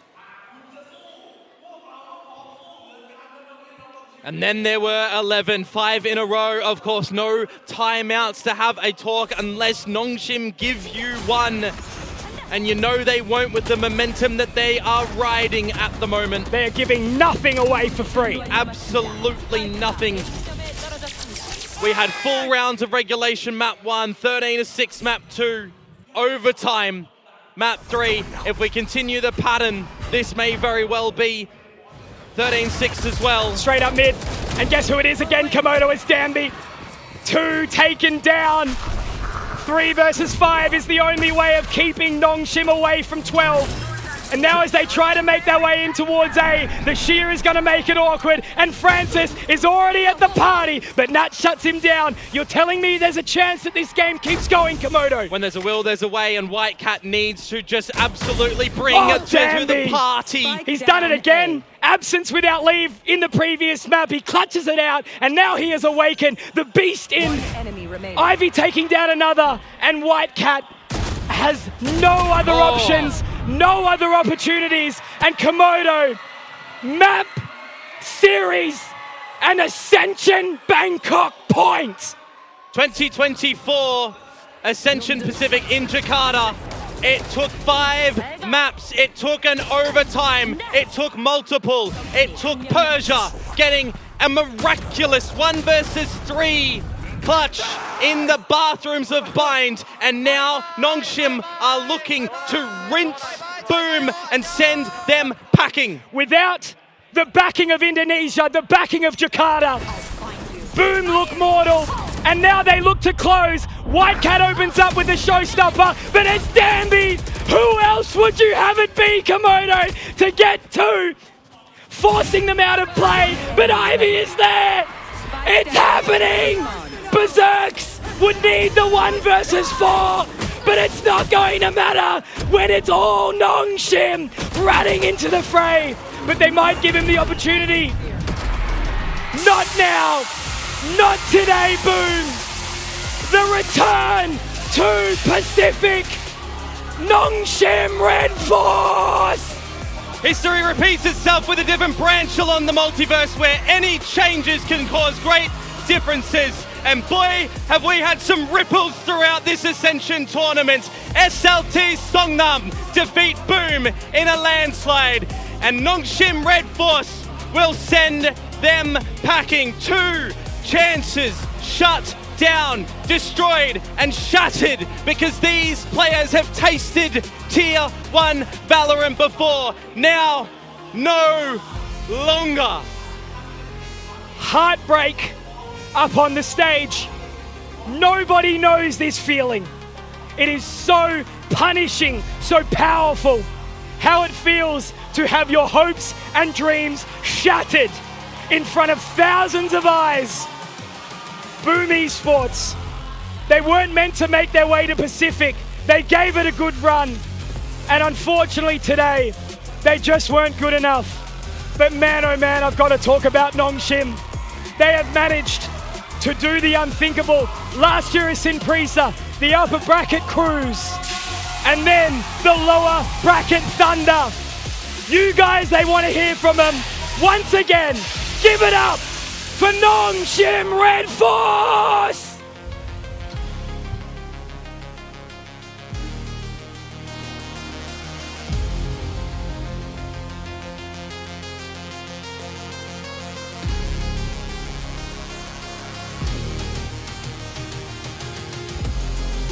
Congratulations once again. Let's make some noise for Nongshim Red Force! Congratulations once again to all of you, and what a match.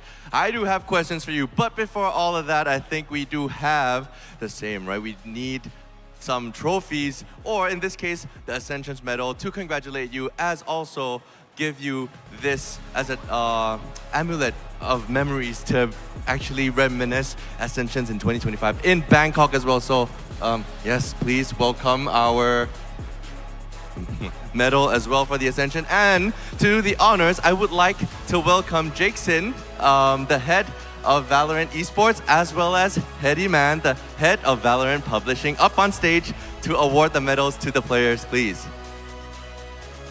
ตอนนี้ก็ขอเสียงปรบมือนะครับให้เจคซินกับ Hedy Man นะครับเป็น Head of VALORANT Esports กับ Head of Esports Publishing นะครับที่จะมามอบตัวของเหรียญให้กับผู้ชนะนั่นเองครับผม Please do the honors, Jake and Hedy.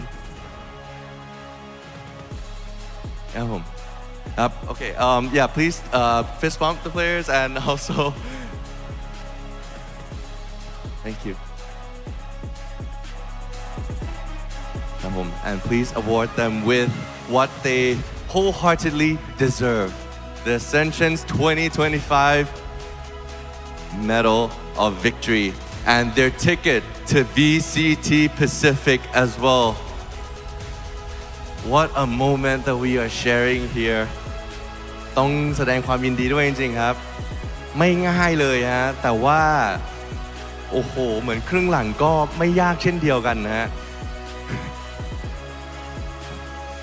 and that will be it.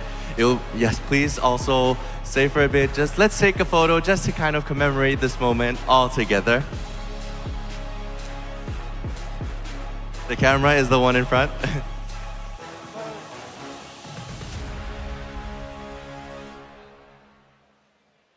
This one? All right. And because this is the final day of Ascensions วันนี้วันสุดท้ายนะครับผมก็เรามีอะไรพิเศษด้วยหนึ่งอย่างนะ We also have something special actually, which is the player of the tournament นะครับเรามีการ award player of the tournament ด้วยนะครับเพราะฉะนั้น please is there a player of the tournament? Oh, that's where it is. Please come up. The player of the tournament will be awarded with, wow, a Predator laptop. That's okay. Yeah, that's our award for player of the tournament. And I have just been informed that I actually do not have to invite anyone up on stage for the player of the tournament. เหมือนว่าไม่ต้องเชิญขึ้นมาเลยนะครับทุกคนคิดว่าจะเป็นใครดีครับ player of the tournament ใครนะOkay,นะครับ and the player of the tournament for VCT Ascensions Pacific Bangkok in 2025 is Francis!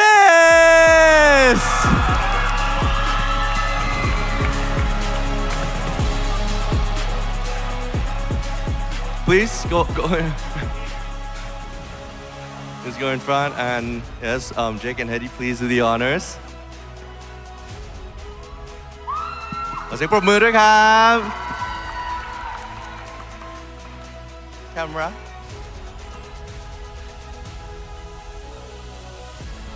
Thank you very much. Congratulations, Francis. And thank you, Jake and Hedy for being up here and giving us the honors to award the players of their well-deserved victory medals as well. If that's the case, I think, thank you for having you guys here. And we'll see each other again very soon. Woo! Please, a round of applause for Jake and Hedy, ทุกคน All right. I have a lot to talk with all of you, actually. All right. So, first things first, Dambi, congratulations. Played very, very well. I wanted to know, last year, Nong Chim said that Ascensions was just a stepping stone to go to VCT Pacific. But again, when you were in VCT Pacific, it did not turn out the way you wanted to. How will this time be different? 네, 먼저 우승 축하드립니다. 오늘 정말 멋진 경기력 보여주셨는데요. 저번 어센션에서는 그때 어센션은 VCT 퍼시픽의 그냥 밑거름일 뿐이다라고 얘기해 주셨었는데 사실 VCT 퍼시픽에서 조금 어떻게 보면 좀 아쉬운 결과가 있었잖아요. 이번에는 어떤 모습을 보여주실 건지 궁금합니다. 잘 안 들려가지고 그냥 말로. 이번에는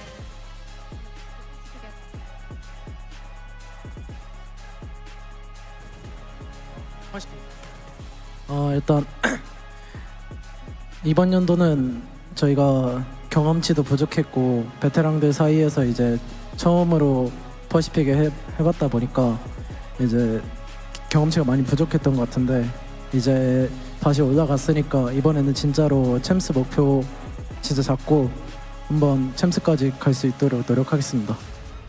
Well, for our VCT Pacific in the past, we didn't have much experience. And since we were playing around all the veteran players, I feel like we were a little bit inexperienced. But this time, with all this experience, we'll make sure to make our way up to the champions.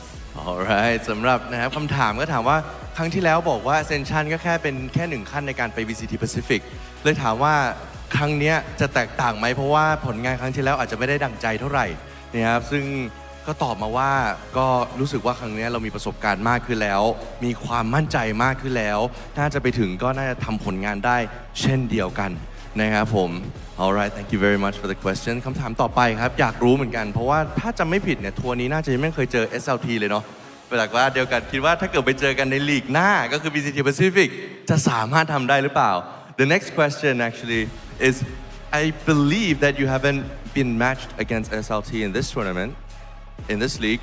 I wanted to know if you played against them in VCT Pacific, how do you think that will turn out?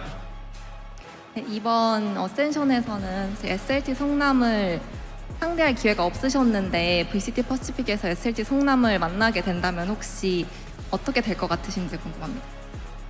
SLT 경기를 봤는데 잘 하더라고요. 그래서 재밌는 경기가 될 것 같습니다.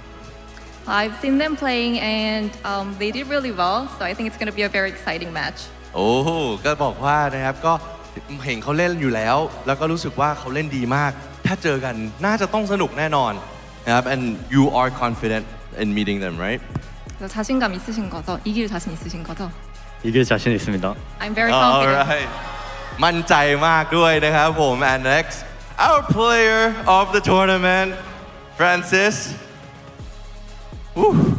How has it been for you in Ascension so far? I mean, you and your team were pretty much non-stop, unstoppable. Like, how was it for you as an experience in this whole tournament? 이제 프란시스 선수 이번 대회에서 정말 거침없이 계속 쭉 여기까지 이어오셨는데 이번 대회 그냥 총평하자면 한마디 부탁드립니다. 저희가 대회하면서 초반에는 좀 불안정한 모습을 보여드렸는데 그럼에도 저희 내부에서 서로 믿으면서 하면은 무조건 회복할 수 있다라는 자신감이 있었고 네, 그렇게 서로 믿어주고 이렇게 성장한 것 같아서 너무 좋습니다. Although we were shaky at first, we didn't stop trusting ourselves and we also try to just encourage each other and I'm very glad that we were able to improve and made our way until here. นะครับก็ถามว่ารู้สึกยังไงบ้างนะเพราะเนื่องจากว่าตอนเริ่มมาอาจจะไม่ได้เริ่มอย่างสวยงามแบบที่สุดเนาะแต่ว่าท้ายที่สุดก็ฟรานซิสค่อนข้างภูมิใจในผลงานของตัวเองเหมือนกันว่าเราสามารถทำงานกันเป็นทีมแล้วกลับมาอยู่ในฟอร์มที่เราอยากให้มันเป็นได้ เนาะเพราะฉะนั้นก็ยินดีกับเขาอีกครั้งหนึ่งนะครับผม and of course next RB I mean last time in the Pacific you were performing in the Pacific last time do you still want to keep that motivation is it still there that urge the hype the hunger for Pacific is it still there in you for this upcoming VCT Pacific 작년에도 퍼시픽에서 플레이를 하셨는데 이번에도 그 똑같은 동기부여나 뭔가 열정 그리고 그 무대를 향한 뭔가 그 헝그리 정신이 아직 남아 있다고 생각하시나요? 네, 저번에 이제 퍼시픽에서 경기를 하셨었는데 이번에도 똑같이 그 퍼시픽을 향한 열정이 아직 유효하다고 생각하시나요? 일단은 뭐 저희가 어센션 지금 진출권을 따내서 기분은 좋은데 일단 지금 별 생각이 없어서 일단 좋은 것 같습니다. Well, I'm just very glad that we got this qualification to VCT Pacific. โอเคครับก็คือคำถามนะยาวมากเลยก็คืออยากรู้ว่ารู้สึกว่าครั้งที่แล้วที่ไปแปซิฟิกนี่แบบโหค่อนข้างที่จะแบบวาดลวดลายดีกว่านะแล้วก็อยากรู้ว่าจะสามารถทำอย่างนั้นได้หรือเปล่านะครับแต่เขาก็ตอบมาสั้นๆนะว่าก็ตื่นเต้นที่จะได้ไปแปซิฟิกครับผมถือว่าน่าจะดีใจอยู่แหละนะกับสำหรับตัวของ performance ตรงนี้ของตัวเองนะครับผม and our last player for now until we reach the coach I really wanted to know as well about what you think was the biggest strength in your team in this tournament in VCT Ascension's 2025 Pacific Bangkok for IB. 네, IB 선수를 향한 질문인데요. 이번 어센션을 이기고 VCT 퍼시픽으로 이제 갔을 텐데 팀으로서 가장 큰 강점이 뭐라고 생각하시나요? 제가 생각하는 강점은 아무래도 이제 그냥 저희끼리 믿는 믿음인 것 같아요. 그냥 그걸로도 어센션 우승한 것 같고. Well, the biggest strength of our team is just all about the trust, and I think that's what made us win today as well. นะครับสำหรับคำถามก็คือรู้สึกยังไงเนาะว่าแบบเราได้แบบจุดเด่นที่สุดของในทัวร์นาเมนต์นี้คืออะไรนะซึ่งเขาก็บอกว่ามีหลายอย่างแหละแต่ที่สำคัญจริงๆก็คือว่าดีใจที่เราทุกคนเชื่อใจกันและกันนะครับจนถึงทำให้ถึงจุดนี้ได้ and as for the coach last but not least I would love to know what is your priority what is the first thing you want to improve on going into VCT Pacific 네, 마지막 코치님을 향한 질문인데요. 이제 VCT 퍼시픽을 앞두고 가장 우선순위로 좀 보완하고 싶거나 개선하고 싶은 부분이 있으실까요?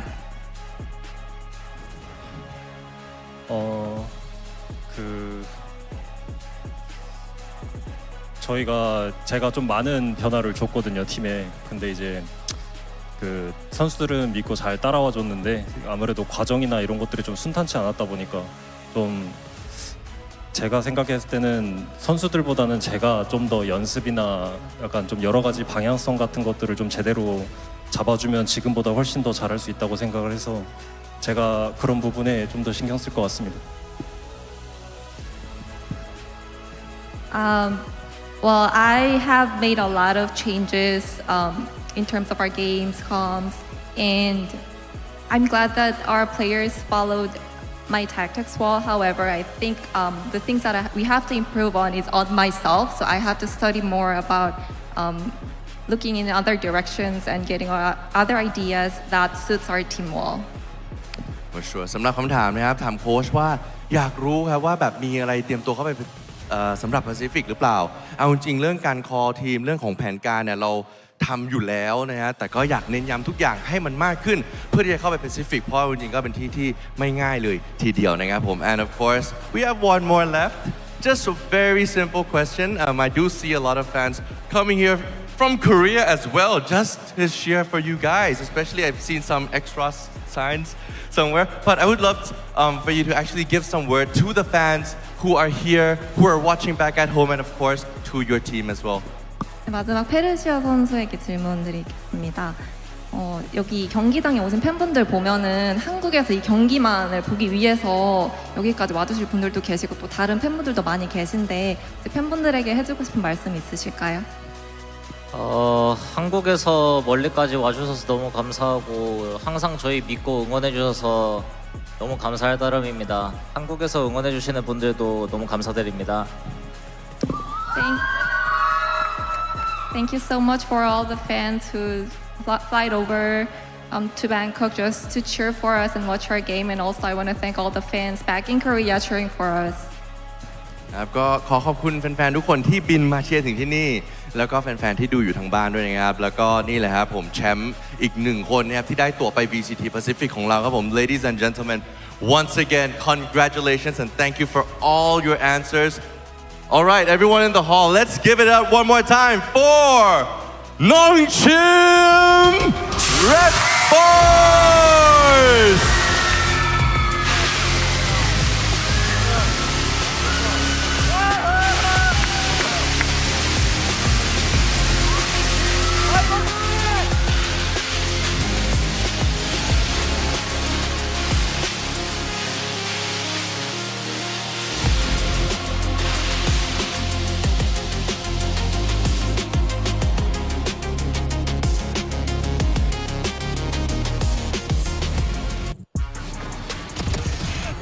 What a solid win for Nongshim. They won not once, but 2 years in a row. And if anyone doubts it, if anyone's like another Korean team, they freaking earned it. Yeah, no one can argue that this is not a deserved run from Nongshim Red Bulls. We saw shakiness from them at the start. We saw doubt. We saw that really start to creep in. Everybody outside is thinking, how open is this? Will they make it back? But they prove everybody wrong. Seal their spot back in Pacific, right where they belong.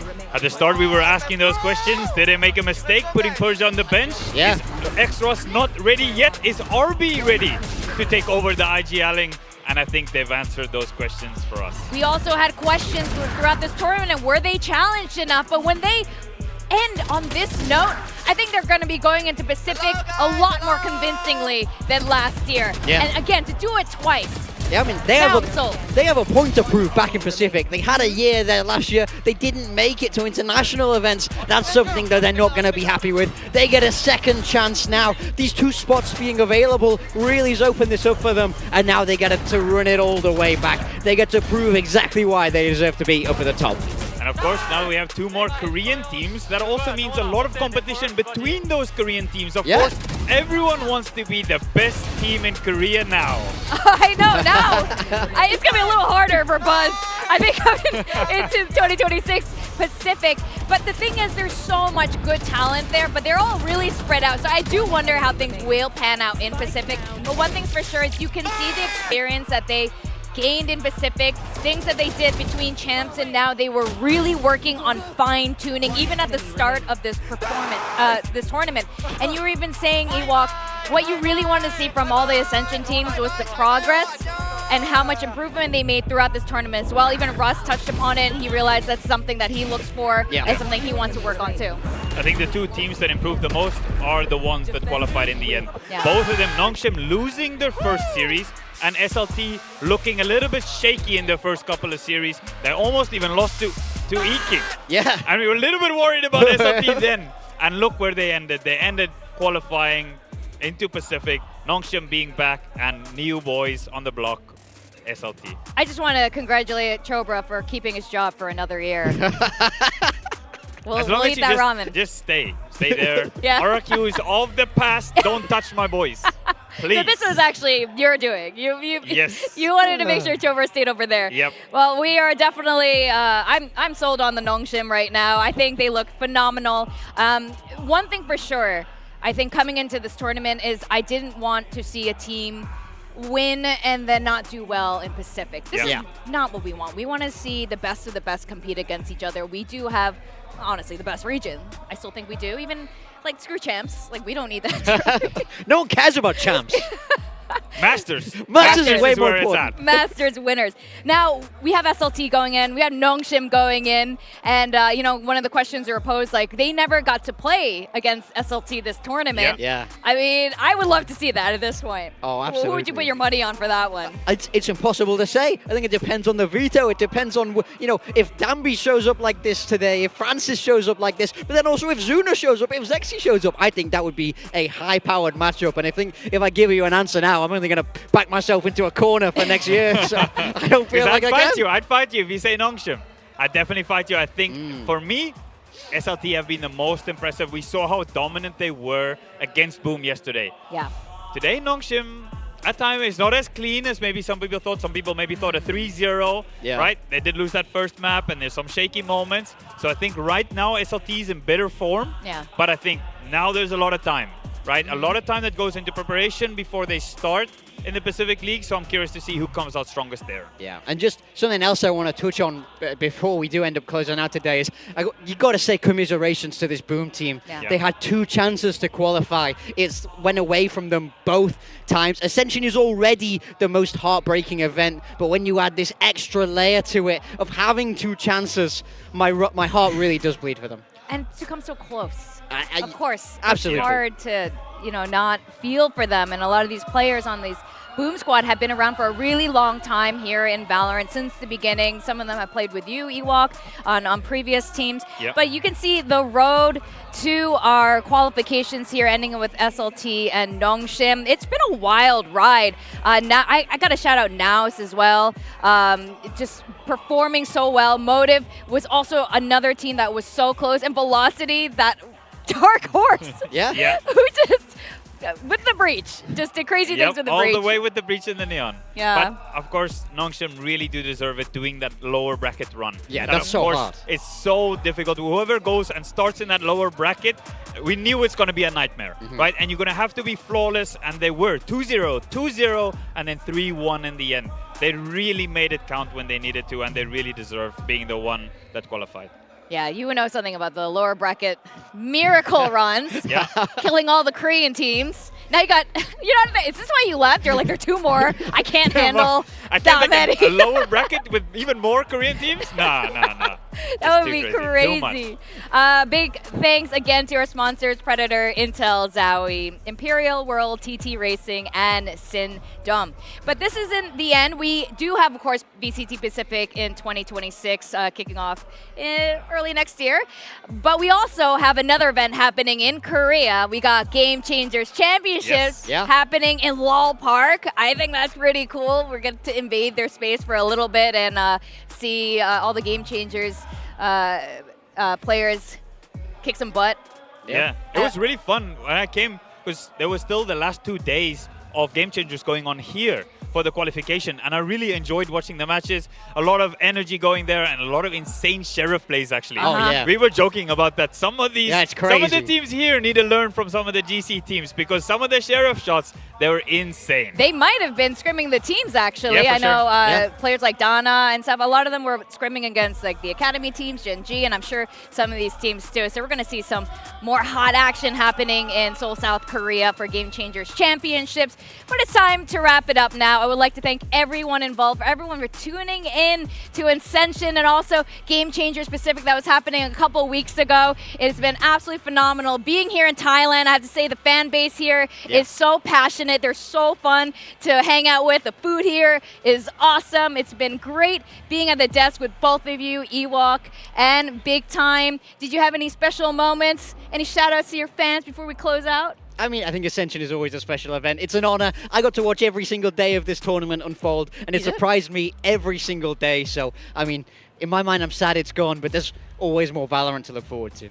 I don't even know how I ended up here. I'm just so privileged. I feel you. I'm so privileged to share this desk with you guys. Thank you very much for having me. It's been an amazing shift for me to do some of this. Thank you very much. Yeah, it's been an absolute honor being on the desk with you two very fine gentlemen.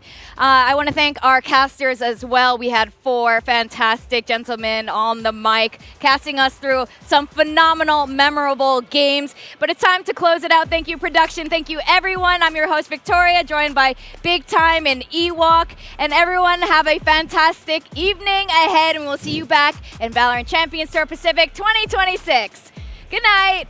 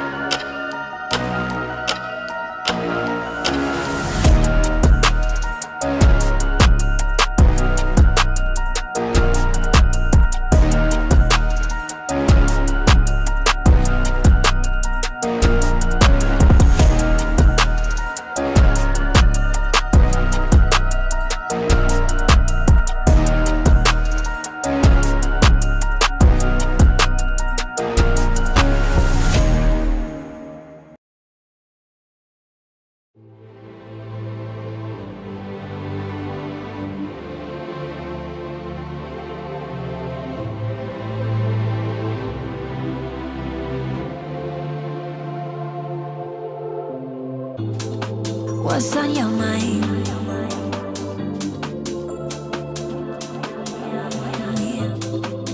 Can I read it from your eyes?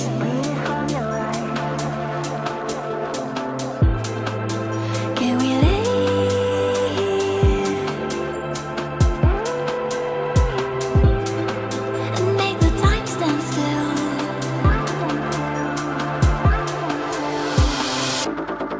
I wanna love you like nobody. I wanna show you that I care.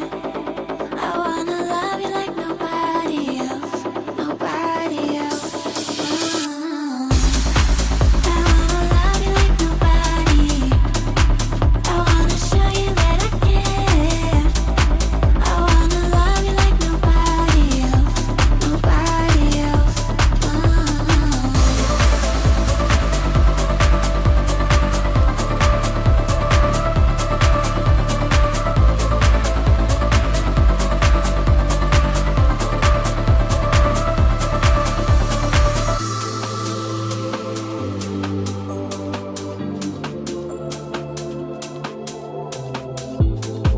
What if we stay here, pretend there's nothing else?